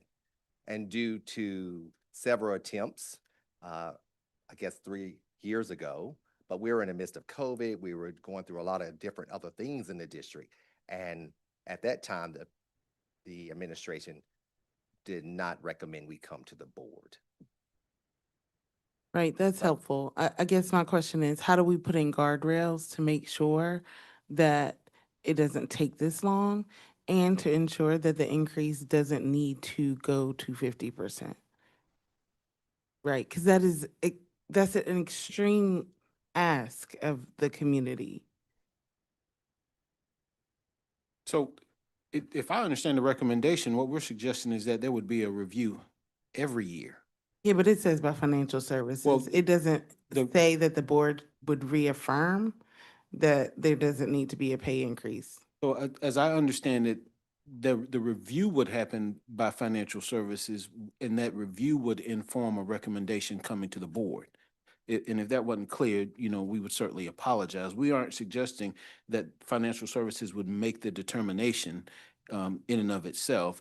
We're suggesting that it would go through a similar process that we've been through now to determine that there is a need for an increase so that we don't find ourselves in the space we are now. And given that review, we would then come to the board and make that request. But that process of conducting that review through financial services would happen annually.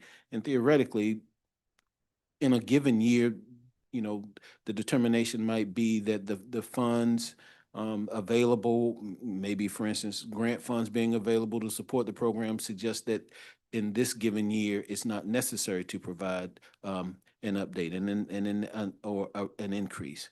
And on that year, we would certainly report that to the board. But on a different year, possibly not having grant funds available or cost going up significantly, it would look like we would need an increase. And so we would then, bring that to the board and make that request of the board, not do the process and make the decision ourselves. Okay, that's helpful. I think my last question before my colleagues go in, because they're going to go in, is no matter what option the board chooses, my question is there a mid-year kind of update that the board could get that would help us to understand the trajectory that aftercare is going in? Do you have enough students enrolled? Does there need to be a mid-year increase? Or does the board need to find funding somewhere else? I certainly would not recommend a mid-year increase. However, I do think that that we can bring some information to the board as it relates to enrollment and at mid-year, but also thinking about projections over the next 2 or 3 years based on our current enrollment. And the fact of the matter is we're in this position because we had a pandemic and we had some other budget challenges, and that fund balance got so low. And so to ensure that we're able to fiscally operate an after-school program responsibly has gotten us to the point of the 50% increase. So to prevent that, I can't, prevent a pandemic from coming, but what we can do is make sure that we're looking at this on an annual basis through financial services, but also bringing to the board any type of enrollment. So, for example, if there's an enrollment decline, what will be our response to that as well? And so it's not where we're, having a knee-jerk reaction, but we're being more proactive in looking at enrollment numbers in the budget. Thank you. Ms. Carter. Thank you so much for all of the work that you've put in to this since the last time that we met. I really appreciate that, and the comprehensive presentation today. I think, colleagues, I'm thinking about two things. One is I'm hearing the recommendation remains to stay with 50%. So my biggest concern is I think it is for many of the board members is to make sure that's available to everybody who wants it, right? So I'm thinking about the discount process. And I know that there's a financial assistance program available. So if we were to go with 50% increase, it means the rates increase for everybody from $205 a month to $307 a month, right? Now there's financial assistance available for those that are meet a threshold. And currently the information's available on the website for how to access that. They have to fill out the form. They then have to do an income verification process where they provide you with information, right? I guess I'm interested in making sure that one, that information, maybe we push it out a little bit more than we do currently. So the information's out there, maybe messaging so that there's financial assistance available so people know that it's there. And two, a response received today, I think it was from Dr. King, indicated that the assistance would be limited and offered on a first come, first served basis. I wonder if in the past that assistance has been capped and if we would need to cap it this year, because that's something that I think I would feel less comfortable with. If I agree to a 50% increase, then I think I would want to at least guarantee that people who met that threshold would still be eligible for that 15% discount and we weren't capping it. The reason we put a cap is because in our original presentation, it did impact the, because that's a expenditure as well. And so if we went back and looked at the, on the proposed budget, I have to see what slide that was on. What that is on slide 7. On slide 7, where you see, if we can, well, on slide 7, we have the amount that we had included in on that 50% budget. So that's a cost that we had added in. And so with that associated cost, we had a certain number of families that we had projected based on trend data and the number of families that we've had in the past. So we could look at it. We just know that that would also impact the budget because it's an expenditure that will be added and expense. So we would just have to look at that. Right, thank you, that makes I just sense. And I wanted think to consider it as a projection makes sense, but I don't feel comfortable capping it personally. I understand the implications of that, I think, but I guess I also will say about the 50% increase. Currently, aftercare is quite a deal in Durham because we haven't increased the rates in a while. It's around it's a little bit less than $3 an hour, I'm pretty sure, unless my math is wrong. While the increase is significant, I think it still remains somewhat affordable. I do want to make sure, though, we have that financial assistance program in place so that it's accessible. The second thing that is coming to mind right now is I really appreciate you looking at the sliding scale option. I think more time is needed, as you had originally indicated, to fully consider that.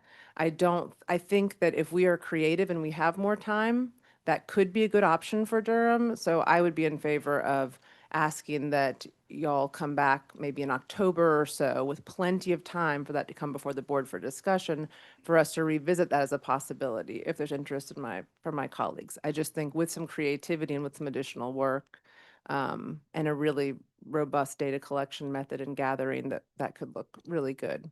But for now, I personally am fine with this 50% increase as long as we've got mechanisms in place for financial assistance. I just want to ask, Ms. Carter Alton asked about continuing to explore the sliding scale option. Is that something my colleagues would be interested in, having a presentation come back to the board? One thumbs up. Y'all give me a thumbs up or a verbal sign that you'd be interested in that. If we need to keep thinking about it, we can do that and come back to this question at the end.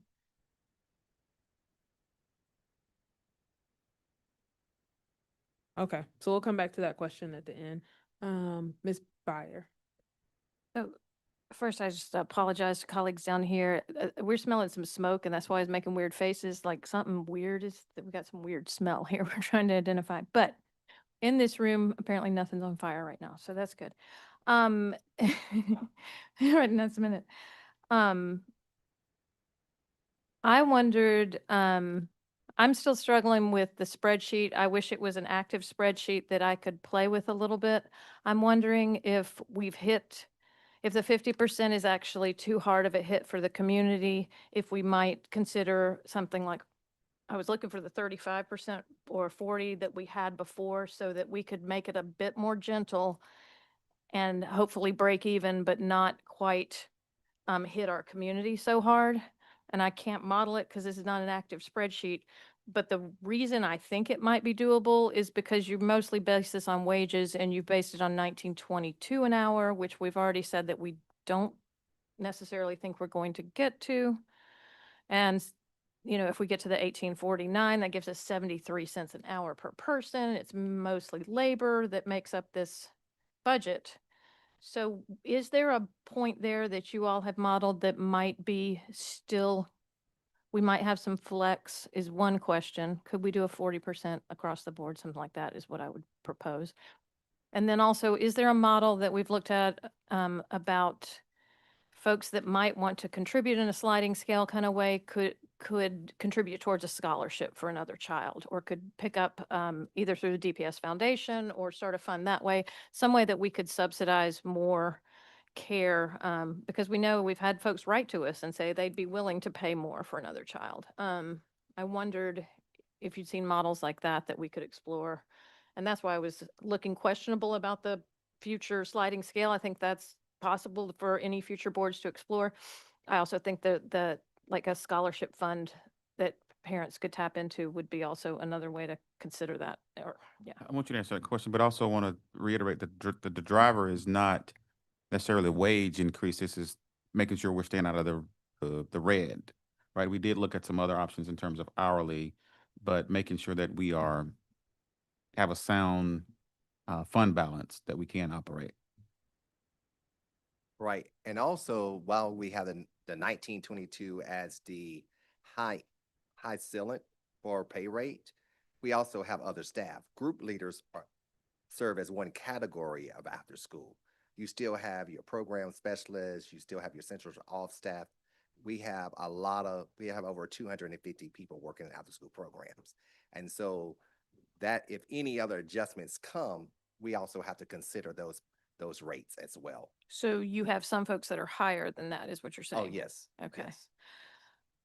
And also, the sliding fee scale model works well from the research when we have other funding streams. So if this is a self-generating budget, if we had other local dollars, benefactors to come in and support, then we probably could easily move forward with a sliding fee scale to support our families.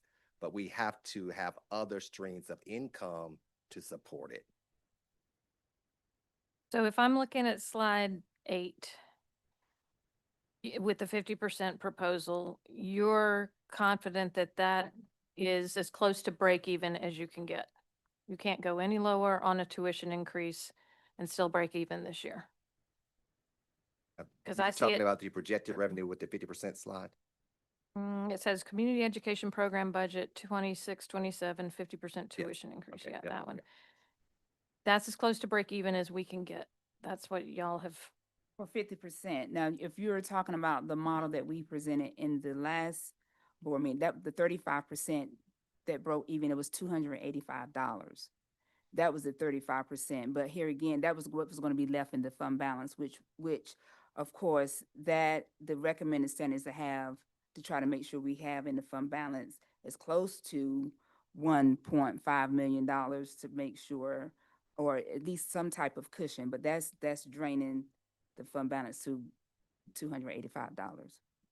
I understand that. Oh, And I okay. also am But like, yes, I'm looking for maybe it's better as a multi-year Mhm, plan than a hit everybody at once. And I'm still just struggling with that on our family's behalfs. And so, and I know you need a decision tonight. So that's why I throw out for my colleagues' consideration and y'all's push back at me, because that's what I'm struggling with. I just want to reiterate, even with the 50%, we're not there yet to get us to the recommended fund balance. It would, yeah, but we're making $300,000 in revenue in a projection. Right? It's an assumption Right. that we will make. We have to ensure that we maintain the current enrollment of after school or higher, meaning the 1794 or whatever that, within that 1700 range. We have to make sure that we have those families.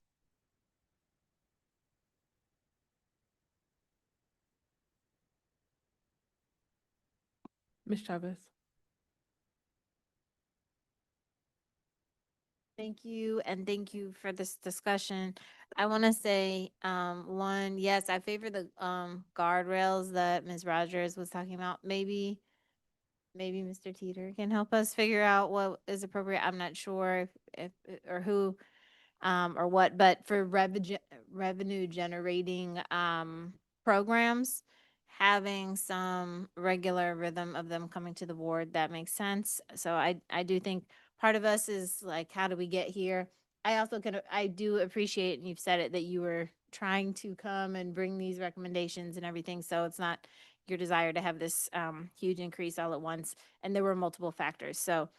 Um, so that is all true. But I also let's see, I like the scholarship idea. I do think the I will say the survey felt a bit limiting to me because there was only one sliding scale in there. And anecdotally, it seems to me that we have a lot of families who participate in after school who make well over the over 100,000 as a household income. So if we were going to consider a sliding scale, I would say going way beyond going beyond though even the 351 percent of the federal poverty line, because we do have families who make over 250, 300. So it's a lot different from like a family that makes 120. Some families make 3 times that. And so anyway, I just think we have a lot of economic diversity even after beyond the 351% of the poverty line. All that to say, I like the scholarship idea because I don't think it's obviously feasible to do the sliding scale right at this moment either. And so I think I would support I like the idea of a 40% rather than a 50 and then doing another increase next year. I like the idea of really offering that scholarship to allow people to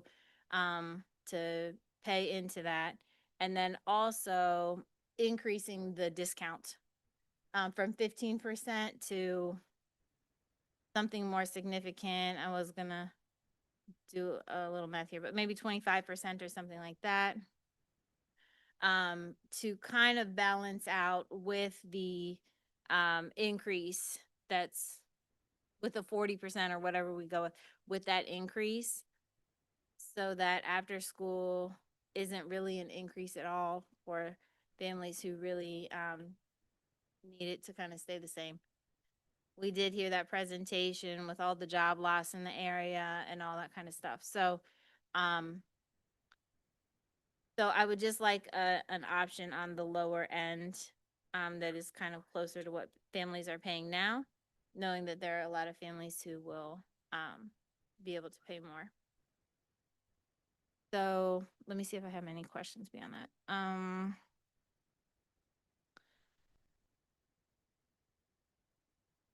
No, I think that's it for now.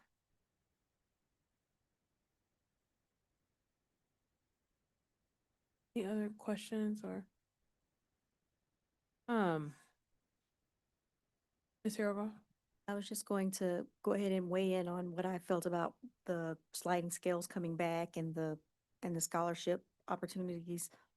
I think that I would hope that would be like a regular cadence as we're thinking about like the cadence of things coming back, those kinds of things being considered, just to be more creative, how, to make resources more accessible to, as many of our families as we can. So I don't feel like I mean, if we have to make it a directive of the board to have that come back or something like that, but I don't think that we would need to do that. I think that that's now a natural part of the conversation and the work. I think we can trust our administration to be able to do that. So I would like to see it, but I don't necessarily want to make it a directive. I think our systems are moving that way. And I do also love the idea of, figuring out how the DPS Foundation and everything, how we can encourage families to, I mean, that's a pretty standard model in a lot of places where people are able to offer scholarships for other youth. So for doing various things. So, I also like the idea of compromising, this evening. I know it's a quick compromise to not, you know, to go ahead and move this forward, but at a lower percentage than 50%. So, I liked the idea of, maybe a 40%. And then with the idea that, it's the same to me in my head as if when we're making jumps, even with, trying to, reach out, if we're not going to solve all the problem all at once with the budget, we also can't expect our families to be able to jump as quickly. Like, can we stair step them? So 40%. And then if we need to do the additional 10%, we do that in the next budget cycle or the next school year. So I'm wondering how we feel about the 40% as a flat rate increase. And I didn't understand what we were discussing about the 15 to 25% discount. I don't know how that can be calculated very quickly. But I do understand what you were implying is that whatever that discount is, that the most vulnerable families wouldn't feel the increase. They would be almost paying what they were paying now, right? So that's all I have. Other comments from colleagues? Ms. Chavez? Yes, I had a couple comments.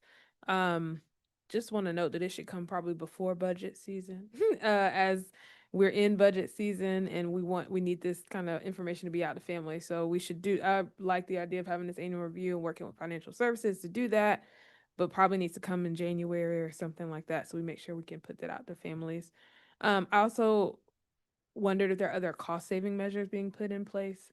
Again, not that we want to skimp on our after school programming and all the great things happening, but we're trying to build fund balance. So part of that is increasing fees, but that also might be finding other places where you might be able to be a little tighter one year to help increase that fund balance. So I just wanted to hear if y'all had any more thoughts on that part. So we did suggest in our response that we would look for, oh, I'm sorry. I know, I'm sorry. So we did, in our earlier responses to the board, indicate that we would explore other ways to cut program cost. And so that is something that we need to come back with to the board to share with you later on how we're cutting cost, if any. Personally, I don't know that it needs to come back to the board. Personally, I don't know. I'm looking at my colleagues and to see, but I just think knowing that that's happening as a part of this process is helpful for me. I think we gotta trust our folks as you're managing your budgets to do that. But I think, because that can look different in every school and every place as different programming is happening. If we were, and this is a question that might be harder to answer, but I think I kind of lean on could we do a 35 and then do another next year? And wondering if we thought about this in more multi-year fashion, what might be the increases might need to be? And we might not have that answer on that. So Mr. Peter sounds like he has. I see another opportunity for Exhibit B in the budget book, right, while financial services is being tapped in to look at that, we can add that as a table for forecasting and planning of if these variables are to change in the multi-year forecast, and then here are the implications for tuition that the board would want to contemplate along the way. And then I'm offering my unofficial endorsement for 40%. And then I also agree with the conversation around expanding scholarship fund or having an option as families are signing up. If you want to contribute extra, here's how you do that. Because I think we would have families who'd want to do that, and people that might not have children but will be willing to help contribute to this, right? Or have children that are school age at this time. We've had lots of discussion. Ms. Rogers. Didn't Ms. Chavez have a question too?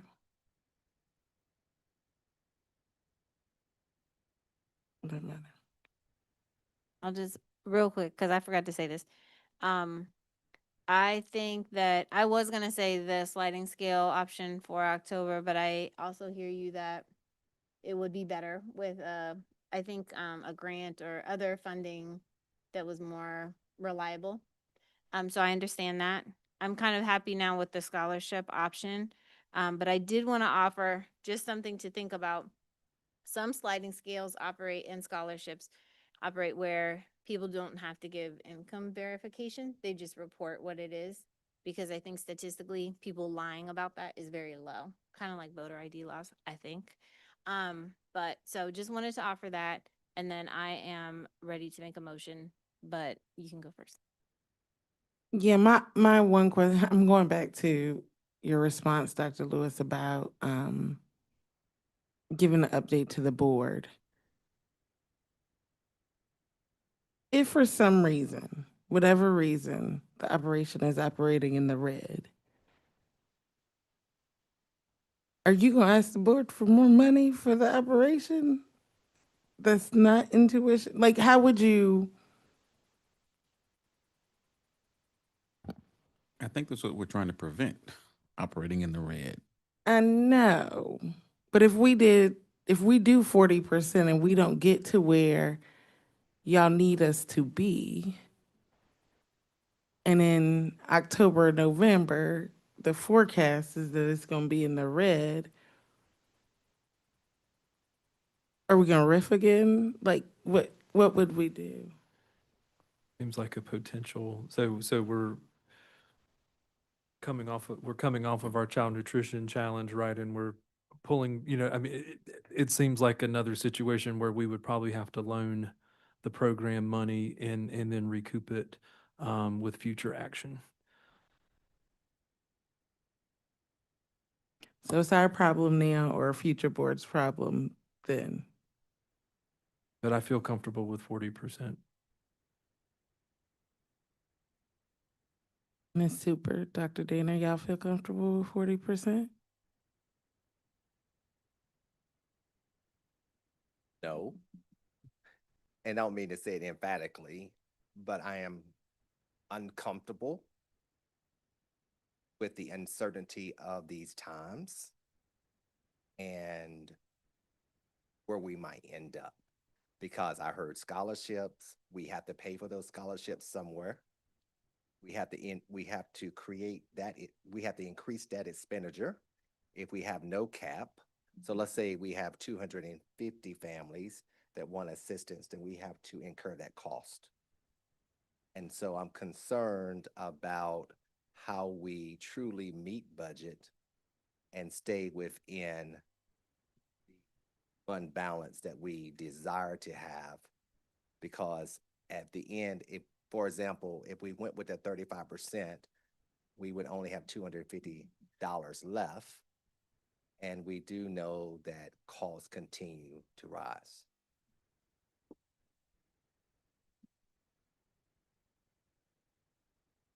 Thanks. Thank you. Ms. Barr.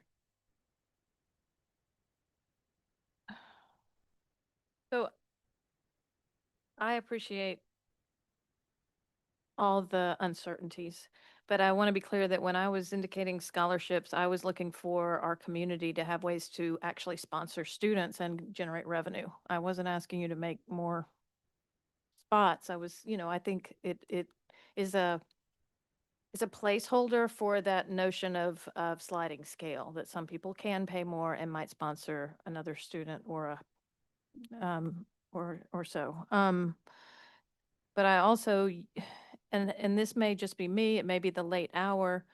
When we last talked about this, you all brought us a 35% option that you were happy with because it was almost break even, which is why I still am relying on the notion that we probably could be okay with a 40%. I mean, so that's where I am, having spent some time in your spreadsheets, but also you brought us that option as viable when we last talked about this. So I hope that we haven't gone too far. And I'm also saying that it would be it's kind of a multi-year phase thing that future boards will need to probably increase in a more gradual way for families where it's not so shocking. So, I hope we can be okay.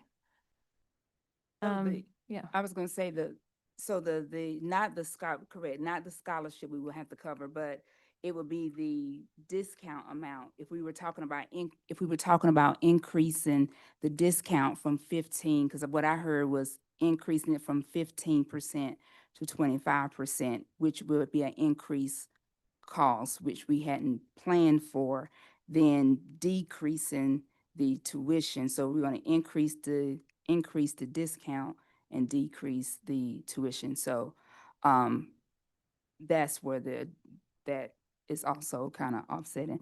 But the 35% option before was just, as you mentioned, was just to as an option to show that we would just break even, and the 50% was an option to show that we needed to have just a little bit in the fund balance, just to show the difference in the two options when we presented that last month. So if we did the 40% without the increase in discount and it remained the same at 15%, would you be okay? They were clear on the recommendation. That's 50%. I don't want to speak for you all, but I think that was clear. I think the concern is anything less than the 50% does not sufficiently build the fund balance over time to be able to have the amount of fund balance that would fall within, that, is it that guidance that we have, that 3-month guidance. So I think we have to be careful when we say break even, because that break even means a couple of different things here, right? I think break even in that we would be able to pay the bill, yes, if everything goes well. But, and the concern here is that given that shift, it still leaves us in a space where we may find ourselves having to do both things, right? Having increased cost, right? And not met the minimum amount that we need to operate, and having to come back and borrow money from the district as well, because we don't have that fund balance to maintain that safety level. Ms. Chav, Ms. Carter Otten. I guess I recognize the importance of aftercare, because I'm someone who needs aftercare. And I know lots of our families need it that aren't getting it. So I'm not interested in threatening the future health of our aftercare program. I want to build what y'all are doing. I want y'all to be looking for these partnerships. It's going to take partnerships in the community. It's going to take creativity, and it's going to take more investment from us and our families. So I think that's why I'm fine with your 50% increase. If we don't cap the number of people who can get financial assistance, I know that feels uncomfortable and uncertain. It's a compromise in my mind. And we really try to get information out to people so that people can hear about it. They don't have to search for it on our website. They see that there's financial assistance available if they need it. And we see how that goes. If with financial assistance, this increase would be, I think, around $261 a month for families who receive that. I haven't cost that out per hour or week, but even without that, per hour, this is $4 an hour for childcare, which is unheard of, and $72 a week, which is still pretty good for the quality of care and I want to see you guys continue to provide really good care and pay people well. So I'm holding this tension, but also feel like this is a space where we could invest and still provide for those who really need it through a discount program. Ms. Chavez. I would like to make a motion. So hearing the need for a strong increase, and also trying to provide a discount that brings people back to what they would have paid this year, knowing that the number of families who receive financial aid is pretty small from what you all shared last time. I make a motion that we approve a 50% tuition increase for after school and all related programs with a 50% discount for families who need a discount, and a systematic way for families to have avenues to contribute to a financial aid fund.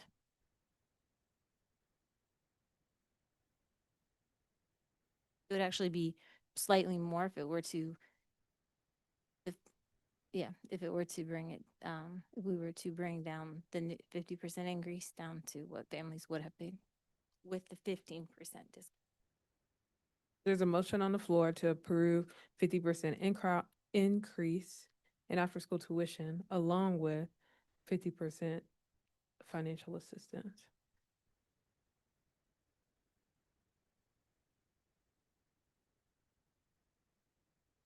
Here's a second.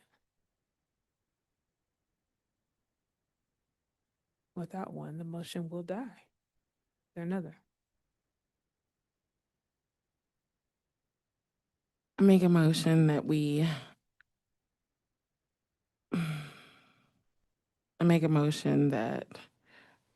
accept administration's recommendation to increase aftercare and all related services by 50%, maintaining the scholarship opportunities that currently exist, or financial assistance opportunities that currently exist. Second.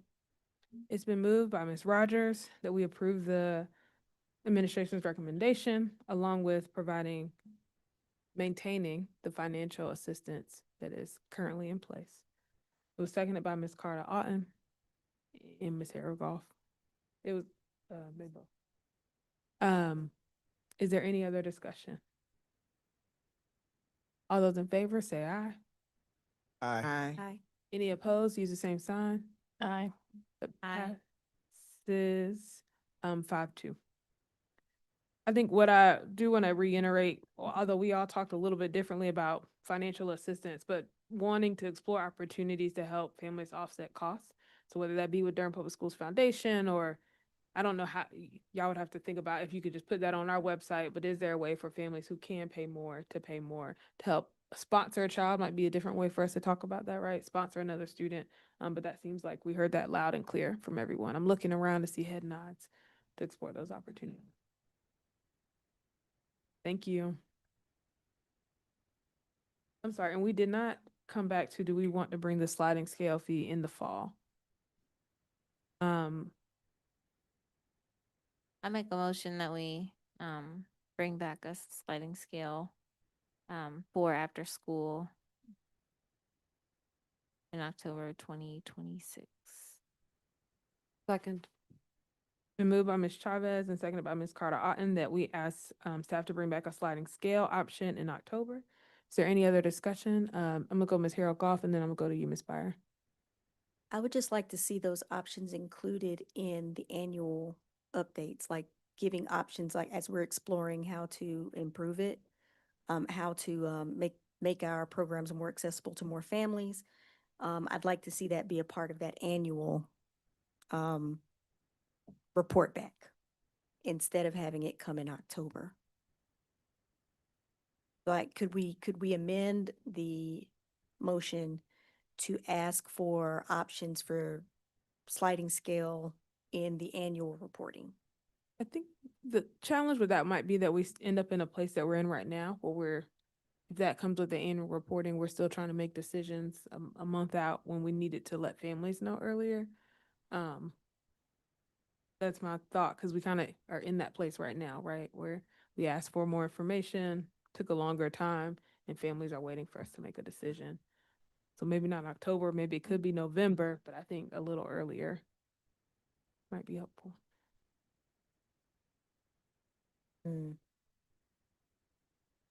I'll step down unless somebody. Is that?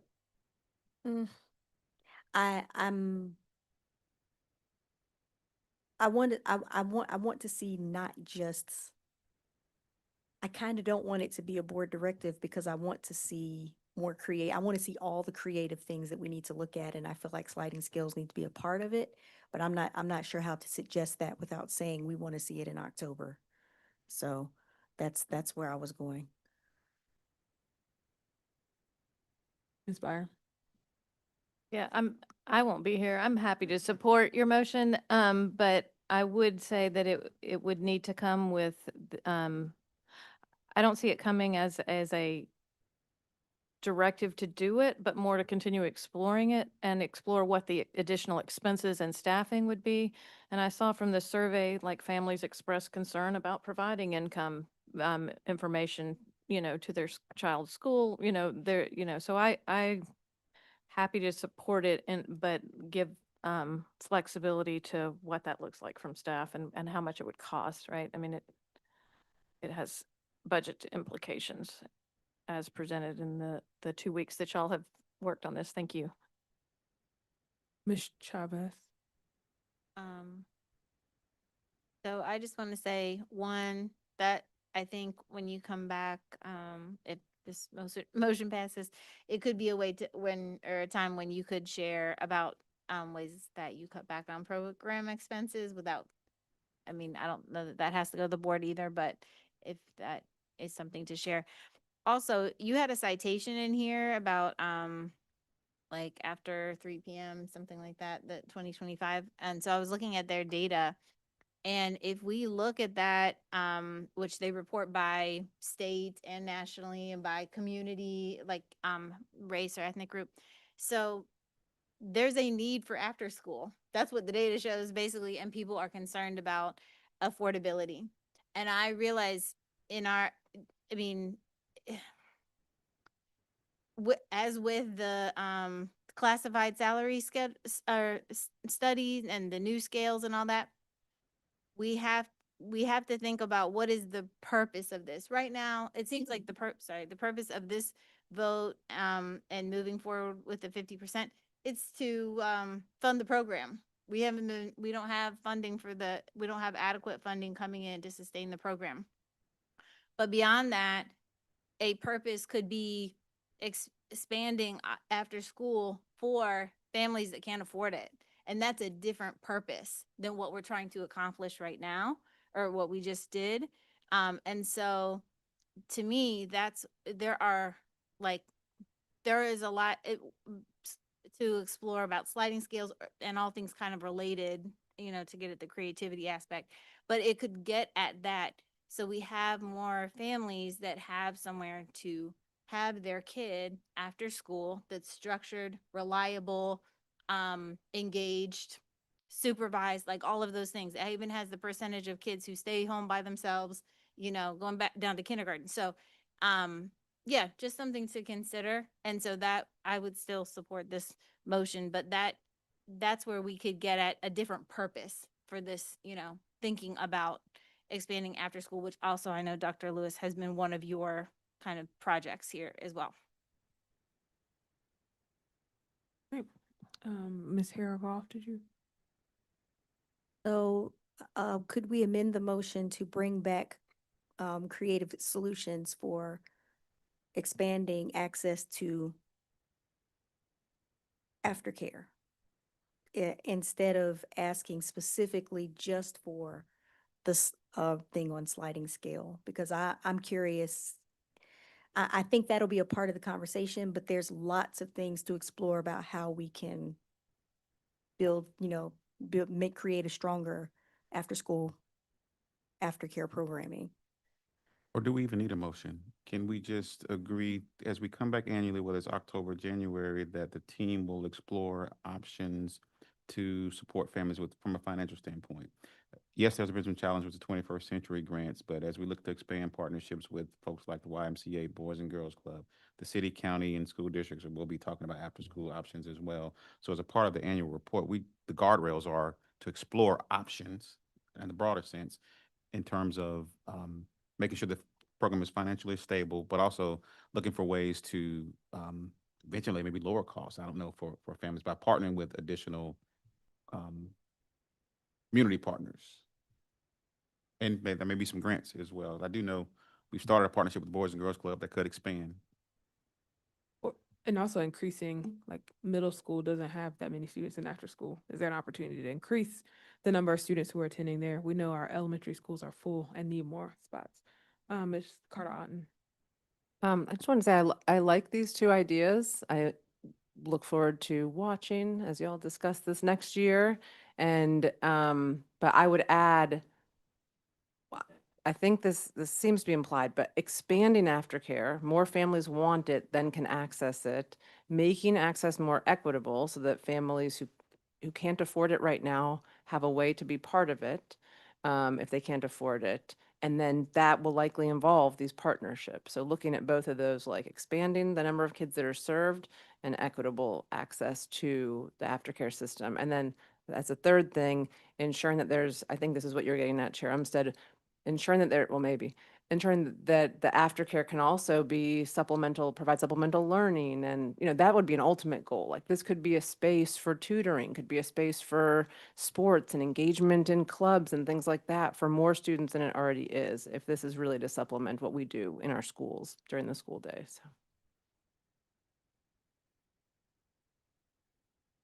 There is a motion on the floor. It's been moved and seconded. Are you withdrawing your motion, Ms. Chavez? I will withdraw my motion, just adding that I hope it will still include sliding scales if among all the other things. But I like how this conversation has gone. Thank you. All right. Thank you all for the presentation. All right, next we have a policy committee update. And then we have retiering of the policies as well as revision of 5120. Colleagues, are you all okay to keep going? Do we want to take a 5-minute break?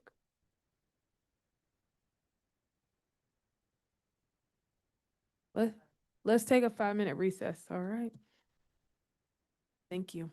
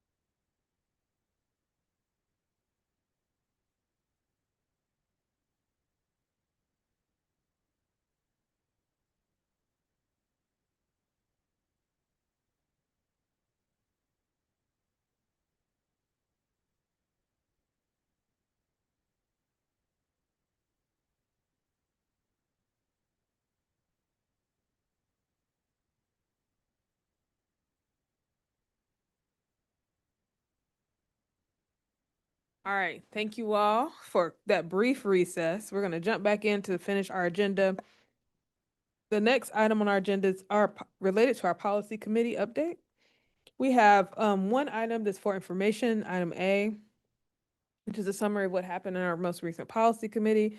And we added an item 5B, which is the re-tiering of our policies.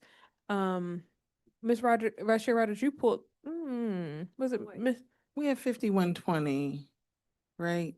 Yes, but we put the re-tiering of policies before 5120. Oh, okay. My bad. I'm sorry, I think Ms. Byer pulled that off the consent agenda. Ms. Carter wants to clarify something, so we'll kick it off to you first before we get into discussion. Just to clarify that this time around, I did not do a policy committee update for information only because I had two other items in the agenda that I thought maybe adequately communicated our update. But that said, I was a little bit being lazy too and tired. But that said, I'm happy to provide an update as part of and I'm prepared to provide an update as part of the re-tiering discussion that got moved from consent. So I can open us with that if that'd be helpful to set the stage, or happy to have somebody else do that. Either way. So, I'm sorry, are we re-tiering first and then doing? Yes, we are re-tiering first, and then we're moving, because that is the new item 5B. And then we will move to the new 5C, which will be policy 5120. Ms. Carter, and as chair of the policy committee, we'd love any updates from you, or I don't know if any of your colleagues from the policy committee want to kick us off on the re-tiering portion. Anybody? Okay. Go ahead. I have a specific question, but go ahead. Okay, I kind of just wanted to take this opportunity, although I'll note we're significantly past my bedtime, so apologize in advance. My brain should still be working. To kind of re-ground us and where we've been, because I thought that might help our discussion tonight. So 37 policies were originally submitted via the policy submission form and tiered back in September and then again in October. This committee has updated, brought to the board, and passed new versions of 14 of these, including 12 Tier 1 policies and 2 Tier 2 policies. So that's 14 policies in 5 months, and we've already made a lot of progress on the third of the Tier 2 policies. That's 5120 that's coming before the board tonight. You guys could applaud if you want to. Okay. After this, 22 still remain from the original list. Okay. Per policy 2231, our policy committee policy, we will prioritize policies each September and then again in January. So I apologize, this is the first year we're doing this. I forgot to do that in January, so I brought it before the committee in February. Now, per the policy also, the policy provides the following guidance for prioritization. It says, the policy committee shall consider the following factors in creating the priority list, which we've attempted to do both in September and again, our recent meeting. So, relevance to district goals and strategic priorities, legal or compliance obligations, for example, NCSBA updates, urgency, feasibility, and anticipated impact, and the periodic cycle of reviewing existing policy manual sections and policies. So in light of that, for the last policy committee meeting, what I did was I asked administration so that we could look at the whole picture. I asked them to show us what had been submitted through the policy submission form since we last looked at it. And I also asked our attorney to bring forth any new recommendations from NCSBA or that he had, and administration to bring us any additional recommendations that they had. I'll think twice before doing all of that again, I think, because then we ended up with 4 policies from administration, 2 of which were from Meet and Confer, 19 policies from NCSBA that were fall updates, 6 policies submitted via the online submission form. And these are all in the agenda for the last policy committee meeting. We are working to move or to add a button from the Board of Education website so that people can more easily access all the materials from policy committee. So anyhow, if you're counting, that means we had 22 policies remaining from the first list, 29 new requests for a total of 51 policies on our plate. That does not include spring NCSBA updates or the whole host of other policies that we know really need to be updated and looked at eventually. So all that's to say, this is a big task. We're trying to catch up, trying to make really good progress. And so with that, I might open it up to others who might have questions about the tiering that we are proposing before the board tonight, or other policy committee members to share any rationale behind some of the tiering. And/or I can talk more about some of our plans for how we're thinking about tackling this number of policies in the remaining months in this school year. Ms. Byer. So, Ms. Carter, and I thank you for your leadership. I thank you for all the work that you continue to put into this very important and tedious work, time-consuming work. And I think I appreciate the policy committee tiering that is attached and is in everybody's agenda, and thought of it as a draft because it has to be approved by this whole board. And so one thing that is really critical to me right now as we react to where we are is for us to look at the seclusion and restraint, which was initially going to be up next, and tie that in actually with a review of 4240, which is our child abuse reports and investigation, to make sure that we are being urgent in our analysis of those two timely policies.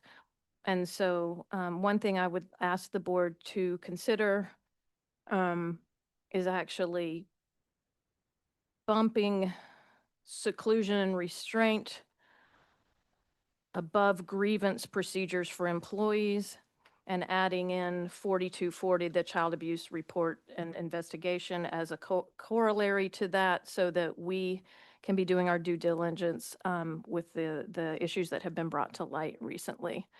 And then I will say that despite all this thoughtful work on retiering, there's still a lot that still are down in tier 3.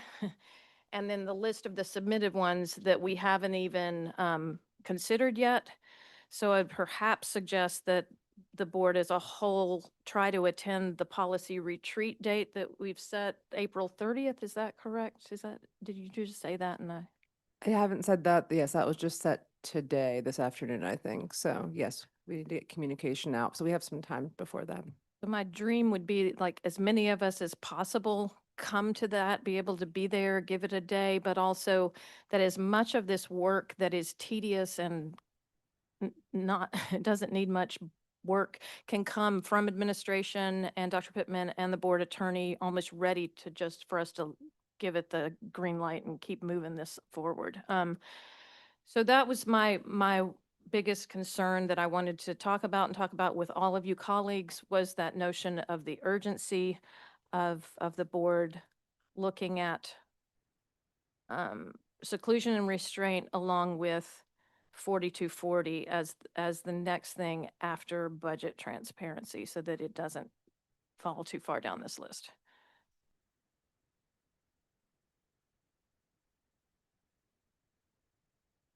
Vice Chair Rogers. I want to thank the policy committee for all their work, because I didn't sign up for a reason. And I show up as often as I can. And so there are a lot of policies. You've done a lot of great work, and I appreciate you creating that space. And really governing it and pushing the policies forward. I agree with Ms. Byer on that. I think I would love to see the grievance policy, the recommended grievance policy, sooner rather than later as a board. But I'm also particularly concerned or triggered, reminded of when we had the ad hoc committee on Meet and Confer, and didn't have we had an interim superintendent. And so we were asking and trying to add this policy without somebody sitting in the seat to really like weigh in. And I think that that comes up for me when I think about the budget presentation and the restructuring of HR and making sure we have a really good head of HR that is ready to implement and carry out, give us the best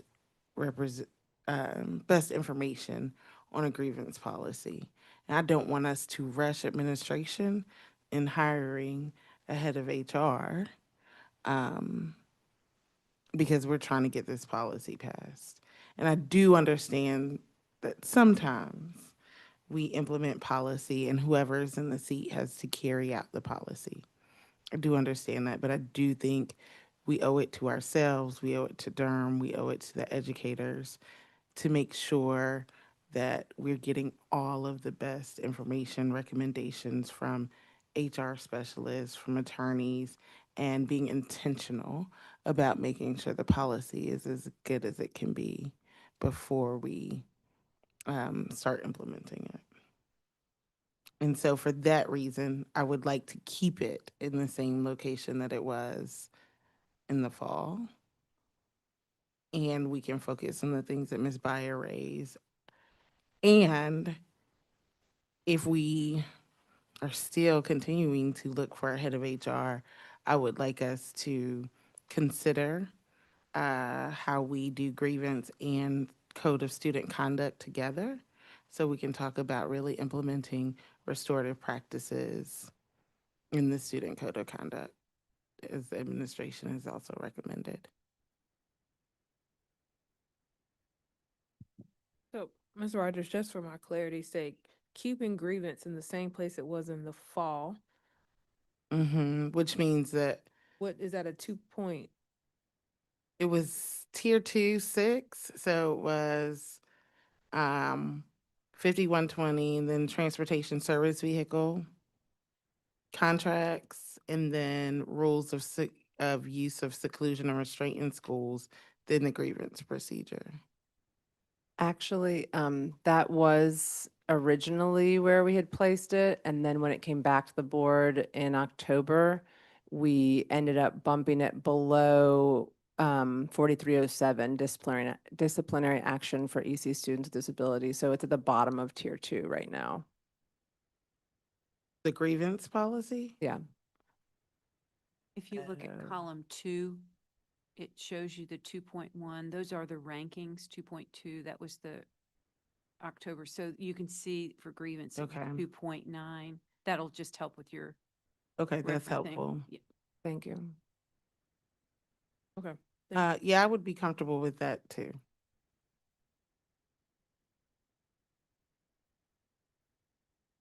Other comments from board members? Ms. Chavez?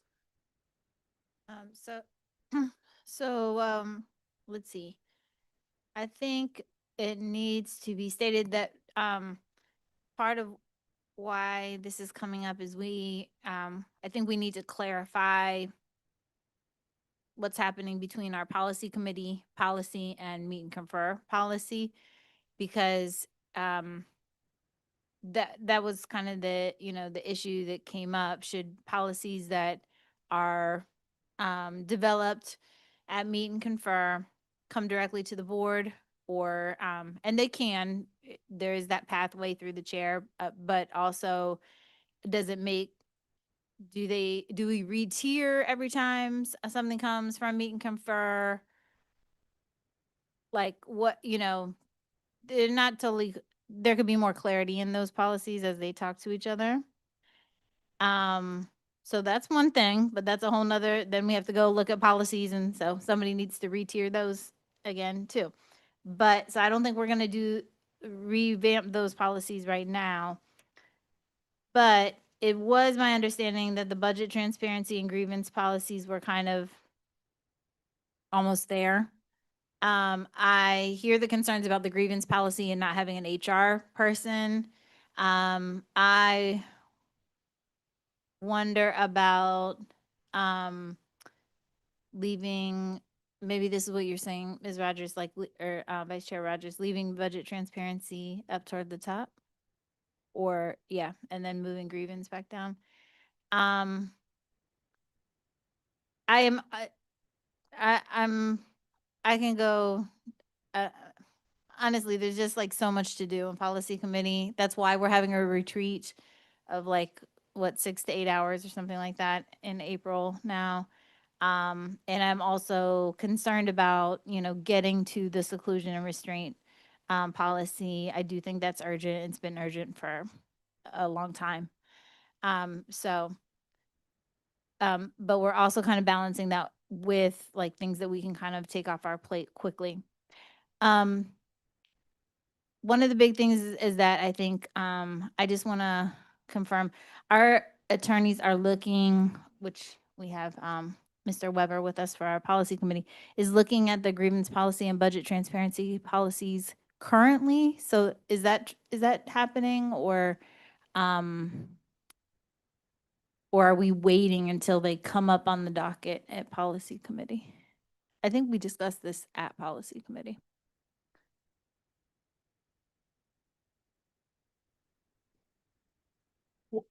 In the update Jason gave me, that was not something that we discussed, but I can certainly, I do know that we've had some conversations within our office about those policies needing to be addressed. Okay. So we certainly can go ahead and start looking at those if we're not already, if you'd like us to. I mean, regardless of where they are on this chart, we can certainly start looking at them. I need that to be crystal clear for me that, should our attorneys look at policies before they're tiered or after they're tiered? So I need that crystal clear. Yeah, that makes sense. We're figuring this out. So I'm not sure what to say. I was just speaking on those. I think that making sure that they're getting, if they can be getting legal analysis now, that's great. Because then whenever we come at them, they'll be ready to go. But also all the other policies, and Mr. Weber has done a very, good job of analyzing our things, but we can get more in that rhythm of all coming ready to talk about them.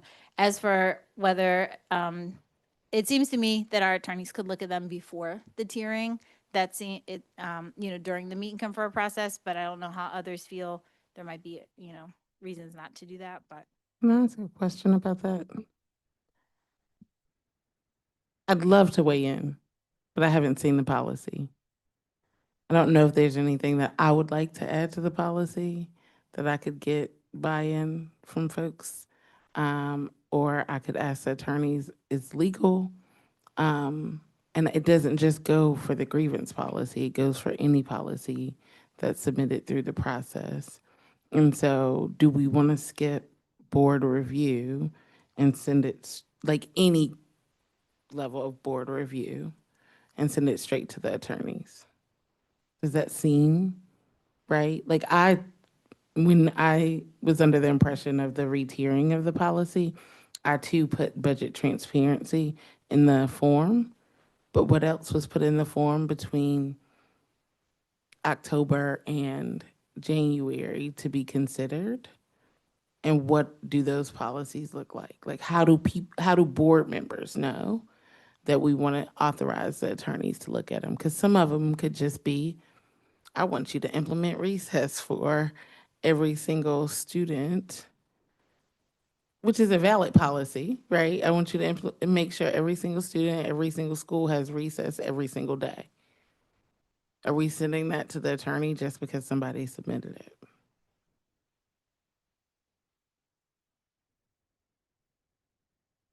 Ms. Carter, or did you have a response, Ms. Chavez?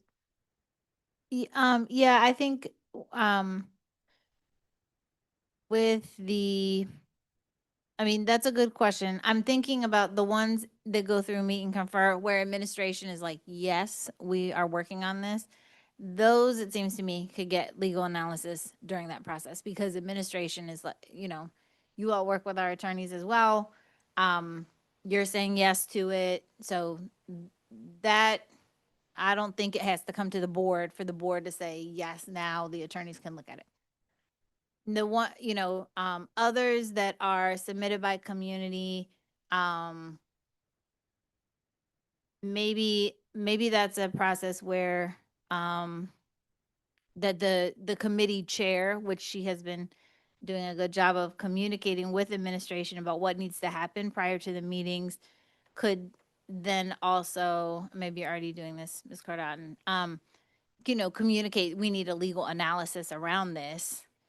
And because some of them, we know there's a lot of pressure around it, there's a lot of, community value to it and all that kind of stuff. But other ones, maybe, our attorneys don't need to look at it just yet until we decided it's something we really want to take up.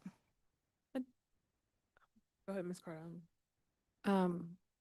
I was, before we discuss a policy in policy committee, I asked the attorney to come prepared to discuss it with us. So he is looking at it immediately before those meetings. So that's one thing, but I agree that beforehand, just all these policies maybe shouldn't be reviewed by the attorneys. That said, meet and confer does feel very different. Dr. Lewis and his team have spent, I think, 4 meetings talking about the grievance policy, which is a tremendous amount of our top staff, of many staff's time. To me, that doesn't make sense to do all, in fact, it doesn't make sense to have gone through 4 meetings without legal review. The attorneys are Dr. Lewis's attorneys as well, not just the board's attorneys, which means maybe after 2 reviews, he should take it to the attorneys, get feedback so that then when it comes out of meet and confer, I'd feel much more confident as a board member knowing that they'd sent it to us, him feeling confident in part because attorneys had reviewed it. To me, if this policy comes out or these policies come out of meet and confer, Dr. Lewis is saying he feels confident, DAE is saying they feel confident, but an attorney hasn't reviewed it, that doesn't make sense. There's a missing piece in that puzzle. And from my perspective, Dr. Lewis has the authority to authorize a review from attorneys. He does that all the time with all sorts of different things. I do want to focus us on our task at hand, which is tiering the policies today. And these are important process questions that I think we can answer, but maybe not tonight or this morning. Answer those tonight. But one of the reasons when we were drafting the policy committee language and the policy for the tiering was for all board members to commit to say, this is the order that we would like to see us focusing our attention on. And so I think when we talk about, using the attorneys for policies, part of the tiering process was saying, this is what we want the board to focus on in this order, and us collectively kind of making that decision. Now, as a policy committee is doing your work, there might be a time where you're like, you know what, we need to start this one and then pause it for a month while we do the analysis that we need, while we do some other ones, right? Like, I think there's a little flexibility in that. But I do think the importance of the tiering was so that we collectively said, yes, this is how we want to prioritize spending our time, our energy, and our resources. So just to flip that a little bit, I hear the need for clarity around when we use attorney, when Dr. Lewis uses attorney. I hear that, I'm putting a note on that, but I'm gonna ask us to try to put a pin in that conversation and get to the tiering process. It might help illuminate and clarify some of that for us. Ms. Byer. Yeah, and I recognize the tension that Ms. Chavez spoke of, the other ways these could have been accelerated was to submit them straight through as their DAE's drafts or any community groups drafts into the format to begin with. Like, here's our perfect policy, submit it for the policy committee to work with, right? I think perhaps at that retreat, we could take a half hour of that chunk of the day to look at the tensions between the new policy committee and that policy and the meet and confer policy and any ways that they conflict with each other and wrestle with that a bit. Because we haven't had a board attorney sitting at meet and confer beside you. We haven't had HR staff there who would have to legitimize and work a grievance group process. And I wouldn't say we've always had a culture where folks are able to say no, as I've been observing. Like, it's a really hard place to say no when you're trying to get everybody to yes and trying to please folks. And so I think there's work to be done there. As far as tiering, I heard some interest in people being kind of okay with where budget transparency is. I'm still waiting to hear back from the attorney on that one, and also from Mr. Teeter to say what's extra work for him and what is within his existing work on that one. But then could we get to that seclusion and restraint and whatever the 42, whatever. Child That- abuse. Yeah, that one more quickly, and then tier grievance. In my mind, the other thing about grievance is we're not going to actually implement it until student handbook for the summer. So we do have a little bit more time to get to it towards the later half of the semester. So Thank you, Ms. Byer. I do have a question, and then I want to make sure we get to hear from our colleagues who haven't spoken yet. When we looked at these in the fall, administration had also done their own kind of tiering of here's what has deadlines, here's what we can spend a little more time on.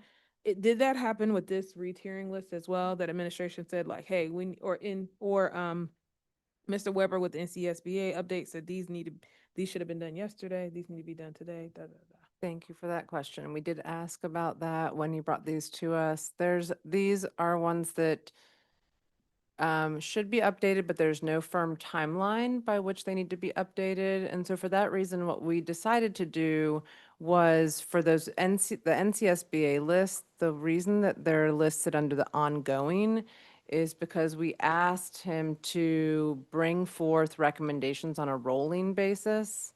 So, some of these are like little tinkering with language, so just wordsmithing. We said when that's the case, just bring it to us even on consent through policy committee so that we can look at it, we vet it, but we don't necessarily need to spend the time discussing it. Others can come to that retreat. We did say that we want to dedicate at least 1 hour of the retreat to the NCSBA policies because we have to keep them moving, but we don't want to spend all of our time on that.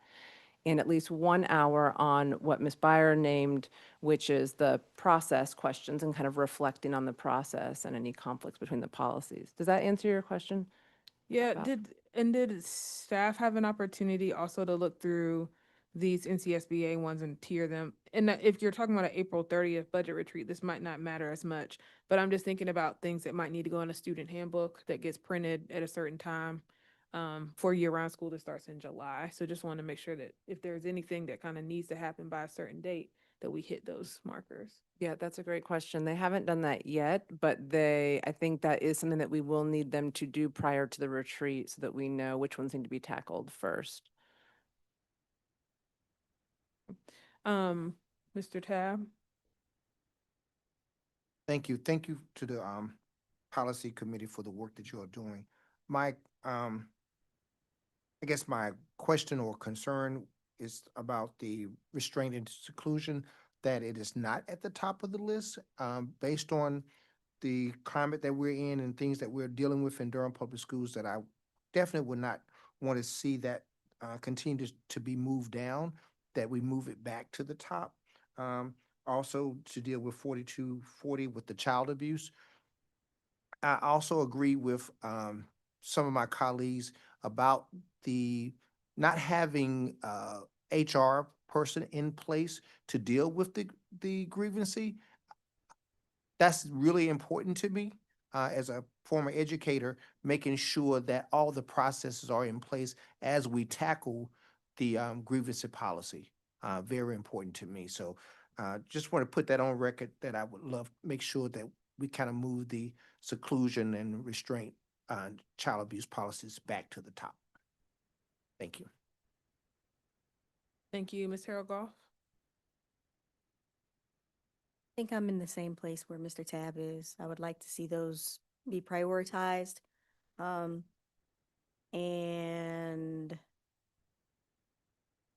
the child abuse, the seclusion and restraint move back to the top. Yep. And as far as my only thing about not understanding why budget it's theirs because it came out of me confer. So, but I do believe that those are okay. So here's my unclear. I'm not sure if this, what we're seeing now was what came out of the last meeting, because I hadn't had a chance to review it. So it was already prior, well, before that, had it been moved down? Was it in place before and then we prioritized it based on meet and confer? Is that what happened? Okay, so I was just trying. Mm-hmm. Ms. I Harold, see the Ms. Harold, numbers. can you ask your question one more time? Ms. Carter wants to make sure she can answer it for you. So in the last policy committee meeting, I'm trying to understand the columns. So in the revised here is where you see the numbers where they were, which so was the The order that they're in It's- right now is where we landed at the end of the last policy committee meeting. all And right. And so the that's grievance moved up because of meet and confer. correct? exactly because Okay. they've discussed it a number of times. They've decided together they want that and budget transparency to go to us. Mhm. And I've heard, and I would like to hear Dr. Lewis's perspective on this because it's expressed to me some readiness to move forward with those policies. And in particular, maybe if you wanted to speak to the budget transparency during budget season, Dr. Lewis, is there anything that you wanted to share or that might inform our discussion about whether to bump seclusion and restraint on top of that one or not? Yeah, I felt the budget and transparency was a lot farther along in terms of being able to be implemented than the grievance policy. And given we're in the budget development season right now, but there's a lot of things that we're doing as it relates to budget transparency now. I did have a meeting with some principals yesterday, and there is a dire need to get them some additional guidance on the child abuse reporting as well as the seclusion and restraint.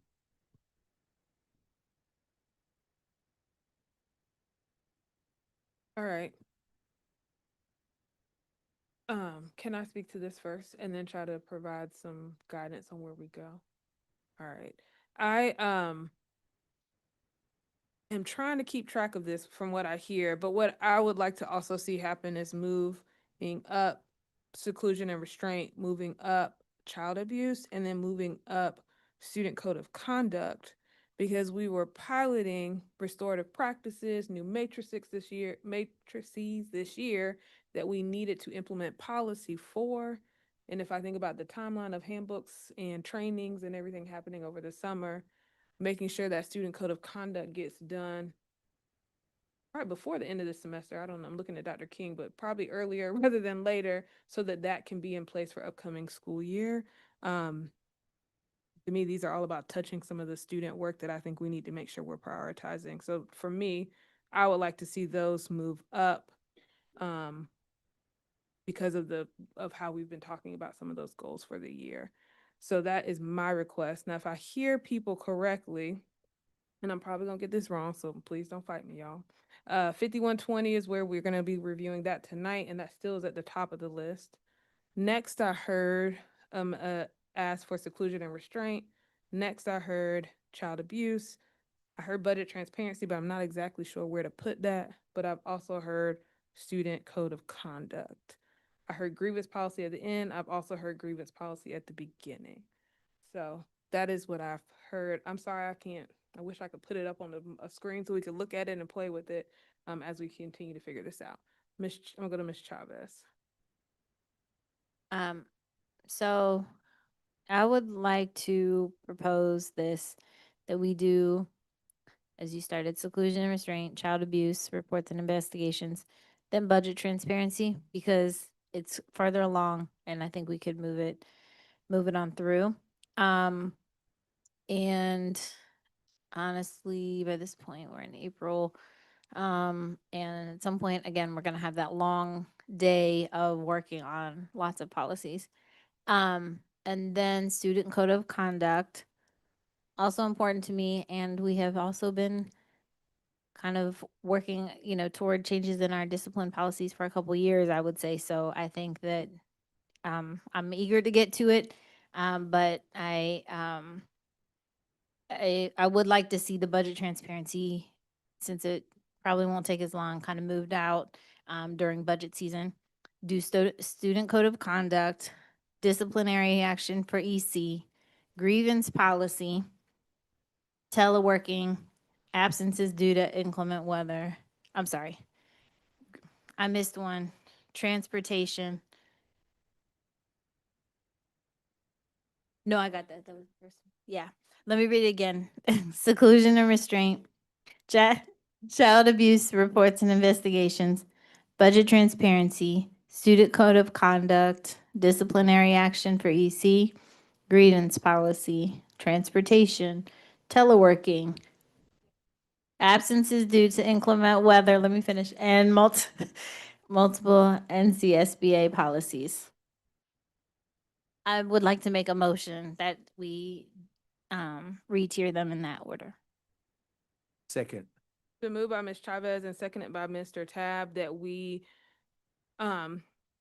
re-tier the following policies in that order. Ms. Chavez, I am going to ask you to read it one more time. Yeah. And I'm also gonna send it to Nicole. My motion is that we tier them as seclusion and restraint, 2, child abuse reports and investigations, 3, budget transparency, 4, student code of conduct, 5, disciplinary action for EC, 6, grievance policy, 7, transportation, 8, teleworking, 9, absences due to inclement weather, 10, multiple NCSBA policies. And it was seconded by Mr. Tab. Any other discussion? All those in favor say aye. Aye. Aye. Aye. Aye. All those opposed use the same sign. Aye. I'm opposed. So that passes 6-1, I believe. And I didn't vote because I think that student needed code of conduct needs to come earlier. So that was my dissension on that. Because I am worried that we're not gonna. I think it will take multiple meetings, and I'm worried that we won't get it done before the start of the school year. I'm wondering, I'll look at Dr. King here, with regard to the disciplinary action of EC students after the code of conduct. Should it come before if there's any implications for that policy in the code of conduct? Probably a couple of them, because I'm also looking at the student parent grievance. Like some of these are interconnected, so once you start tinkering with one, you got to go to the other ones.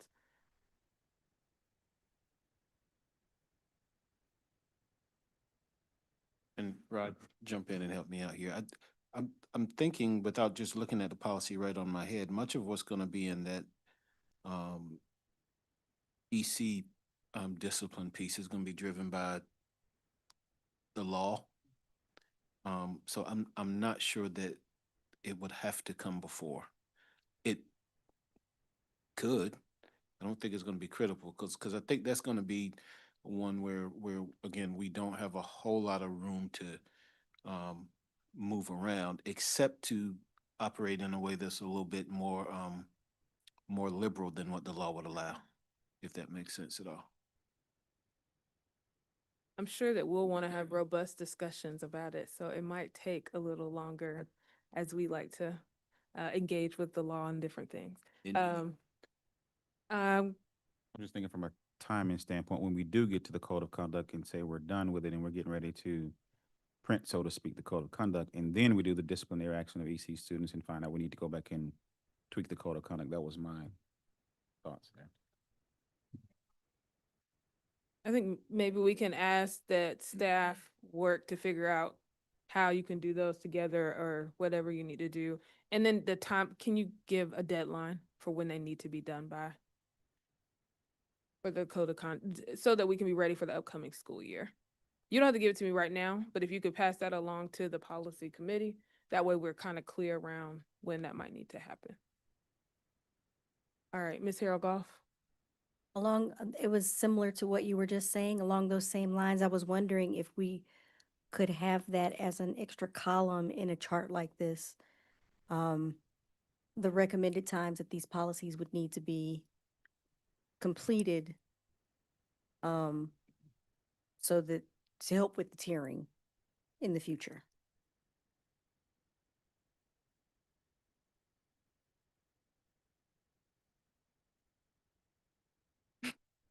I think that's something they can take under consideration. I think some of them have really clear due dates and some of them are not clear due dates, so it makes it a little more challenging. But I'm gonna, I see a head nod that Ms. Carter Otten will take that under consideration. I'll thank you all for working on this and staying focused on this. We know there's some more clarity that we need to provide around. I think as we are finishing this year with meet and confer process, there's probably a time to sit down and talk through procedures and protocols and how things move from different bodies to the other. So that is clear, and we've heard that. And I will say thank you to our policy committee, to Ms. Carter Otten, for the work that y'all are doing. We know it's long, it's hard, and arduous. We're getting ready to dump into another policy that you all have spent a lot of time on. So I just want to appreciate you for that. Ms. Byer. No, I was just, like, one reflection I have is that as much as stuff can come from administration and lawyers, as ready as possible. Like, take your best attempt at it, get it as clean as you can, know that our Durham values need to be reflected as much as possible, because it's gotten so, we're trying to get stuff perfect, as you'll see with 5120, but I'm hoping that with 5120, this is just here for first reading tonight as we get to it. And we just, yeah. That's why it's here, so. Board Member Byer did mention, as we were talking about the retreat, Board Member Byer did mention earlier when we were talking about the retreat, the alignment of the policy committee policy and the meeting confer policy. Should that be tiered, or?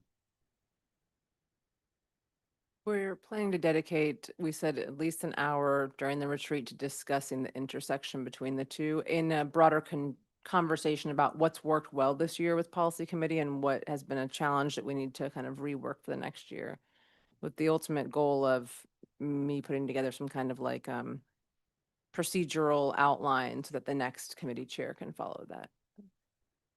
So we could, yes, we'll be discussing that during the retreat.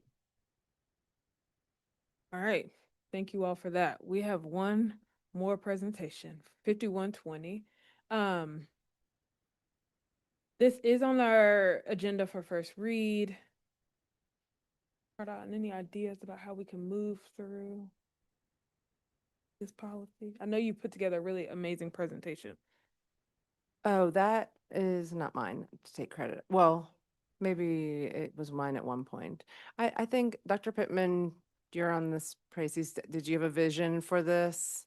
That'd be wonderful. Thank you so much. I do. Sorry, I really thought this was coming just to put it here for first reading, knowing that we hadn't had time to wrestle with the language, and the three of us were going to deal with it in the next policy committee. Clearly, I missed all the notes, but it's after midnight, and we're not going to wordsmith it right now, are we? We had that big section that we hadn't even gotten to, but we're going to post it, let the community give us any feedback. This counts for first read, but it's going back to policy committee, was my understanding. Have I totally missed another memo? We've spent, since we modified the policy in December, we've spent 3 policy committee meetings talking about it and working it and reworking it. So that's why we wanted to bring it for first read to the board, because we'd already been spending so much time. We wanted to move it forward. So I hear what you're saying. It's late. Maybe we try to focus our efforts this evening to see what more the board needs right now, what questions might come out that we need to grapple with when we take this up again at our next policy committee meeting. And so whatever it takes the board to be able to think about that and reflect, I think would be helpful to get from Dr. Pittman. I mean, Mr. Barnes, I think you were on this, Pracies as well. So if you could share some information, I think it's worth taking the time. It's important that it's on the agenda, even if we're tired, but we can try to keep it time limited, so. And perhaps just high-level overview will help, and then focus the work of the committee for the next time. So as Ms. Carter Otten, good evening, everyone, did share, the policy committee looked at this policy on January 22nd, February 5th, and Feb 19. And just so that we are fully aware, the committee embraced and considered the information and feedback from the community input, as well as the superintendent's reaching out and working with our principals through the Superintendent's Advisory Council, the Student Advisory Council, the Superintendent Student Advisory Council, Cabinet. We've also reached out to our sheriff as well as legal counsel. So what would be helpful for tonight in the version that you have, in the track changes version, there are two sets of documents in your packet. Really, the track changes version is where to focus your work. There's been a reorganization of the original policy that was passed in December. So you've got new section headers. And for the most part, section headers A, B, C, and D, as well as E, are reorganized from our original policy. You can see in the track changes, there are some minor word changes or recommendations that we can further unpack at another time. But for the most part, those are just reorganized and clustered in a helpful way. To your point, there are 3 new sections that will require further work of the policy committee and the board. Section F, visits to schools by federal law enforcement officers. Section H, resources for students, and Section I, training. So that's where the work needs to continue. Mr. Barnes, our Chief Operations Officer, has been also intimately involved in those discussions with the policy committee, as well as Dr. Lewis has been attending the actual discussions. And so that's sort of where we are with the track changes version that's in front of you. And I'll pass it back to Ms. Cardot. Yeah, so I think, like I said, what would help, thank you so much, Dr. Pittman. What would be helpful for the committee is that we have some feedback or some questions from the board. If you're not feeling up to doing that right now, it'd be really helpful for the committee to get those before we meet next. Because this work, we really want this to be informed by the whole board at this point, because we've, like we said, have already been grappling with this for hours. And have gotten a lot of feedback from all the different entities named by Dr. Pittman. So now, at this point, we're ready for additional board input. And again, it doesn't need to be tonight. It could be later if that feels like by email or other conversations, if that feels more comfortable. But please tonight, share thoughts if you have them or questions. When is the next policy committee meeting? Not until March 19th. Okay, so that'll be after our work session. Mr. Tam. Thank you so very much for this. I did look at the sections that we were asking for the changes and more work to it. I just wanted to clarify or to make sure that anything that we are changing, would it change anything in the MOU that has been already set forth? And if it would, is the sheriff involved in those conversations before it comes back to us? So it's exactly the opposite. The policy committee has been referencing the MOU with for the school resource officer and then the sheriff's department, and embedding those aligning them within this policy. So at this point, I don't think there are any contradictions. Rather, it's a nice tightening and alignment of the policy with our current MOU. Right, thank you, because I just wanted to put that on record just to make sure that those types of things are happening. And especially as the sheriff's office has to deal with law, certain things that are by statute or law, that we want to make sure that we're in line with that and also with our attorney. And Mr. Barnes and I did indeed meet with the sheriff's office representative, Captain Hinton, and went over the policy recommendations such as they were at that time. Okay. So thank you for lifting that up. Thank you. Yes. Thank you.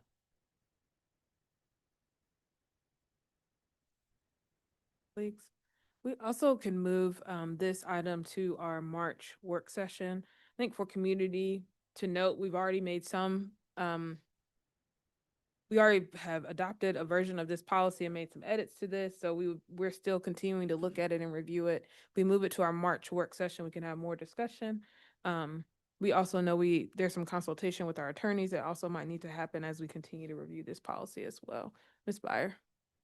One suggestion for accelerating it might be I really appreciated Jason's memo that he sent, and if we would take his suggestions and run them into the draft as he's written them, it would improve this section greatly and move this work ahead forward if others are comfortable doing that. He's pretty clear in most places in his memo about language. I think I I worked on doing that today for my own purposes, and most of them looked good to me besides the one that I had sent him a question about, where I asked if we could push a little bit further. So I think that would be a nice next step, and then we might not all be totally comfortable with that. We might want to go one direction or another, but Colleagues, are we okay with moving forward? We do have a memo that provides some legal guidance that staff use that to update what we have 5120 and bring that to our March work session. Mr. Malone? Yes. Can I just clarify that I think what you're asking is that where Mr. Weber said, like, if you're going to do this change, this language would be preferred to make those changes. If he said, I don't recommend this change, then you're not suggesting that that be incorporated in this draft. Is that right? Is that what I'm hearing? I believe that is correct. That's how I was thinking about it, yeah. And if there was some that was unclear, he could put a comment off to the side for us to wrestle with. Yeah. I mean, Yeah, I'm sure we can do that. Yes, absolutely. And colleagues, are we okay with bringing that back in the March work session? All right, so I'll take a motion maybe to move. Ms. Vice Chair Rogers? I think my question is what particular, I know there were some unfinished sections, but are there particular sections that y'all are wrestling with or having a difficult time with in policy committee that you really are seeking full board input on? felt like we ran out of time. That's why I was shaking my head. It was just like, Okay, so it's just that, it's about time. yeah. Okay, that's helpful. I think we do need a motion to put this on the agenda, the March agenda. Make, Go ahead. move that we put, policy 5120 on the March work session agenda. I guess it would technically be second read With the amendments. with the amendment. So first read with the amendments from, recommended amendments from the attorneys. Second. Been moved by Vice Chair Rogers, seconded by Ms. Byer. Is there any other discussion? All those in favor say aye. Aye. Any opposed, use the same sign. It passes 6-0. Ms. Chavez had to step out. That brings us to the end of our policy committee update. The next item on our agenda is for information only regarding overnight and international field trips. And then that brings us to the closed session. We move into closed session, with, for the reasons stated on the agenda. Second. It's been moved by Ms. Harold Goff and seconded by Ms. Byer that we go into closed session for the reasons stated on the agenda. Is there any other discussion? All those in favor say aye. Aye. Any opposed, use the same sign. It also passes 6-0. We're now moved into closed session. As a reminder to the public, we will not stream after we conclude closed session. Thank you.